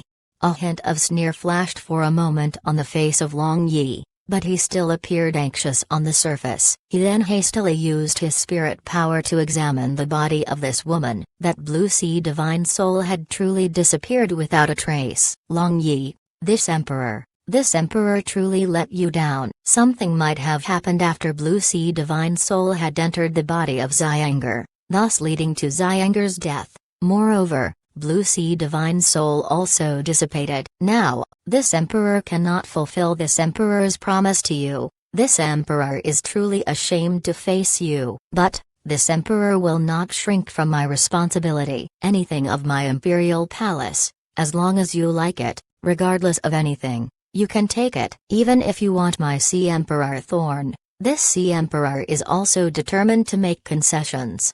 The Sea Emperor looked at Long Yi with the conscience-stricken appearance and said, Perhaps, this is the will of heaven. Your Majesty, you don't need to blame yourself. As for the treasury of the Imperial Palace, if I don't accept it, then it might appear hypocritical and also be unfair to the pains of Sea Emperor. And as for the Sea Emperor throne, I don't dare to have a wishful thinking, am I, Long Yi, such a small man? Long Yi looked dejected and distressed, but his tone was filled with stern righteousness. Both of them were masters of acting. Now, they were performing a great rival show. Perhaps, Both of them were well aware of this in their heart. Since Blue Sea Divine Soul had disappeared into the thin air, Sea Emperor didn't believe that Long Yi was not suspicious of him, merely, he was certain that Long Yi will not shed all pretense of cordiality. After all, they had a common enemy, Heavenly Demon King. In addition, Undersea City was his territory. As long as he called to action and announced Long Yi was foreign humankind, then tens upon tens of thousands of people of his sea race would tear him into pieces. Long Yi was brought to the imperial treasury by Sea Emperor. As everyone knew, the sea in itself was a huge treasure deposit. It gave birth to countless treasures. And as the ruler of Undersea City, the treasury of Sea Emperor made Long Yi open his eyes wide. In it, there were big head-sized super pearls, exquisite sculptures carved from 10 million years old sea essence, treasured bows, divine swords, and also a large number of sea ores. Long Yi couldn't tell the names of many, but the pure energy contained inside them accelerated the heartbeat of Long Yi. At that moment, Sea Emperor however urgently left using the pretext of making funeral arrangements of the Empress. Long Yi however was worried about the limited capacity of his space ring. He didn't want to let many things slip by. As for Blue Sea Divine Soul, he appeared as if he didn't care at all. Long Yi strolled around this huge treasury of Sea Emperor. Although he had seen many treasuries, such as the treasuries of various empires of Blue Waves continent and also the huge treasury of Dragon Race. In addition, he himself had also gathered many rare treasures. When he saw the treasury of Sea Emperor, he was still dazzled. He felt that he had not enough eyes to use. Why is the capacity of this broken space ring so small? If I had a space ring with the capacity of several hundred square meters, how wonderful that would be. At this moment, Long Yi criticized his space ring for having a small capacity, but he had forgotten that the capacity of his space ring was already very big. It would be difficult to find the second such space ring in Blue Waves continent. Long Yi pulled a long pace as he placed the treasures inside his space rings. Sea Emperor had let him take anything he wanted, but he couldn't take all of them due to the limited capacity of his space ring. However, he was very unwilling. He couldn't bear to abandon so many treasures. This was a rare chance. How could he suffer a loss? Just when Long Yi was worried, a hint of fluctuation came from the dark space dimension. Dear readers, scrapers have recently been devastating our views. At this rate, the site might ... Let's just hope it doesn't came to that. If you are reading on a scraper site, please don't. With a thought, he let out Tiger Cub Little Tree, Violent Lightning Beast, 2 Fire Kylans as well as Long 2 and that 6-winged angel skeleton. Long Yi then let these god beasts do whatever they wanted. This huge treasury had attracted them. They quickly ran over to various kinds of treasures and jumped, playing around with them. After coming out in the open field of Smelting Death Cave, they had been staying in Dark Dimension space, and this time, they strongly urged Long Yi to let them out to take a breather. Long Yi stared at these god beasts for a while in a daze, and then, he suddenly laughed complacently. Sea Emperor, ah Sea Emperor, you think you are so smart, you think you can play tricks on me. This time, see how this young master will empty your treasury. The eyes of Long Yi shone as he shouted. He had suddenly thought of a wonderful plan. The space inside his dark dimension space was extremely vast. It could easily accommodate all the treasures of this treasury. Although he couldn't put these treasures directly into dark dimension space, Little 3 and others could. Doing what he thought, this was the style of Long Yi. Long Yi used his thoughts to instruct Little 3 and other god beasts as well as Long 2 and that 6-winged angel skeleton to transport those treasures into the dark dimension space. The treasures in this treasury slowly diminished at a visible rate. Finally, the entire dazzling treasury became very dim. Now, only a few pearls inlaid on the walls were left, but they were just used to illuminate this treasury. Long Yi was perfectly content. He praised these god beasts while grinning happily. This moment, he even thought that he had obtained all the wealth of this world. Without bidding farewell, Long Yi slipped away from the Imperial Palace without anybody knowing. After leaving the Imperial Palace, Long Yi, who wanted to return to Miluo residence, suddenly thought that it had already been such a long period of time since he arrived at Undersea City, but he had yet to set up a transfer magic array and link it up to the main array. After he had this thought, so as to avoid being unable to get away during an urgent situation, in addition, he had to return since the Dragon Race Convention was in 2 days, so he decided to set up a transfer magic array now. Long Yi thought of quite a few places and decided to set up a magic transfer array at the discarded minefield of Miluo clan that was located at the outskirts of Sea Emperor City. Basically, no one comes and goes in this place. Moreover, there were many mine caves in this place. He casually chose a remote mine cave and set up a confusion-type magic array first to cover this place, and when Long Yi was happily setting up a transfer magic array, Sea Emperor was looking at his empty treasury and the corner of his mouth twitched. At this moment, he felt like crying but he had no tears. Blue Waves Continent, Soaring Dragon City, the Imperial Palace. After the next 2 days, the Dragon Race Convention will be held. The expansion project of the new city had been basically completed as a large amount of manpower, material resources and financial resources were invested. Now, only some final tweakings were left. The current scale of Soaring Dragon City was already far beyond any other cities of Blue Waves Continent. The people of various races were bustling with activity in the entire Soaring Dragon City. The entire city was active from dawn to dusk, becoming the real city without night. Reporting to Your Majesty, on the main transfer magic array, just now, a new shining point has appeared. A new transfer magic array is already built in the far west of the continent. A court magician who had been guarding the main transfer magic array hastily rushed into the study of Emperor Zeman Nu. This, however, was a personal order of Zeman Nu. Once a transfer magic array was built, even if heaven was collapsing or the ground was cleaving, it should be reported to him at the fastest speed.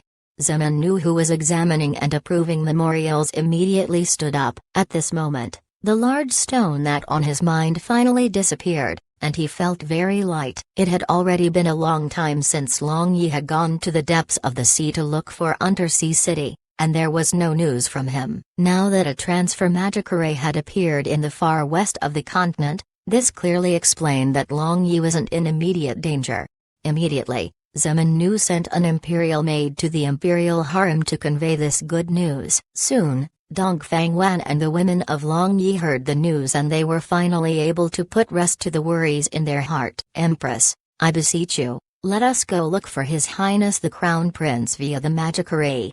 Mu Hanyan and Mu Jingjing, who had already stayed in the imperial palace for a few days, were endlessly excited. They wished to immediately go see Long Yi. I already said that you were went to look for Undersea City, in order to take precautions against contingencies. The transfer magic array he set up is one way. Only after he teleports over here and made some modification, it would become two-way transfer magic array. Don't worry, since Yuer has set up the transfer magic array, he will definitely return in the near future. Dongfang Wan patted the shoulder of Mu Hanyan and consoled. Mu Hanyan bit her lower lip and nodded her head. She clearly knew that Long Yi was on the other side of that transfer magic array, but she was unable to see him. This feeling, however, was like flying into the air and suddenly falling down into the sea just some distance away from the shore. Although there were no injuries, the entire body was painful. Moreover, couldn't reach the destination. One could well imagine how uncomfortable one felt. Chapter 622, An Anomaly. After Treasure Seizing Conference, the most important part of the Sea Race Convention, the Trade Conference, truly started. Therefore, Long Yi met Sea Emperor after a day. This trade conference was a high-class trade fair. All the forces of Undersea City that were qualified to participate in this trade fair gathered together. With the status of the seller of rainbow jellyfishes, Long Yi gained the right to participate. And as a matter of fact, Sea Emperor had requested Long Yi to differentiate sides, that is, which forces were attached to the Sea Emperor, which forces were attached to Shark Clan, Whale Clan, and Shihan Clan, and also which forces were neutral. Honestly speaking, Long Yi was not that interested in performing this task. He even hated this kind of political fight, since Heavenly Demon King was sealed in the seabed, and he had to unite all sea clans. He chose to stand on the side of the Sea Emperor. But the schemes of the Sea Emperor were honestly too deep. Besides, Long Yi had just emptied his treasury. Clearly, he must be having a heartache with blood dripping out of his heart. He looked indifferent on the surface, but a hint of peculiar hatred would occasionally flash when he glanced at Long Yi. The treasures that appeared in this trade conference were all extraordinary, but they were useless to Long Yi. Finally, 7 rainbow jellyfishes appeared in the auction, causing a sensation. These were priceless treasures for certain sea clans which knew how to refine poison. I bid 2 first-class sea essence mines and 100,000-year-old fire coral.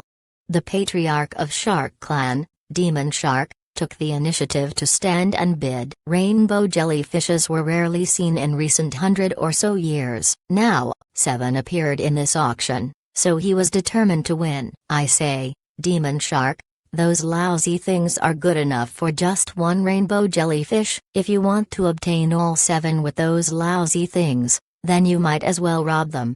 The patriarch of Miluo clan sneered. A poison refined from 1 rainbow jellyfish could poison all living creatures within several square kilometers to death without anybody's cognizance. What was even more terrifying, this poison could not only enter the body via inhalation, it could also enter via the skin. This poison was so poisonous that it could instantly kill a strong person upon contact. As for the poison refined from all 7 rainbow jellyfishes, that was even more horrifying. Looking from this perspective, the bid of Shark Patriarch was truly too low. After the Miluo Patriarch spoke, all the other people also made remarks in succession. I bid a sea ice essence mine and 1,000 kilometers fertile land located in the northwest region of Undersea City.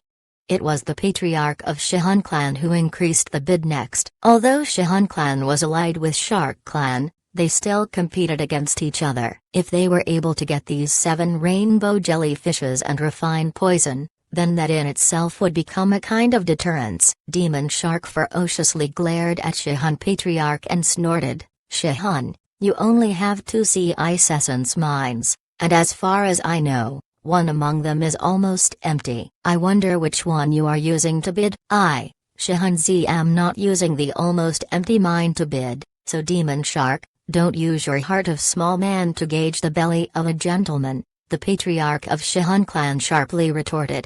Long Yi had already met the patriarchs of several sea clans under the hint of the Sea Emperor and made acquaintances with them. Now, he was at one corner of this trading hall, coldly watching everyone fight for rainbow jellyfishes. Suddenly, Long Yi felt a chill on his back, and a nice cold feeling spread throughout his body. Also, the spiritual connection with Lai Lai unexpectedly was forcibly broken at the same time. Dear readers, scrapers have recently been devastating our views. At this rate, the site might ... Let's just hope it doesn't came to that. If you are reading on a scraper site, please don't. Long Yi was greatly alarmed. He instantly disappeared from the spot and rushed towards the residence of Miluo Clan using Great Cosmos Shift with all his strength. But halfway through the way, Long Yi noticed that the spiritual connection with Lai Lai got restored. Not even 10 seconds had passed from beginning to end, but his heart was still restless. He didn't stop and continue to rush towards the residence of Miluo Clan. In a pond of the courtyard, Lai Lai, Bai-Fi, and Xiami were swimming around while chatting. "Young master, how come you returned so quickly?" Lai Lai happily asked upon seeing Long Yi. Long Yi jumped into the water, and after holding the beautiful face of Lai Lai for a good while, he asked, "Did something happen just a moment ago?" "No, I was chatting with Bai-Fi and Xiami, nothing happened," Lai Lai replied with confusion. She clearly didn't know why Long Yi was asking such a question. "Just a moment ago, the spiritual connection between you and me was broken. I thought that something had happened to you," Long Yi said. His heart was still ill at ease. He believed that the feeling of just a moment ago was absolutely not his hallucination. If that was the case, then what exactly had happened? In addition, That cold feeling was similar to the feeling he had felt in the underground base of Shark Clan. Lai frowned, and after thinking for a while, then she shook her head and replied, "Young master, I never felt the spiritual connection between you and me breaking."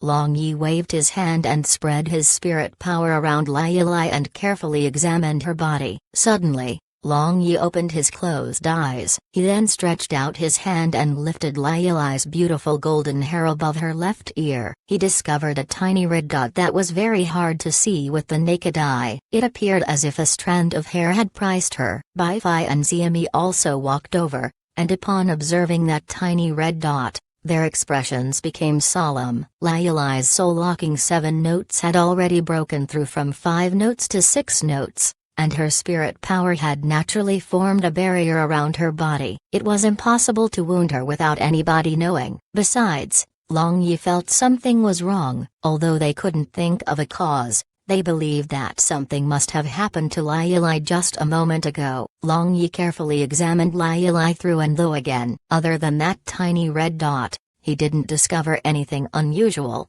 but for Long Yi, just this small anomaly was very likely to be fatal. He practically dared to confirm that this had something to do with that terrifying Heavenly Demon King. Thinking of the Heavenly Demon King, Long Yi naturally recalled Shark Clan controlled by the Heavenly Demon King. Weren't they searching high and low for Lai to refine her god's spirit to undo the seal of Heavenly Demon King? Could it be that this anomaly had something to do with this, or to say, Heavenly Demon King had already taken away the god spirit in the bloodline of Mermaid Imperial Clan? The heart of Long Yi suddenly tightened. Now he truly wanted to slap himself to death. Since he set up a transfer magic array yesterday, why didn't he send Lai to Blue Wave's continent? If he had done so, then it would be absolutely impossible for the Heavenly Demon King to revive, as it would be impossible to find a portion of God's spirit.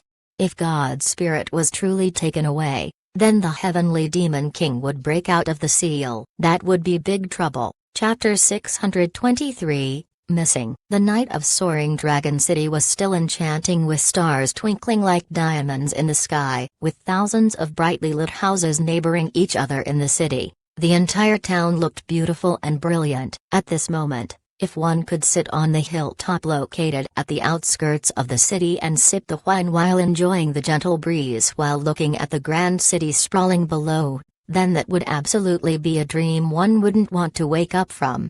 This Soaring Dragon City truly is grand and magnificent. The human world really is a lot more fun than our lousy island.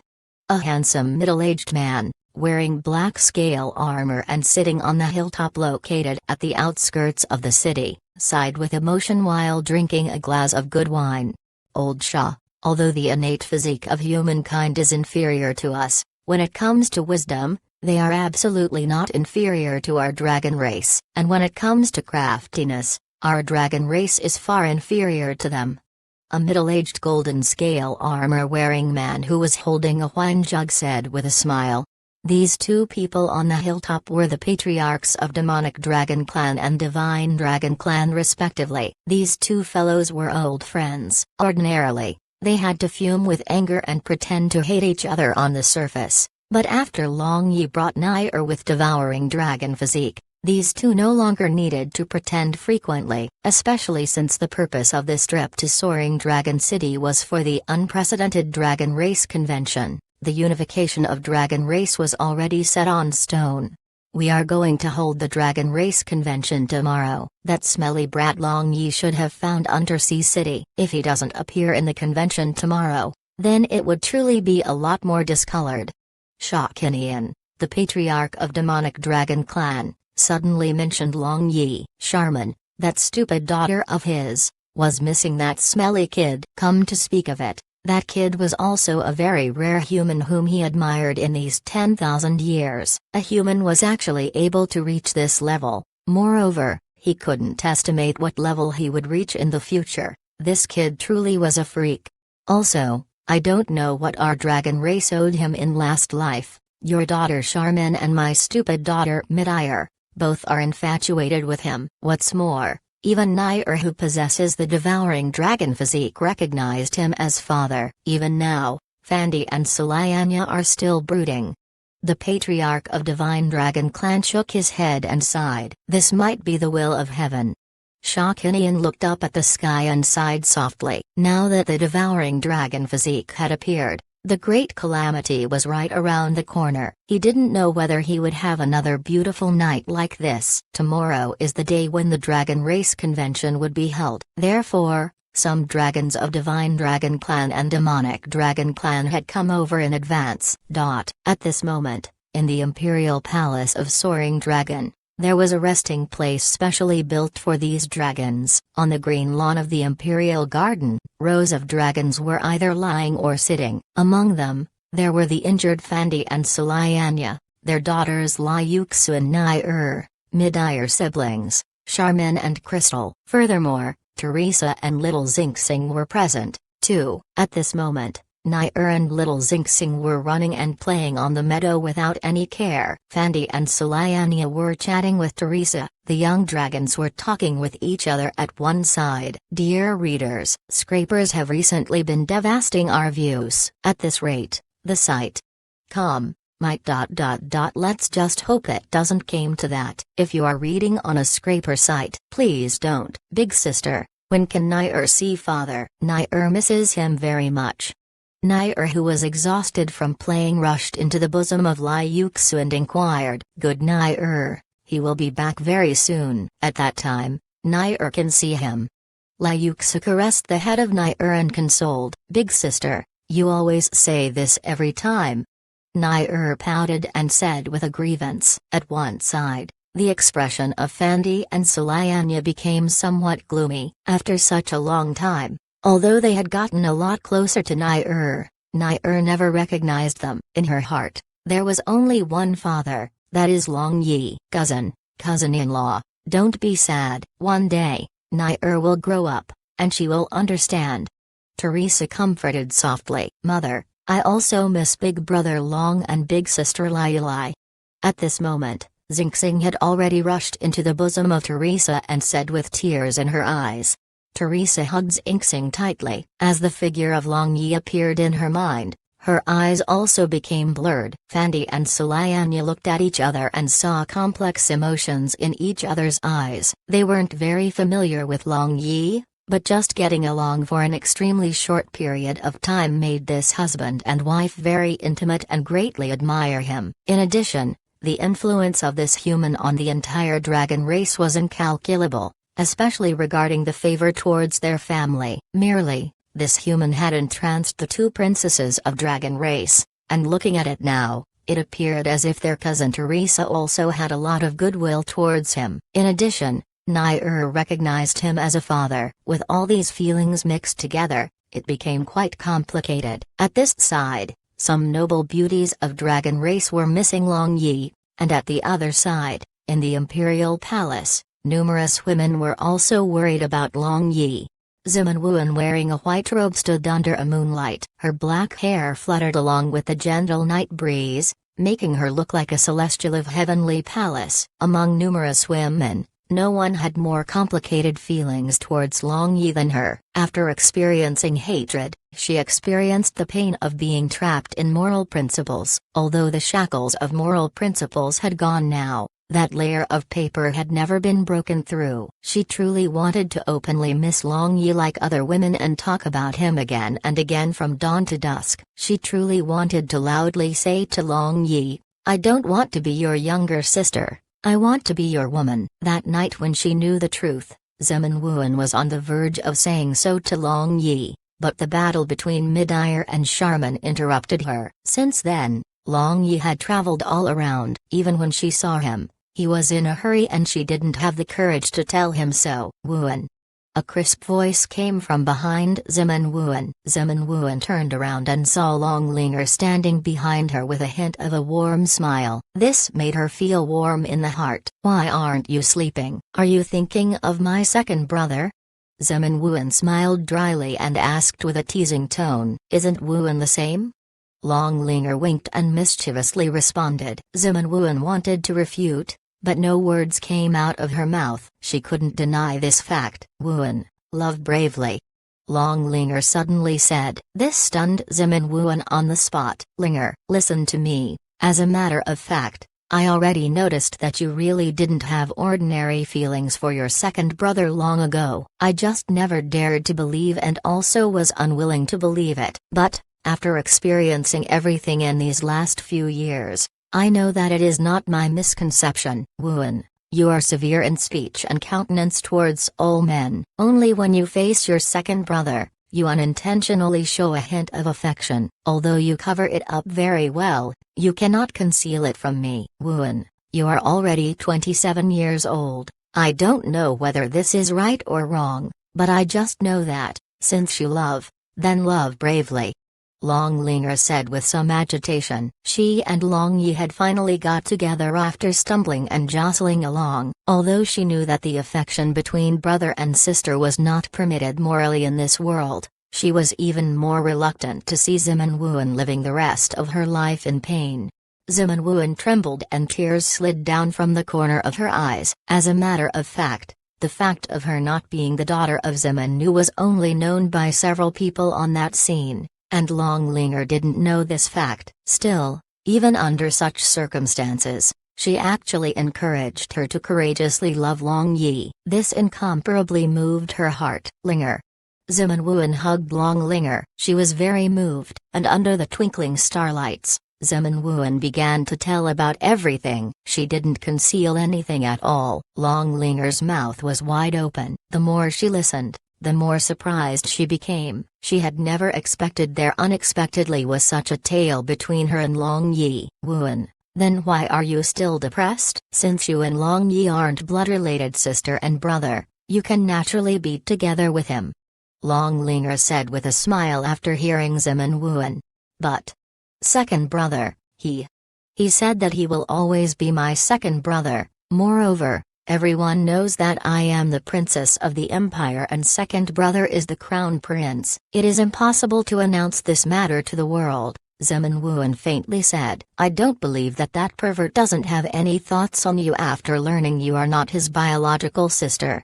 Long Linger chuckled and added, moreover, this is our family matter. What does it have to do with other people? Why should we announce it to the whole world? The beautiful face of Zemin Wuan reddened. Was Long Yi truly interested in her? At that time, there was a sudden commotion in the calm and quiet imperial harem, and someone shouted with excitement, His Highness Crown Prince is back! His Highness Crown Prince is back! This shout suddenly made the entire imperial harem blow up. Nangong Xiangyun and others hastily jumped out from their bed and rushed out after wearing a robe. They didn't even wear shoes. Miss, please wear the shoes and be careful. Little young master, on your belly might feel cold.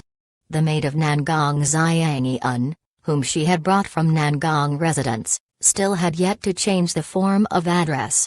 Nangong Xiangyun turned around and after wearing the shoes, she rushed out again. One could well imagine how much she missed Long Yi. She wanted to enter the bosom of her beloved and tell him that there was his flesh and blood in her stomach. Just imagining his pleasantly surprised appearance, she greatly looked forward to it. After a commotion, numerous beauties gathered together. Dongfang Wan could also be seen among them. Who said the crown prince is back just now?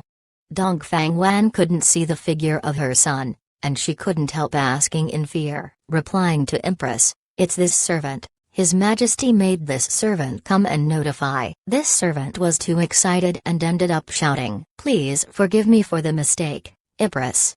An imperial maid knelt down while trembling with fear and pleaded. Chapter 624, In the Midst of 10,000 Flowers. Currently, Long Yi and his father Zemin Nu were sitting opposite to each other in the imperial study. As a person got older, he would cherish friendships more and more. In the past, Zemin Nu craved for power and influence, but now, when he had truly reached the peak of power and influence, he felt infinitely lonely. Although his prestige was increasingly flourishing by the day, he was getting lonelier in his heart, and he just looked forward to Long Yi's return.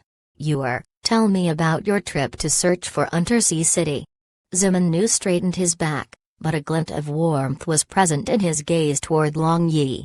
Long Yi also didn't hide anything. He quickly narrated the events that happened in this period of time. Zeman Nu frowned and the hand that was caressing his beard also stopped. He had not expected the matter to be so complicated. When the heavenly demon king breaks out of the seal, the common people under the heaven will surely perish in the massacre that would unfold. Moreover, the matter that happened to Lai Yilai makes me feel very uncomfortable. I should have made her return first. Long Yi said as a hint of bloodthirsty glim flashed through his black eyes. After listening to you, I feel that the Sea Emperor is also not a simple person. You have to be careful of him stabbing you on the back. Since he strived for Blue Sea Divine Soul, he must have a plan, but you didn't truly give it to him just like that, did you? Zeman Nu stood up and after walking 2 laps around the study, he relaxed and said with a smile. That is natural. I have left a mark on Blue Sea Divine Soul. If he has some other thoughts on it, then I can make him pay dearly for his treachery. Long Yi looked relaxed, and thinking of those priceless treasures inside his dark dimension space, he smiled. At that time, the barrier outside the Imperial study fluctuated. Then, the door of the study opened with a bang, and retired Emperor Zeman Kuang and Sword God Murongbo rushed in. Smelly kid, why didn't you came to greet us even though you have returned?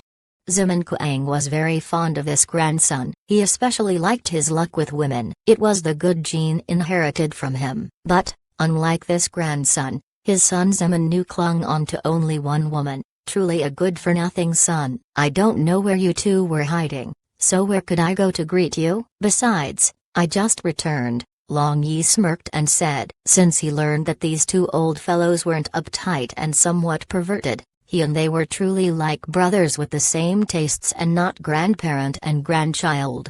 Just after these 2 old fellows arrived, a light streaked across the sky. The Patriarch of Demonic Dragon Clan and Divine Dragon Clan also arrived here, and upon seeing Long Yi, they were very happy. Subsequently, they immediately inquired about the events of Undersea City with great interest. Shortly afterward, the Imperial study became more and more bustling as Dongfang Wan rushed over while leading her daughters-in-law and began chattering continuously.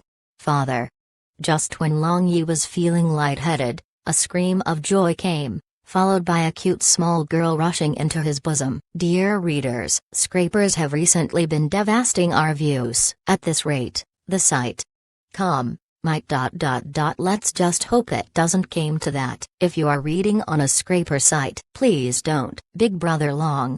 Another crisp shout came. Then, that cute girl Little Xingxing occupied the other side of Long Yi's bosom and tightly hugged Long Yi like Nair. At that time, Charmin, Crystal, Midair siblings, Lai Yuxu and others also arrived outside the Imperial study. This Imperial study, which was desolate just a moment ago, had suddenly become incomparably lively. Long Yi greeted everyone one by one, but he also couldn't just watch such chaos, so he emitted his internal force and shook the air. Then, everyone immediately quieted down. Because of the Dragon Race Convention, all big races and big powers of Blue Waves continent had sent their representatives. Among them, there was Bertha of Fox Clan who led the Beast Clans, and also Nelan Empire's Empress Nanlin Ryu and her younger sister Nelan Rumang. Merely, taking etiquette into consideration, they didn't live in the Imperial Palace. Since everyone had already come over, Long Yi sent someone to bring over the representatives of powers that had close relations with him. Tonight, before all others, he wanted to discuss and formulate initial tactics. And tomorrow, during the Dragon Race Convention, he would reveal himself to all the remaining forces, and then he would return to Undersea City to deal with other matters.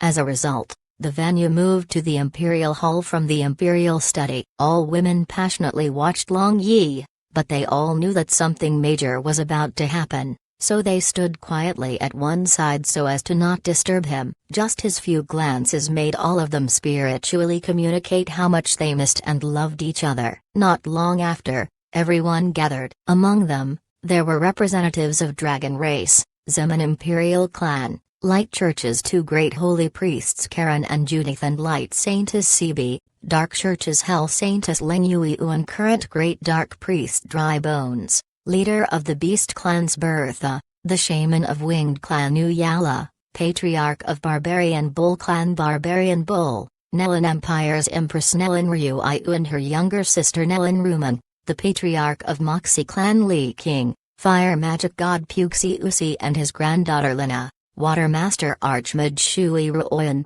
the princesses of Blue Moon Continent's Cyan Wind Empire Mu Hanyan and Mu Jingjing, Elf Queen, Princess Luxia and the leader of Elf Guards Nika, and the matriarch of Phoenix Clan and her daughter Yu Feng. Naturally, Wash Wang, Fengling, Yinyan, Batang Yu, Long Linger, Murong Shuo, Nangong Xiangyun, and others were also present. Basically, all the women who had a relationship with Long Yu were present here. Now this place simply had all the bright pearls of the world gathered. If this was switched to any other time, Long Yu would have been extremely excited without any bounds, but now that it was a time of crisis, he didn't have much time. Now that everyone had already gathered, he stood up and spoke the matter about the Heavenly Demon King being on the verge of breaking out of the seal and made everyone think of countermeasures to deal with the upcoming catastrophe. Everyone felt that they were in imminent danger from the tone and expression of Long Yi. After a short period of time, the entire world might become a bloody hell. Everyone expressed their thoughts and plans, but many people didn't understand the war of gods and demons of 100,000 years ago, so they were unable to provide any constructive measures.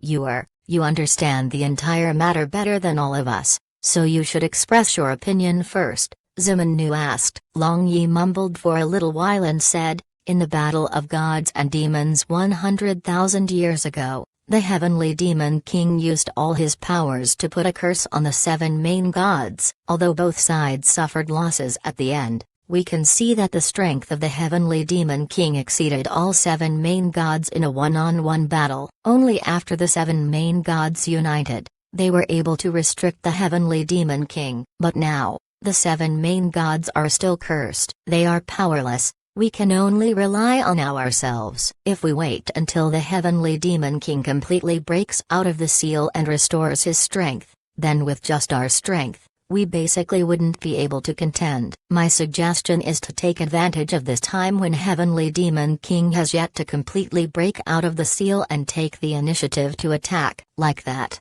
we will have some assurance, Long Yi solemnly answered. Everyone remained silent for a long time. Then, Shakinian, the patriarch of Demonic Dragon Clan, said, "It seems your suggestion is the only feasible solution at present. Merely, where is the seal of Heavenly Demon King exactly located, and what is his current condition? We must know clearly, and at that time, our dragon race, as well as the elites of Blue Waves Continent, could enter Undersea City via transfer magic array and annihilate the Heavenly Demon King at one fell swoop."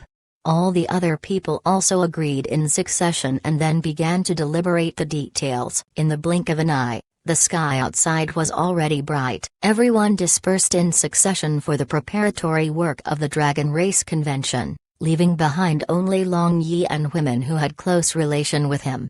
"My darling wives, your husband misses you all to death." Long Yi, who was surrounded by beauties, suddenly shouted exaggeratedly. Then like a wind, he pecked the little faces of all women.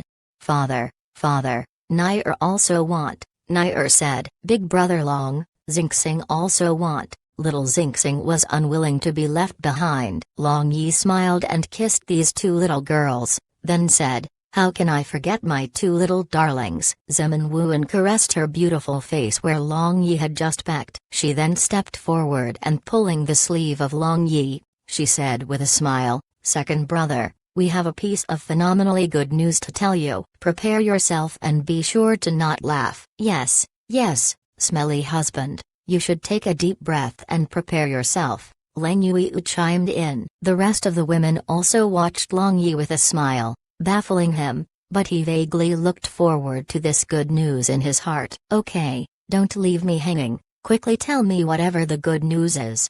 Long Yi sat on the old-fashioned wooden armchair of this hall and made Wash Wang massage his shoulders, smelling the refreshing fragrances of his women. He felt that this journey was well worthwhile. All the women looked at each other and smiled. They didn't tell Long Yi and made him make a guess first. Good news, ah, good news. Could it be that you all plan to serve me together in the bedroom? Long Yi rubbed his chin while looking at women all around him and said with a wolf smile.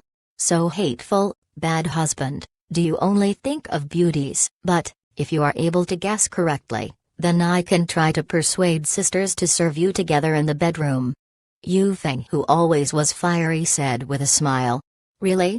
The eyes of Long Yi suddenly shone, and staring at women around him, he drooled. All the women blushed. Among them, there was Murong Shuo, Teresa, Midire, Charmin, and Crystal. They couldn't be considered to be real women of Long Yi. Chapter 625, Boundless Luck with Women. What exactly was the good news? Long Yi was truly unable to guess. However, since there was such an opportunity placed in front of him, he couldn't help but want to make a guess to achieve his dream of many years. Long Yi looked left and right and noticed that all women were watching him with expectation. Their beautiful eyes were shining like stars. From their expression, he truly couldn't tell what the great happy event that deserved announcement on such a grand scale was. But, he was certain that this matter greatly impacted him. Pondering in his heart, Long Yi's spirit power shrouded this entire hall as he carefully examined everyone one by one. When his spirit power landed on Nangong Xiangyan,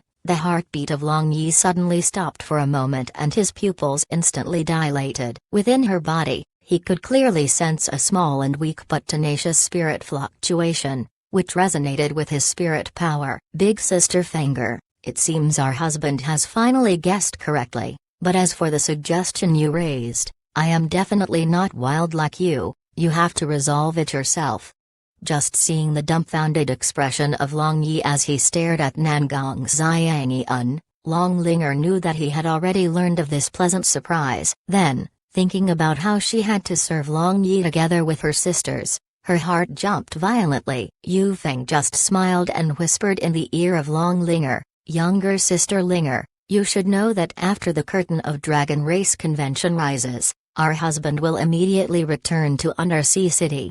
Then no one knows how long it would take for him to return. Don't you want to give birth to you and our husband's bloodline?" Long Linger bit her lower lip. She and Ziman Wuan were of the same age. In Blue Wave's continent, women of this age would already have children old enough. When women reach a certain age, a kind of motherly love would emerge within them. This would make them wish to have a child. Nangong Xiangyan was already pregnant, and there was no one among the sisters who weren't envious of this. Everyone was waiting for the return of Long Yi and so seeds within their body to have a baby. Just a moment ago, Long Yi had clearly stated that he would quickly return to Undersea City. In other words, he wouldn't stay here for a long period of time. Therefore, they only had a short period of time. What's more, it had truly been a long time since she had last gotten intimate with Long Yi. Thinking of this, Long Linger rolled her eyes to Yu Feng. As it turned out, Yu Feng had already calculated the minds of the sisters. No wonder she promised that to their husband. Am I going to be a father? Am I, Long Yi, going to have a son? Suddenly, Long Yi was unable to bear the joy. He took 2 steps forward and looking at Nangong Xiangyan, he asked, "My husband, we are going to have a baby." Nangong Xiangyan walked over to the front of Long Yi and responded. Her tone was filled with excitement. "Baby? Hee hee." Long Yi laughed and suddenly hugging Nangong Xiangyan, he spun 2 laps. Nangong Xiangyan was so scared that she turned pale. Pounding the shoulder of Long Yi with her small fist, she said, "My husband, don't you care about our baby? What if he is scared?" How can Long Yi's son be scared so easily? Long Yi laughed. His complexion was flushed with success and appeared as if he was drunk. "My husband, how do you know that the baby is definitely the son but not a daughter? What if the baby is the daughter?" Nangong Xiangyan looked at Long Yi and said, "If the baby within her stomach was a son, then everything would be fine, but what if the baby was a daughter? Wouldn't he be very disappointed?" He, I, Long Yi's child, whether son or daughter, I, Long Yi, will treat equally without discrimination. But, I am certain that this kid in your stomach is my son." Smiling, Long Yi caressed the cheek of Nangong Xiangyun and replied. Nangong Xiangyun sighed in relief and nestled in the bosom of Long Yi. Smelling his familiar smell, she felt at ease as she quietly muttered, "My baby, did you see it? This is your father. Your mother greatly admires him. You will also be just like your mother and regard him as your pride." The two people quietly hugged each other, and the rest surrounded them, feeling the happiness between them. As a part of this family, they also felt very happy. Although the baby in the stomach of Nangong Xiangyun was not their own, the baby was equivalent to their own child because they had a common husband. Just now, who said that if I guessed correctly, she will persuade everyone to serve me together. It is still early, it would be better for madams to rest for a while with his husband. Long Yi suddenly said with a bad smile. He looked at girls around him, and his black pupils began to become deep. How could he let such a hard-to-come-by chance slip by? Just after Long Yi spoke, a commotion occurred in the midst of the women. Zeman Wuan, Murong Shuo, and Yinian took the initiative to run away with a red face. After that, Midair, Charmin, and Crystal, followed by La Yuxu, Teresa, who also took away the unwilling Nair and little Xingxing. Now, in the hall, only the women who already had an intimate relation with Long Yi were left. Although their face was bright red with embarrassment and also wanted to run away, they feared that they would miss this chance to become pregnant. Besides, it had already been a long time since they had gotten intimate with their sweetheart, so they didn't want to miss this chance. Long Yi was truly excited. He didn't care whether this place was a hall to discuss official business. He directly cast an isolation barrier and used water magic to condense an ultra-large waterbed. 7 attributed magic light ball floated in the air, shrouding this hall with warm ambiguous hue. After that, Long Yi began to size up these women, making them feel a tingling sensation. And in an instant, other than panting sounds, no other sounds could be heard in this hall. "Brother-in-law." A charming voice suddenly resounded as a graceful figure rushed into the bosom of Long Yi. She was Nellen Rumen. This cute Lolita, although looked young and inexperienced, after she had gotten intimate with Long Yi, she had grown like bamboo after a spring rain. Now, her bosom was even bigger than Nellen Ruiyu. Perhaps she might be able to catch up Yu Feng and Ling Yuiyu after a period of time. Nellen Rumen tightly hugged Long Yi as she exhaled hot air from her small red lips, and her beautiful eyes were already blurred. Immediately after seeing Long Yi, she already wanted to throw herself into his bosom. She missed a lot, merely, since Nairs and little Xingxing had already occupied his bosom first. In addition, he was discussing official business with many people. She held herself back with great difficulty. And now, since all of the irrelevant people were gone, she would not let this chance to get intimate slip by. Although she was also shy,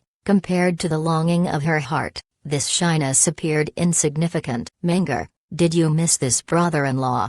Long Yi held the cheeks of Nellen Rumen and softly kissing her red lips, he asked. Menger missed brother-in-law very much. My big sister also missed you." Nellen Rumen felt dizzy upon feeling the kiss of Long Yi. She then rubbed her bosom against the chest of Long Yi. Long Yi's breathing suddenly got heavier. This little girl truly wanted to charm him to death. In an instant, he was unable to bear and kissed her again as his skilled hands explored her body. The skilled hands of Long Yi moved around the body of Nellen Rumen, and her clothing flew all over. All the clothing of Nellen Rumen was instantly taken off, revealing her jade body. That mellow and smooth body was no longer green and astringent like before. Her snow-white towering were big and 2 bright red buds were standing erect on those towering like a plum blossom. She looked incomparably pure. The big hands of Long Yi caressed this familiar yet unfamiliar jade body, and his black pupils became scorching hot. Moans that could make people's heartbeat rise filled the entire hall. That huge waterbed seemed to ripple as a pair of men and woman rolled about on it. One black, one white, one robust, one delicate. They formed a strong contrast. The breathing of all women became heavier, their faces became bright red and scorching hot. In addition, they felt as if a fire was burning their heart. Since Long Yi had left to Undersea City, They had not gotten intimate with Long Yi for many days. In the past, they had never felt like this, but at this moment, seeing their beloved rolling about with another woman in front of their eyes, they felt as if the lower part of their body was itching and tingling. What's more, their secret garden was already moist. When it comes to the person who was affected the most, it was naturally Hua Shuang. She had a mystical spiritual connection with him. As a result, she was affected greatly by the pleasure of Long Yi. Dear readers, scrapers have recently been devastating our views. At this rate, the site might ...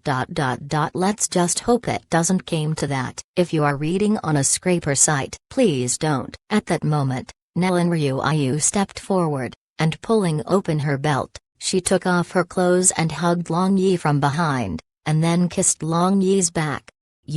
Long Yi turned around and kissed Nellen Ryuayu while swinging his hips. With Nellen Ryuayu taking the initiative, Hua Shuang, who was already unable to bear, also undressed and walked over, followed by Yu Feng, Leng Yuiu, Feng Ling. Long Yi was instantly drowned in the midst of women. For the first time, he hated himself for not having a technique to divide himself or create clones. He was very happy and also suffering while enjoying this pleasure. A fiery red sun slowly rose up in the sky that was decorated with some clouds. In addition, a cool breeze was blowing, indicating warm and sunny weather. The new Continent Convention Hall was already opened in the early morning, and it was already crowded with people of various clans all over the continent. The representatives of Dragon Race were already prepared, and the representatives of various other races were also already present. Now, they were drinking and chatting with each other in the groups of 2s and 3s. Your Majesty, His Highness the Crown Prince, an imperial servant reported. Zeman with a somewhat perplexed expression. Zeman helplessly frowned. This stinking kid truly surpassed all other romantic people. But, since the husband and wives were separated for many days, having a hard time to endure their feeling was also normal. Merely, this kind had so many wives, and he wondered when he got so licentious.